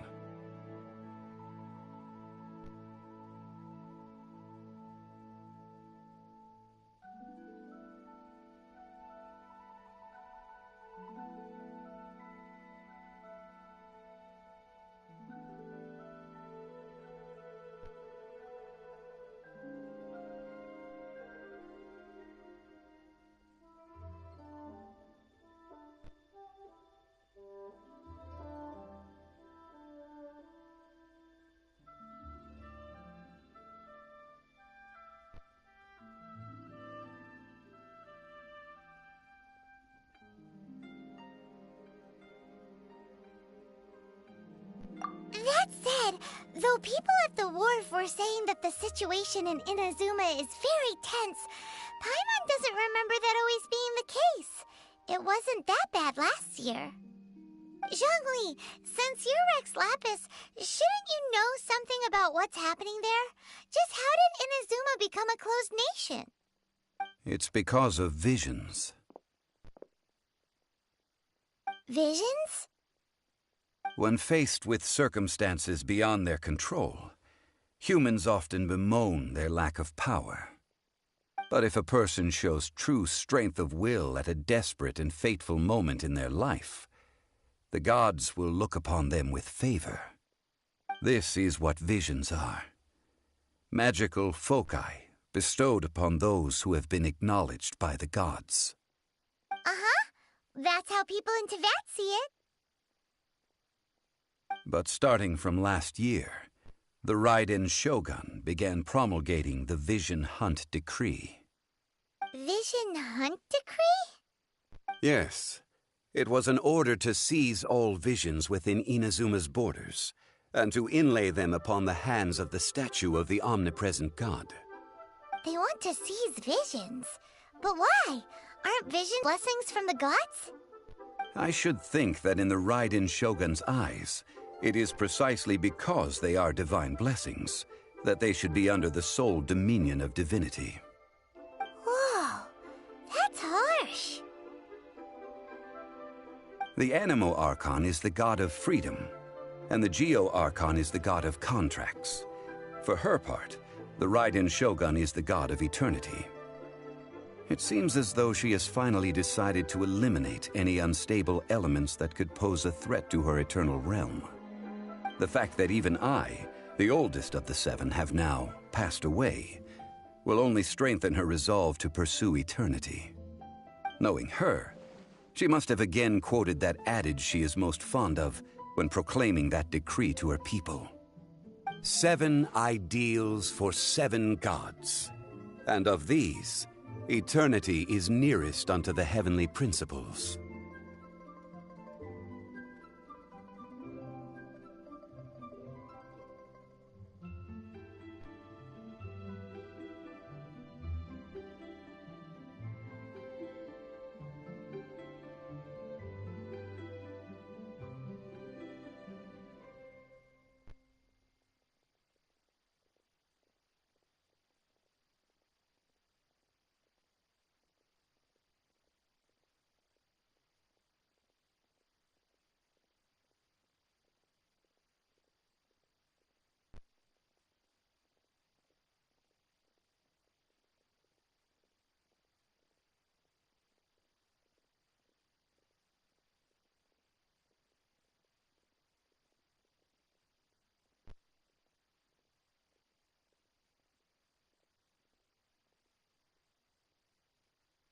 All right then.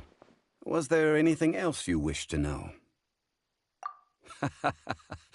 Ah, that was a good one. Failing a divine trial. How they came up with that excuse, I will never know. That said, the reason why the Qixing were so eager to resolve the incident and stop pursuing the culprit was indeed because they received news in secret that Rex Lapis was not dead. I hinted as much to the Adepti as well. How did I accomplish that, you ask? Have you ever heard of this particularly convenient Adepti art known as gifting dreams and visions? All right then. Was there anything else you wished to know?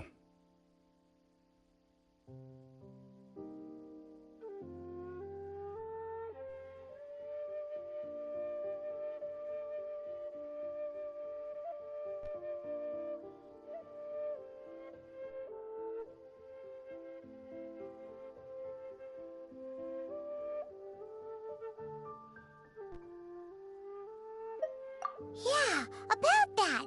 Before the Qixing made their announcement, we listened to a lot of people talking on the way. Most of them put the blame for everything on Child. These are indeed false accusations. But it remains undeniably true that Child did send people to the Jade Chamber to prevent the Adepti and the Qixing from defeating the ancient god. I've heard that Ningguang is busy milking that for all it's worth on the foreign relations front at the moment, browbeating the envoys of the Fatui. Ha! Those poor Snezhnayan diplomats. If it were not for Child's exalted position as a harbinger, I'm certain that they would have shifted all the blame to him and called for his dismissal by now. All right then. Was there anything else you wished to know?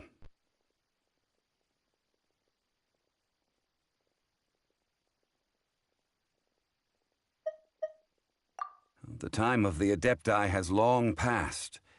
If even the Liyue Qixing don't want to face that truth, then what future is there for Liyue? Kuching is absolutely right in saying this. Now, though I did laud Ningguang's desire for power, believing this to be a good thing, and thought as a matter of course that she must have been behind the Qixing's plan to take governing power over Liyue from the hands of the gods and Adepti, could the original person who brought up the idea of seizing power have been... All right then. Was there anything else you wished to know? That's right. Zhongli, now that you don't have your gnosis, what's going to happen to all the Mora in Teyvat? Since Morax is dead, are they all just gonna disappear? Also, isn't the Golden House the only mint in the entire continent? Will it even contain... The Mora present now will not vanish. But the Golden House will indeed have to cease operations for a lengthy period of time, since creating Mora requires the use of the Geo-Archon's power. This is terrible! We're all about to run out of Mora! The world is coming to an end! Yes, this is indeed a major issue from a financial standpoint. Well, I suppose we'll just leave such troublesome matters to the Liyue Qixing to debate.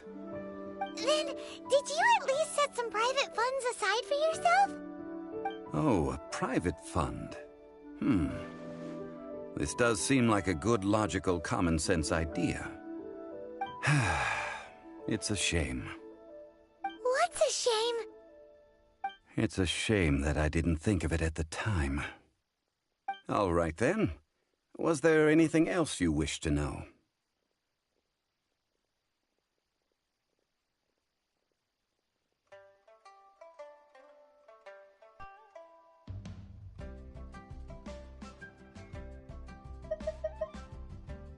Well then, I suppose you'll have to find a way to get inside this closed nation. Have patience. I suspect that some serendipity must first come into play.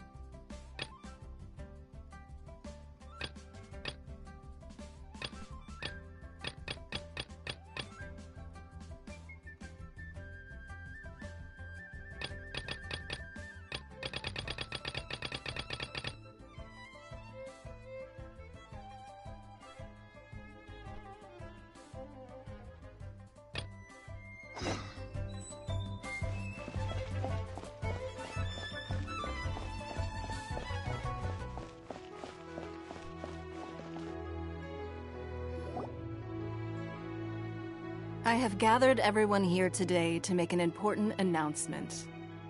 Perhaps some of you will have heard the news already. I am, in fact, planning to rebuild the Jade Chamber. Rebuild the Jade Chamber? That's a huge project! So the rumors are true. No wonder the price of building materials has gone up so much lately. The Jade Chamber means a lot to Lady Ningguang. Getting involved in this would be a huge opportunity. Lady Ningguang, is there any way we can be of service? Patience. Since the news made it out a few days ago, I have already had many people contacting me to declare an interest in joining the project. Nevertheless, I do have a few matters I should like to entrust to you here today. The building site has been chosen, and most of the materials have been assembled. 3 key items are, however, still outstanding. They are as follows: Sunset Vermilionite, Wonder Cores, and Adepti Sigils.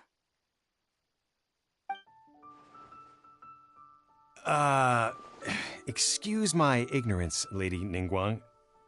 I'm familiar enough with Plostrite, but I've never even heard of those other 2. Only sufficiently large pieces of Plostrite, or specifically Vermilionite, may earn themselves the Sunset moniker. This stone is what allows the Jade Chamber to float. Wonder Cores, meanwhile, are the central components of the mechanical structure of the Jade Chamber. Adepti Sigils serve as a means of integrating the mechanical devices with Adepti art. They are as indispensable as the mechanical core itself. Although these 3 items are rare, I trust that with your connections and capabilities, procuring them will not be a question of if, but of when. I take the saying, time is money, more seriously than most. Efficiency is everything. I will pay a generous price for the materials that you find, and in addition, the first 3 people who collect all the materials will have the opportunity to ask me a question. You may ask me anything, and I will give you an honest answer. I trust that this means of compensation will be to everyone's satisfaction. These things won't be easy to get hold of. But if it means a chance to get some inside information on Liyue Harbor's development plan for next year...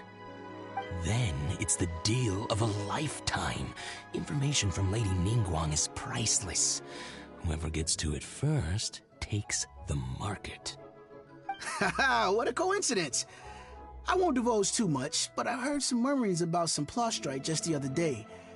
So excuse me all, but, I have some business to do.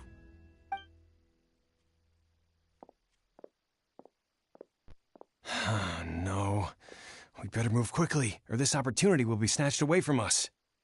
Ningguang's rebuilding the Jade Chamber? This is a huge deal! Let's get involved!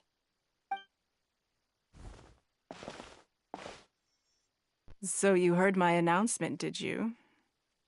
What do you think? Interested? Yes. Providing the question pertains to something I am knowledgeable about.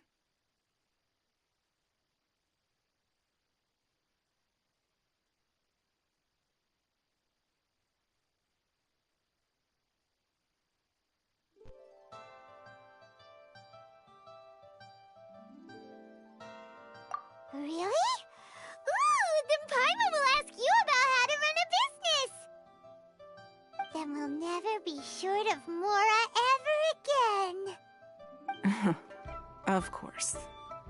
But how much information I share with you will depend on your performance. The construction of the Jade Chamber requires a great deal of space. The abandoned mine outside the Golden House has been selected as the building site. Once you have collected the materials, please take them there.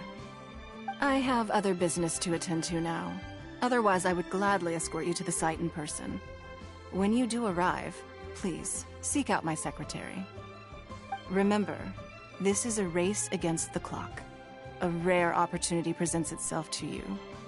Do not let somebody else snatch it from your grasp. Ningguang seems super busy. Come on, we better get going. First, we gotta get out of Eugene Terrace. Huh? Look! It seems like there's something kind of fishy going on over there. Ma'am, you seem like an eminent and distinguished young lady to me. I can see that you're easily gonna win this procurement contest Lady Ningguang has set up. As it happens, we have some information about the materials that I really think might interest you. Come on, let's find somewhere a little more private, and we can get down to brass tacks. No, I don't need it. Don't be like that. Hey, come on, don't go! Why don't you stand there after her? Oh, right, yeah.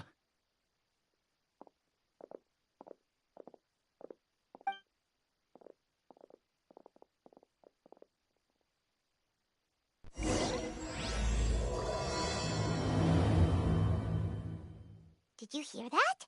They said they had some useful information!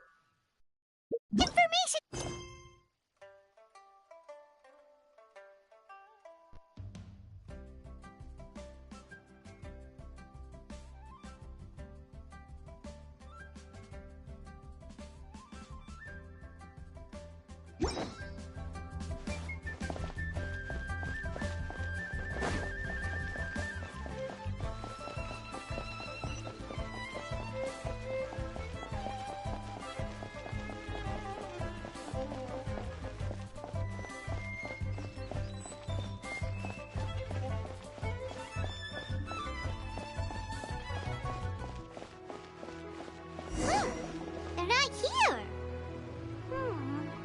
Let's keep looking.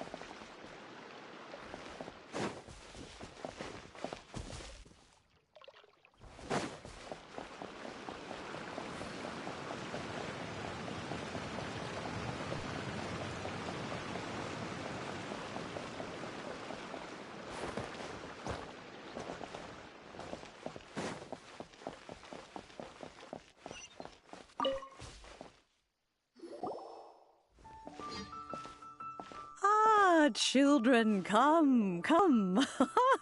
You've arrived at just the right moment. I've been looking for you. Oh, what is it, Granny? Need any help?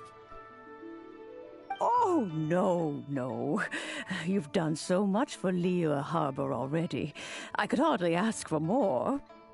In fact, my old friends and I have been putting our heads together to think of what sort of gift we might give you in return. A gift? For Paimon?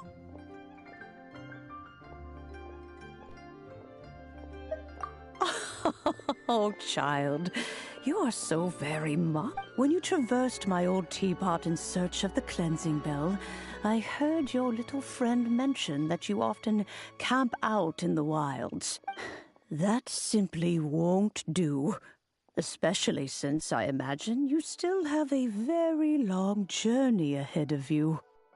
Fortunately, I have not yet grown so old as to see my subspace creation abilities atrophy. Oh, did my friends never mention that to you? Well then, it is a blessing we old folks once received from Rex Lapis, part of our illumination, if you will. I will not go into too much detail, but subspace creation is the ability to create a small, autonomous pocket world. The teapot that you entered previously was a little trinket created using that ability. So, in the eyes of an adeptus, creating a magic teapot world is just child's play, huh? Oh, Indeed, the teapot is nothing to boast of. One such as myself must depart from this realm to create a world of one's own. Rex Lapis, on the other hand, moved mountains and seas. That is what one might call an exercise of true power. But that's enough nostalgia for now. The gift that I have prepared for you just requires a few final materials to add the finishing touch. That's right! Finding stuff... Oh, settle down now, children. There's no need for you to go running hither and thither. I have already found a fleet-footed youngster to prepare what I need. What's more, I doubt that you would know how to find the materials I am searching for. Some of them are very rare indeed these days. Well, for starters, I require some shimmer soil from the banks of Dihua Marsh. Back in the day, it could only be found where the glazed lilies thrived most profusely. You would have to dig downward, following the roots of the glazed lilies, and if you were lucky enough, you just might find a small patch of shimmer soil there. But almost no one has been able to find shimmer soil in this manner since Dihua Marsh came to be the way it is today. Even more difficult to find is smaragdus jadeite, which must be chiseled from the rock of the chasm. Or so it used to be. Ever since the Blackcliff Forge opened for business, they've slowly but surely stripped the mines all but completely bare of it. In any case, smaragdus jadeite is an adepti treasure, and the adeptal power within is not something that most humans can withstand. Extended contact with it is, in fact, harmful to humans. Goodness knows if that child will succeed in finding these items. Well, since you're an Adeptus, Granny, the person you asked for help, they must be an Adeptus too. Yes. I suppose she does count as an Adeptus. She counts? How come there are so many Adepti in Liyue Harbor? We seem to bump into them all the time. It feels like even when you go out to eat, you... Oh, maybe so. Who can say? A fair few of my old friends are rather fond of mundane mortal life, after all. I'm back, Granny. Oh, I don't believe we've met. Allow me to do the honors. This child here is Yen Fei. She's the one helping run some errands for me. Yen Fei, I believe you've already heard of the traveler and her traveling companion. Of course, who hasn't? Much has been written about you in the Millilith's records. You became one of Liyue's most wanted after the Millilith marked you as a suspect following the incident at the Rite of Dissension. After which, you fought off the Millilith at Julian Karst and made contact with the Fatui. Before finally defeating an ancient god together with Granny and her associates, and subsequently being cleared of any and all suspicion by the Qixing. What a shame. A shame that we didn't meet sooner. If we had, well, I can't say that I would have been able to clear you of suspicion immediately, but it certainly would have been less, embarrassing for you. Allow me to introduce myself once more. I'm Yen Fei, a legal advisor. Got a legal problem? You can come right to me. Oh, yes, here's my business card. You'll find it has my contact details and office address. Keep it handy. If you have an urgent issue, just leave me a note at this address. Oh, and I almost forgot to mention, I offer a very generous discount for first-time customers. All right, Yen Fei, all right. Let's get to the business at hand. I do not think these two are in any dire need of legal assistance at the moment. You'll have to excuse Yen Fei. She's always been like this, ever the talkative one when it comes to her own affairs.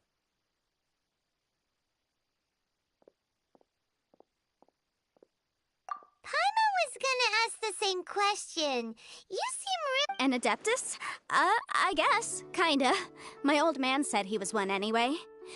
He mentioned that he once campaigned with Rex Lapis for a long old time, and then after that was all over, he went back and married my mom. They had me, and once I was all grown up, the two of them upped and left on a journey.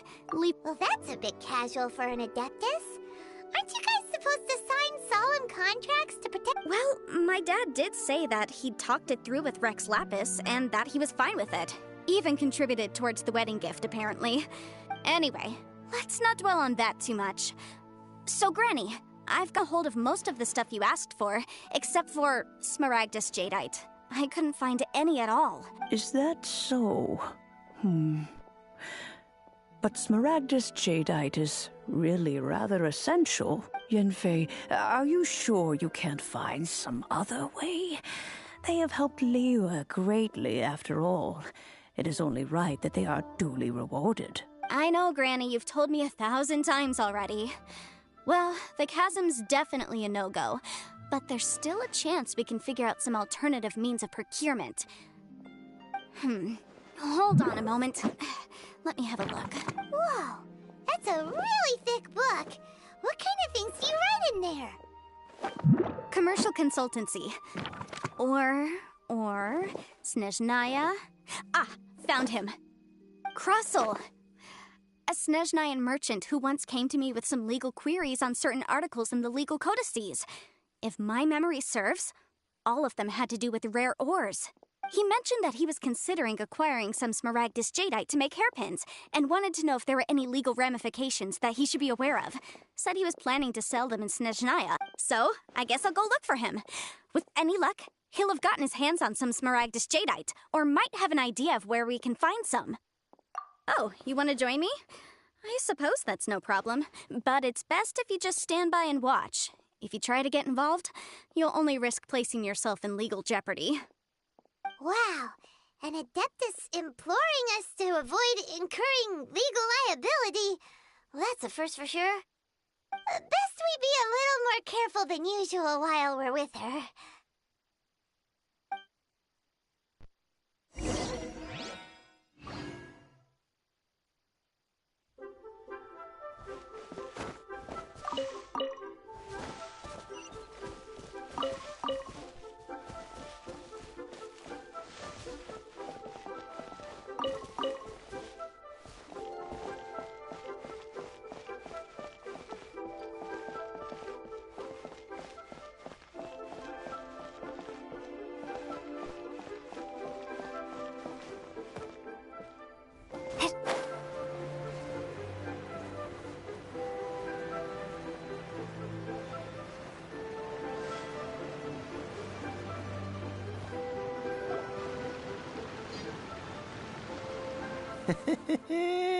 Well, will you look at that, ma'am? Nowhere left to run. Don't worry, we're not bad guys. You give us some mora, we give you a little info. Everybody's a winner. Boss, I got a bad feeling about this. Look at her, the white hair, the energy she gives off. I'm telling you, there's something different about her. So what? She's loaded. How are we ever going to repay those gambling debts if we just let money walk away from us, huh? I've already told you, I don't need your information. If you still can't grasp that, I'm happy to repeat it in a way that won't be so easy to forget. Come on, ma'am. You seem like an intelligent lady. I shouldn't have to spell this out to you. It's not about whether you need the info or not, okay? It's about you taking out your money and handing it over and nobody getting hurt. I won't... No more excuses! I know you have money. I saw you. Yeah, I saw you. Strolling into Lioli Pavilion, ordering a table full of food, and only taking a few bites. Then Shinyue Kiosk, then Wanmin Restaurant. Same story each time. You order all the signature dishes, take a few bites, then you're on your way again. How could you afford to be so wasteful if you weren't from a rich family? And since you're so rich, what's the loss to you in giving us a little spare change, huh? Master warned me not to lay a hand on anyone in Liyue Harbor. But here we are. Perhaps... yes. Let's call it fate. Boss, I'm telling you, something's not right. What are you afraid of? We're just selling information. It's not illegal. If she lays a finger on us, all the better. We'll sue her for everything she's worth. Oh, you again. The Millilith? What are the Millilith doing here? Did you do this? You ought to mind your own business! I swear! Silence! How dare you threaten innocent civilians? You're coming with us. No, don't be angry, sir. Please, let me explain.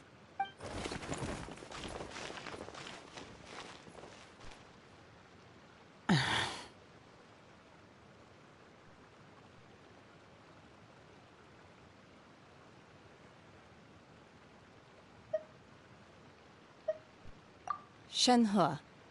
Shenhe? My name. Oh, so your name's Shenhe. Paimon's name is... well, Paimon. And this is Paimon's travel buddy. Oh, I've heard about you two before. Thank you for helping to defuse the situation.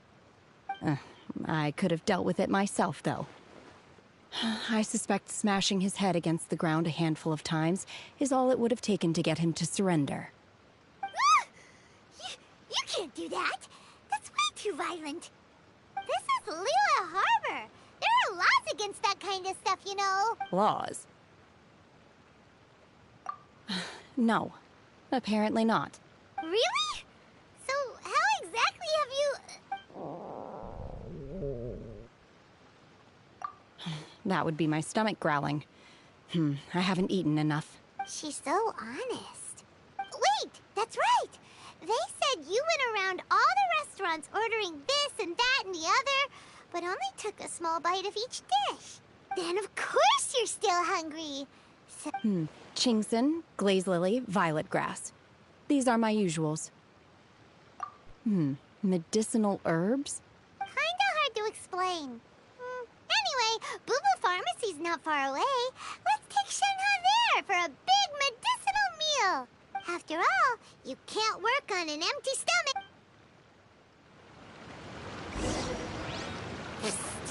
Do you think Shenhe might be an Adeptus?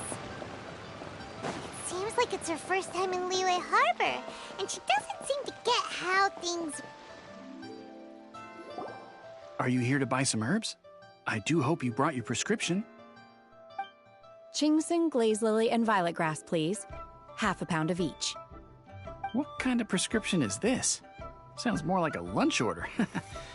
Oh, here you go. That's everything we have in stock. Thank you. She's really eating them!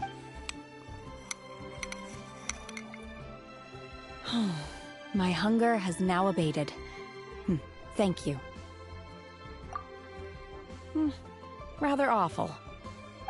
Though they were not completely devoid of sweet fragrance.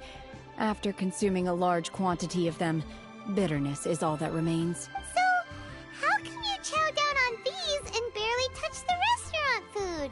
If Paimon had enough Mora, Paimon would go to the fanciest... Because I'm not sure whether I will remain here in the future. The food of the mortal realm is most delicious, but should I return to the mountains, yearning for the food here shall only pose an obstacle to my continued spiritual development.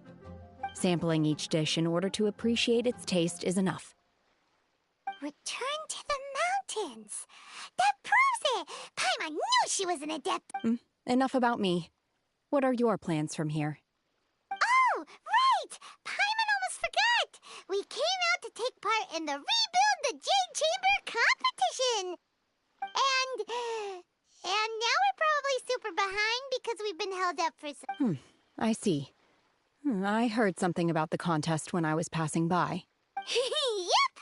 You get to ask Ningguang any question you want if you will! Were you interested in the contest too, Shenhe? I came for the rebuilding of the Jade Chamber, but until this point I had no intention of joining a contest.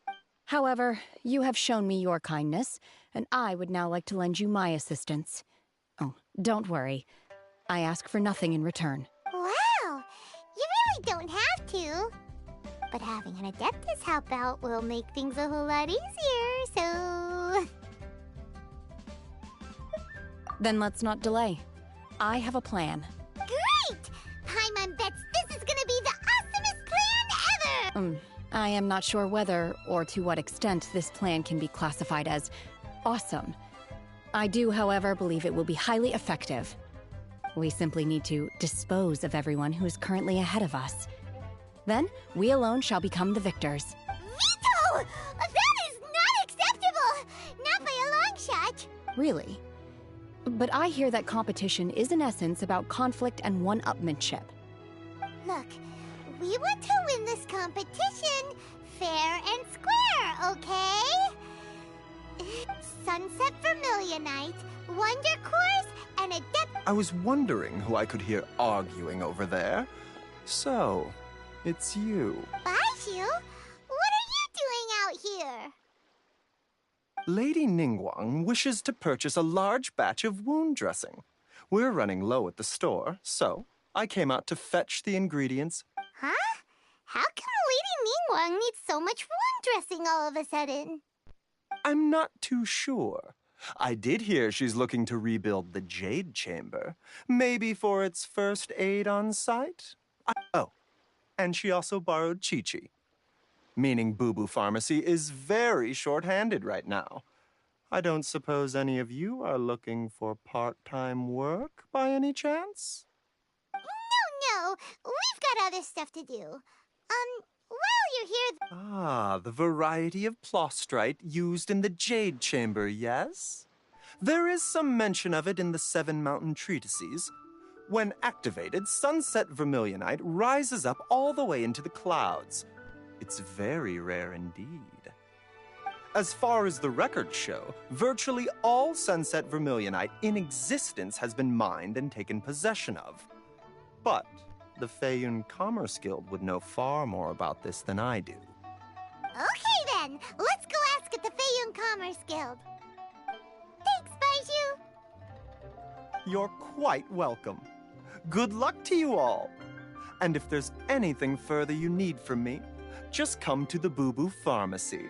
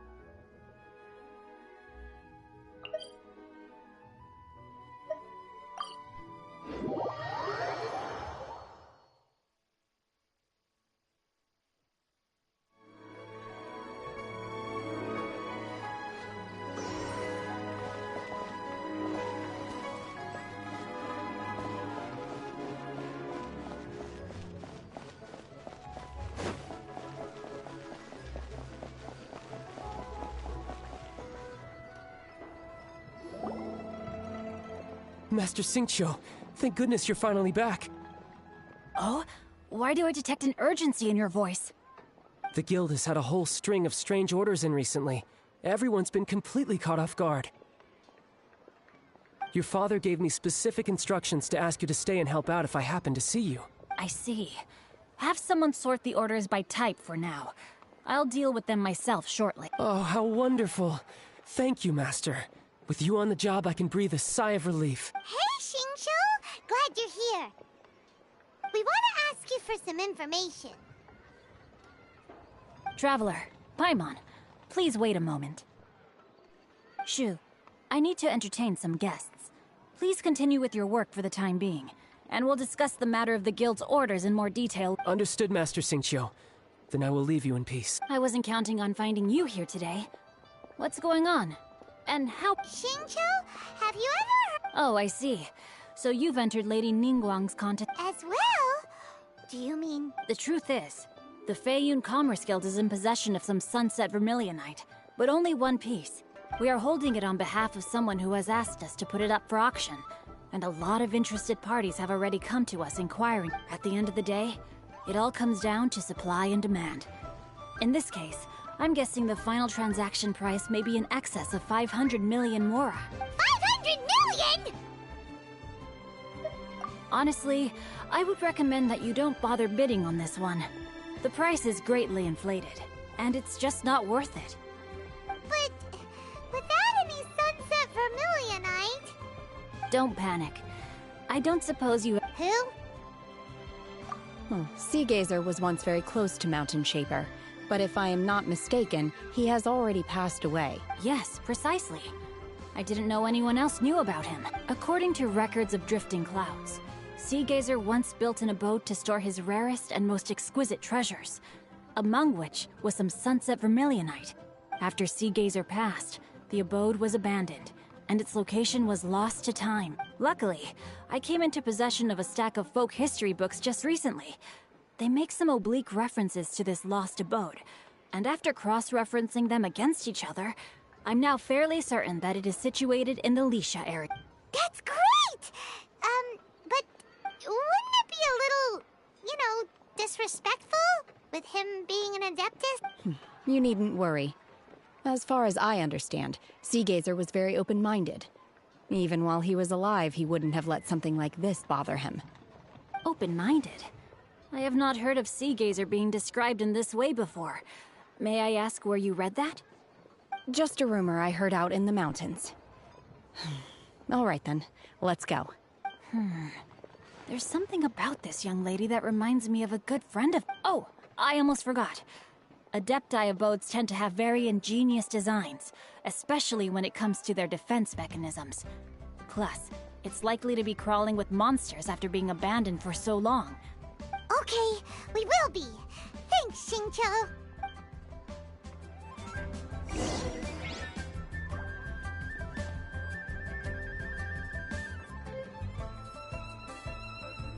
But you didn't let me finish.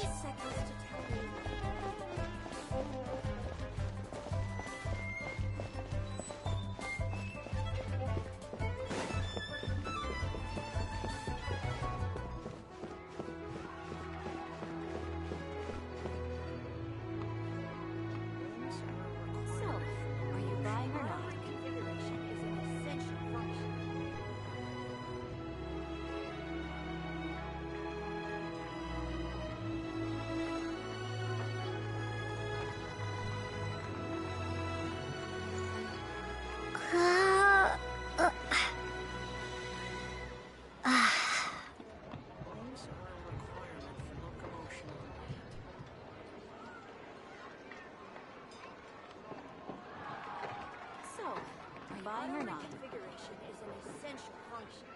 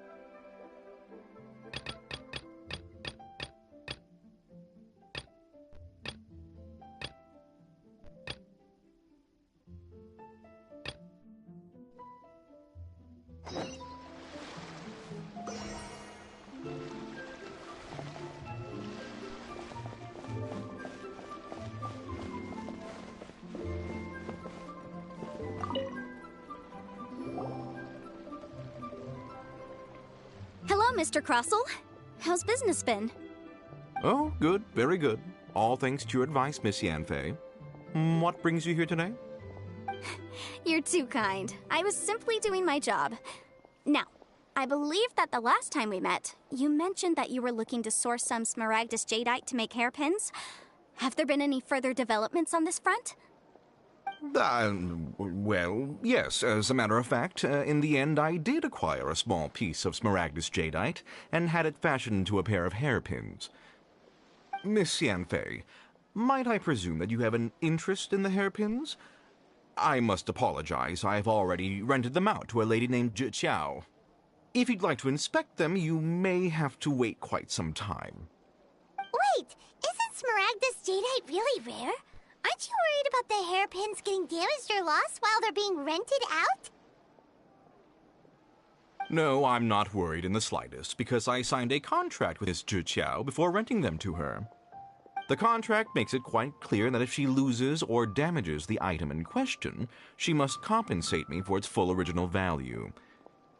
In return, I included a clause that guarantees the smaragdus jadeite is genuine, with a penalty of 10 times the item's value payable by me to Ms. Zhi in the event that it is shown to be a fake.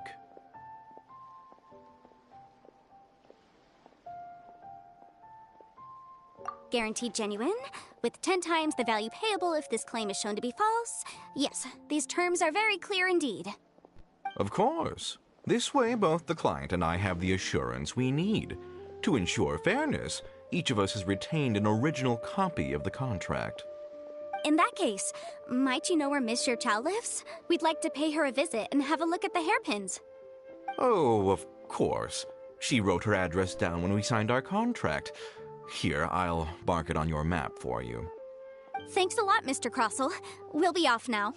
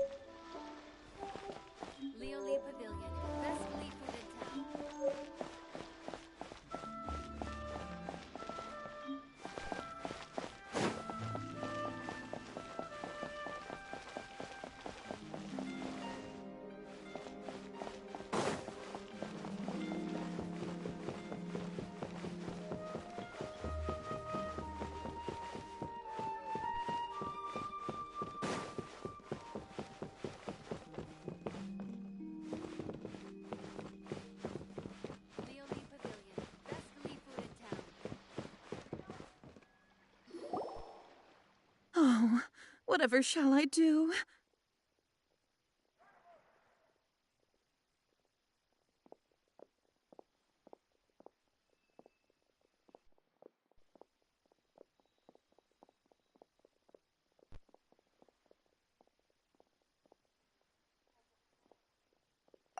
Yes, that's me. Is there something I can help you with? How do you do, Monsieur Chow? We understand from Mr. Crossell that you recently rented a pair of hairpins from him. My associates and I are very interested in them. Would you mind letting us take a look at them? The hairpins? I can't lend them to you right now. I've lost them. I don't know how it could have happened. I always kept them right by my side, and I hadn't even worn them yet. I spent so much money on them. If I have to pay their original value, there's no way I could come up with that amount of money on such short notice.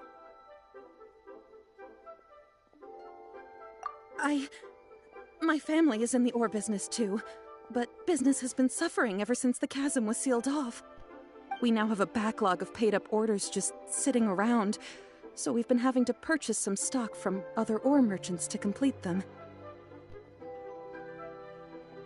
A big banquet is coming up in a few days, and several ore merchants I know of will be there. I need this opportunity to mingle and discuss price. That's what the hairpins were for, to Well, to keep up appearances. I can't have them looking down on me. But now that I've lost the hairpins, what will I do? Why does Paimon have a sudden strong sense of déjà vu? Would you really? I sent a commission to the Adventurers Guild, but I haven't heard anything. Hold on. Don't run off looking for the hairpins just yet. Mr. Huh? Well, I mean, sure, I haven't... Let me see. That's right! Yanfei said she's a legal advisor, didn't she? True. Though she... Right. I finished reading the contract. The terms are very clear, and they do indeed stipulate that you must pay Mr. Crossell the original value of the hairpins as compensation for the loss. Furthermore, the contract also expressly states that the amount of compensation must take current market prices into account. And given the rarity of Smaragdus Jadeite, I fear that the final amount of compensation may end up being significantly higher as a result. Even higher? Oh, no. Uh-oh. Juchao looks like she's about to faint. However, all of this is assuming that it is indeed genuine Smaragdus Jadeite that was inlaid into the hairpins. Did you really have to pause before saying the part? Anyway, the hairpins are lost, so how exactly would we be able to find out if the Jadeite is genuine or not? Whichever way you look at it, we've got to start by finding those Except that if we found the hairpins, there'd no longer be any need to check whether the Jadeite is genuine, would there? Seems right. Please. Please, Don't trouble yourselves over this. The fact is, I lost the item and I should pay compensation per the contract. However much it is, I will have to pay it. My family are merchants, after all. It's vital that we keep our word and respect our contract. Now that it's come to this, I really shouldn't keep Crossell in the dark any longer. I'll go and inform him of the issue and then negotiate the amount of compensation. Yes, legally speaking, it seems this is the most sensible course of action. But before that, I have some questions about the hairpins. So hold on a moment, Mr. Chow. When you first touched the hairpins, what did you feel? What did I feel? Well, I remember that the gemstones set into the pins were perfectly smooth to the touch, like the finest quality jade. My family has seen much jade pass through its hands in the past, so I am quite certain of my judgment in this matter. Smooth to the touch. Finest quality jade. No, it's nothing. I just need to re-examine a few things. Let's head over to Mr. Crossell's.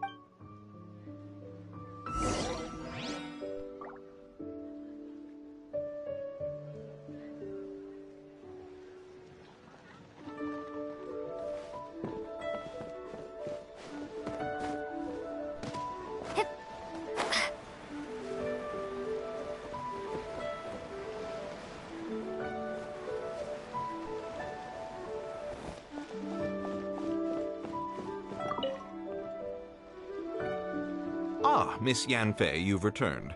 With Miss Juqiao in tow, too, I see. How are the hairpins? I trust you're quite satisfied with them? About that. You lost them? Are you serious? Do you have any idea how expensive they were? I'm sorry. Truly I am. I'll pay the compensation as per our contract. Mora! Do you have any idea what I had to go through to get my hands on that Smaragdus Jadeite? I just don't... Forget it. Talking won't bring them back. Since Miss Yanfei is here, I suppose we can just have her estimate the amount that needs to be paid. No problem. But before I can give an official estimate, I'll need to do a little market research. Ah, yes, and if I may just confirm again, it was in fact genuine Smaragdus Jadeite inlaid into the hairpins, correct? Of course! Genuine article guaranteed, or I pay back 10 times the value. All right, understood.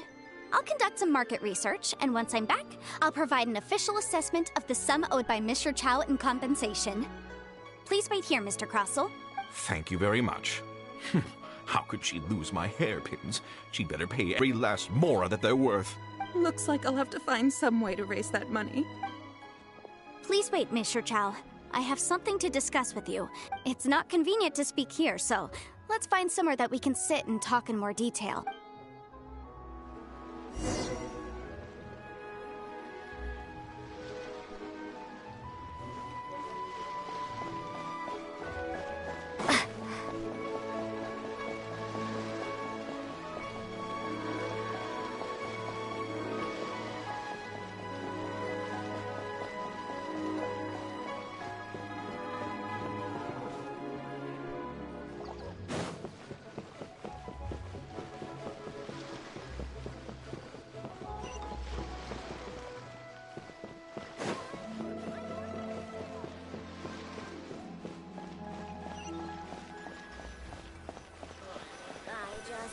To make people smile. Miss Yanfei, what is this about? Are you here to tell me how much I owe? No. What I wanted to talk about is, there is a chance that the Orin laid on those hairpins may not be Smaragdus Jadeite after all. What do you mean? Are you implying that you already sneaked off and found them? Obviously not.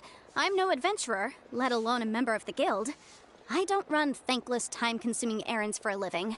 Let's just say I made some deductions. I don't know if Granny told you this, but Smaragdus Jadeite is found deep underground and contains very concentrated elemental energy. If mere mortals come into contact with it, well, they'll be sick in the best case. And in the worst case, they could even experience a dramatic change of personality. It most certainly would not be smooth to the touch. Mr. Chow, did you at any time feel unwell while the hairpins were in your possession? No, not at all. I felt perfectly fine the whole time. Now that is strange. I noticed earlier that there were elemental traces in Mr. Crossel's vicinity. If I've deduced correctly, he may still have the Smaragdus Jadeite in his possession. If that's the case, we should go confront him right now and expose his dirty scam right to his face! Absolutely not.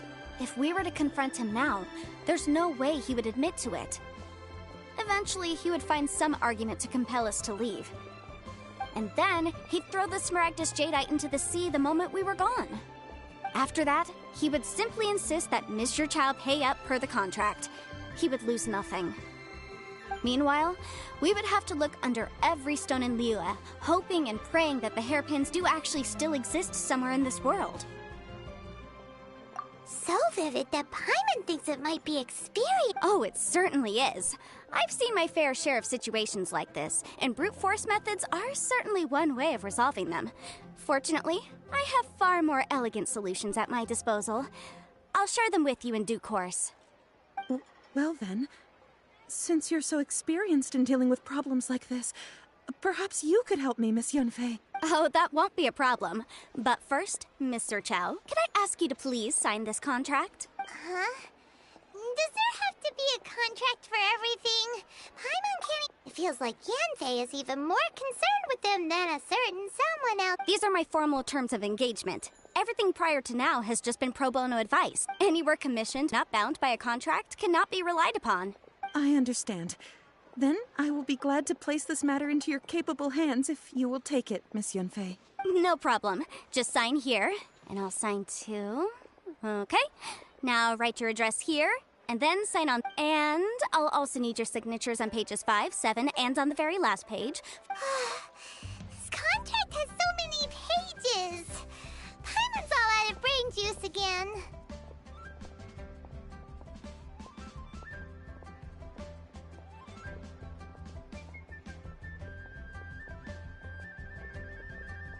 Alright, that should do it. My fees are the same as always, and they're written in the contract. Have a look through and let me know if you have any questions. I've had a read through. Everything checks out. Well then, here's your copy of the contract. I will retain the other copy. Not for now, no. Despite how intractable this problem might sound, it will actually be quite straightforward to resolve, once we've got some things squared away.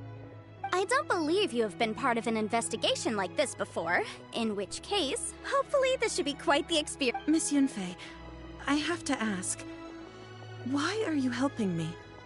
Because, as it happens, I'm currently trying to acquire some Smaragdus Jadeite myself. I noticed strong traces of geoenergy around. Whether he actually made it into an item of jewelry or not is a separate matter. But either way, it's a lead. Also, the idea of someone abusing the law to their advantage, I won't stand for it. But again, let's not dwell on this. Let's go to...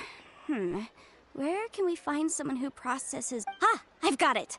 Let's pay a visit to Chateau, the boss of the Jade Mystery. He's a professional when it comes to... If Mr. Crossell had his ore worked on at all, Chateau would undoubtedly have been his first choice. Listen, let me tell you. Oh there. Come and see these rare and precious curios. Adventurer, think you can last a round against me?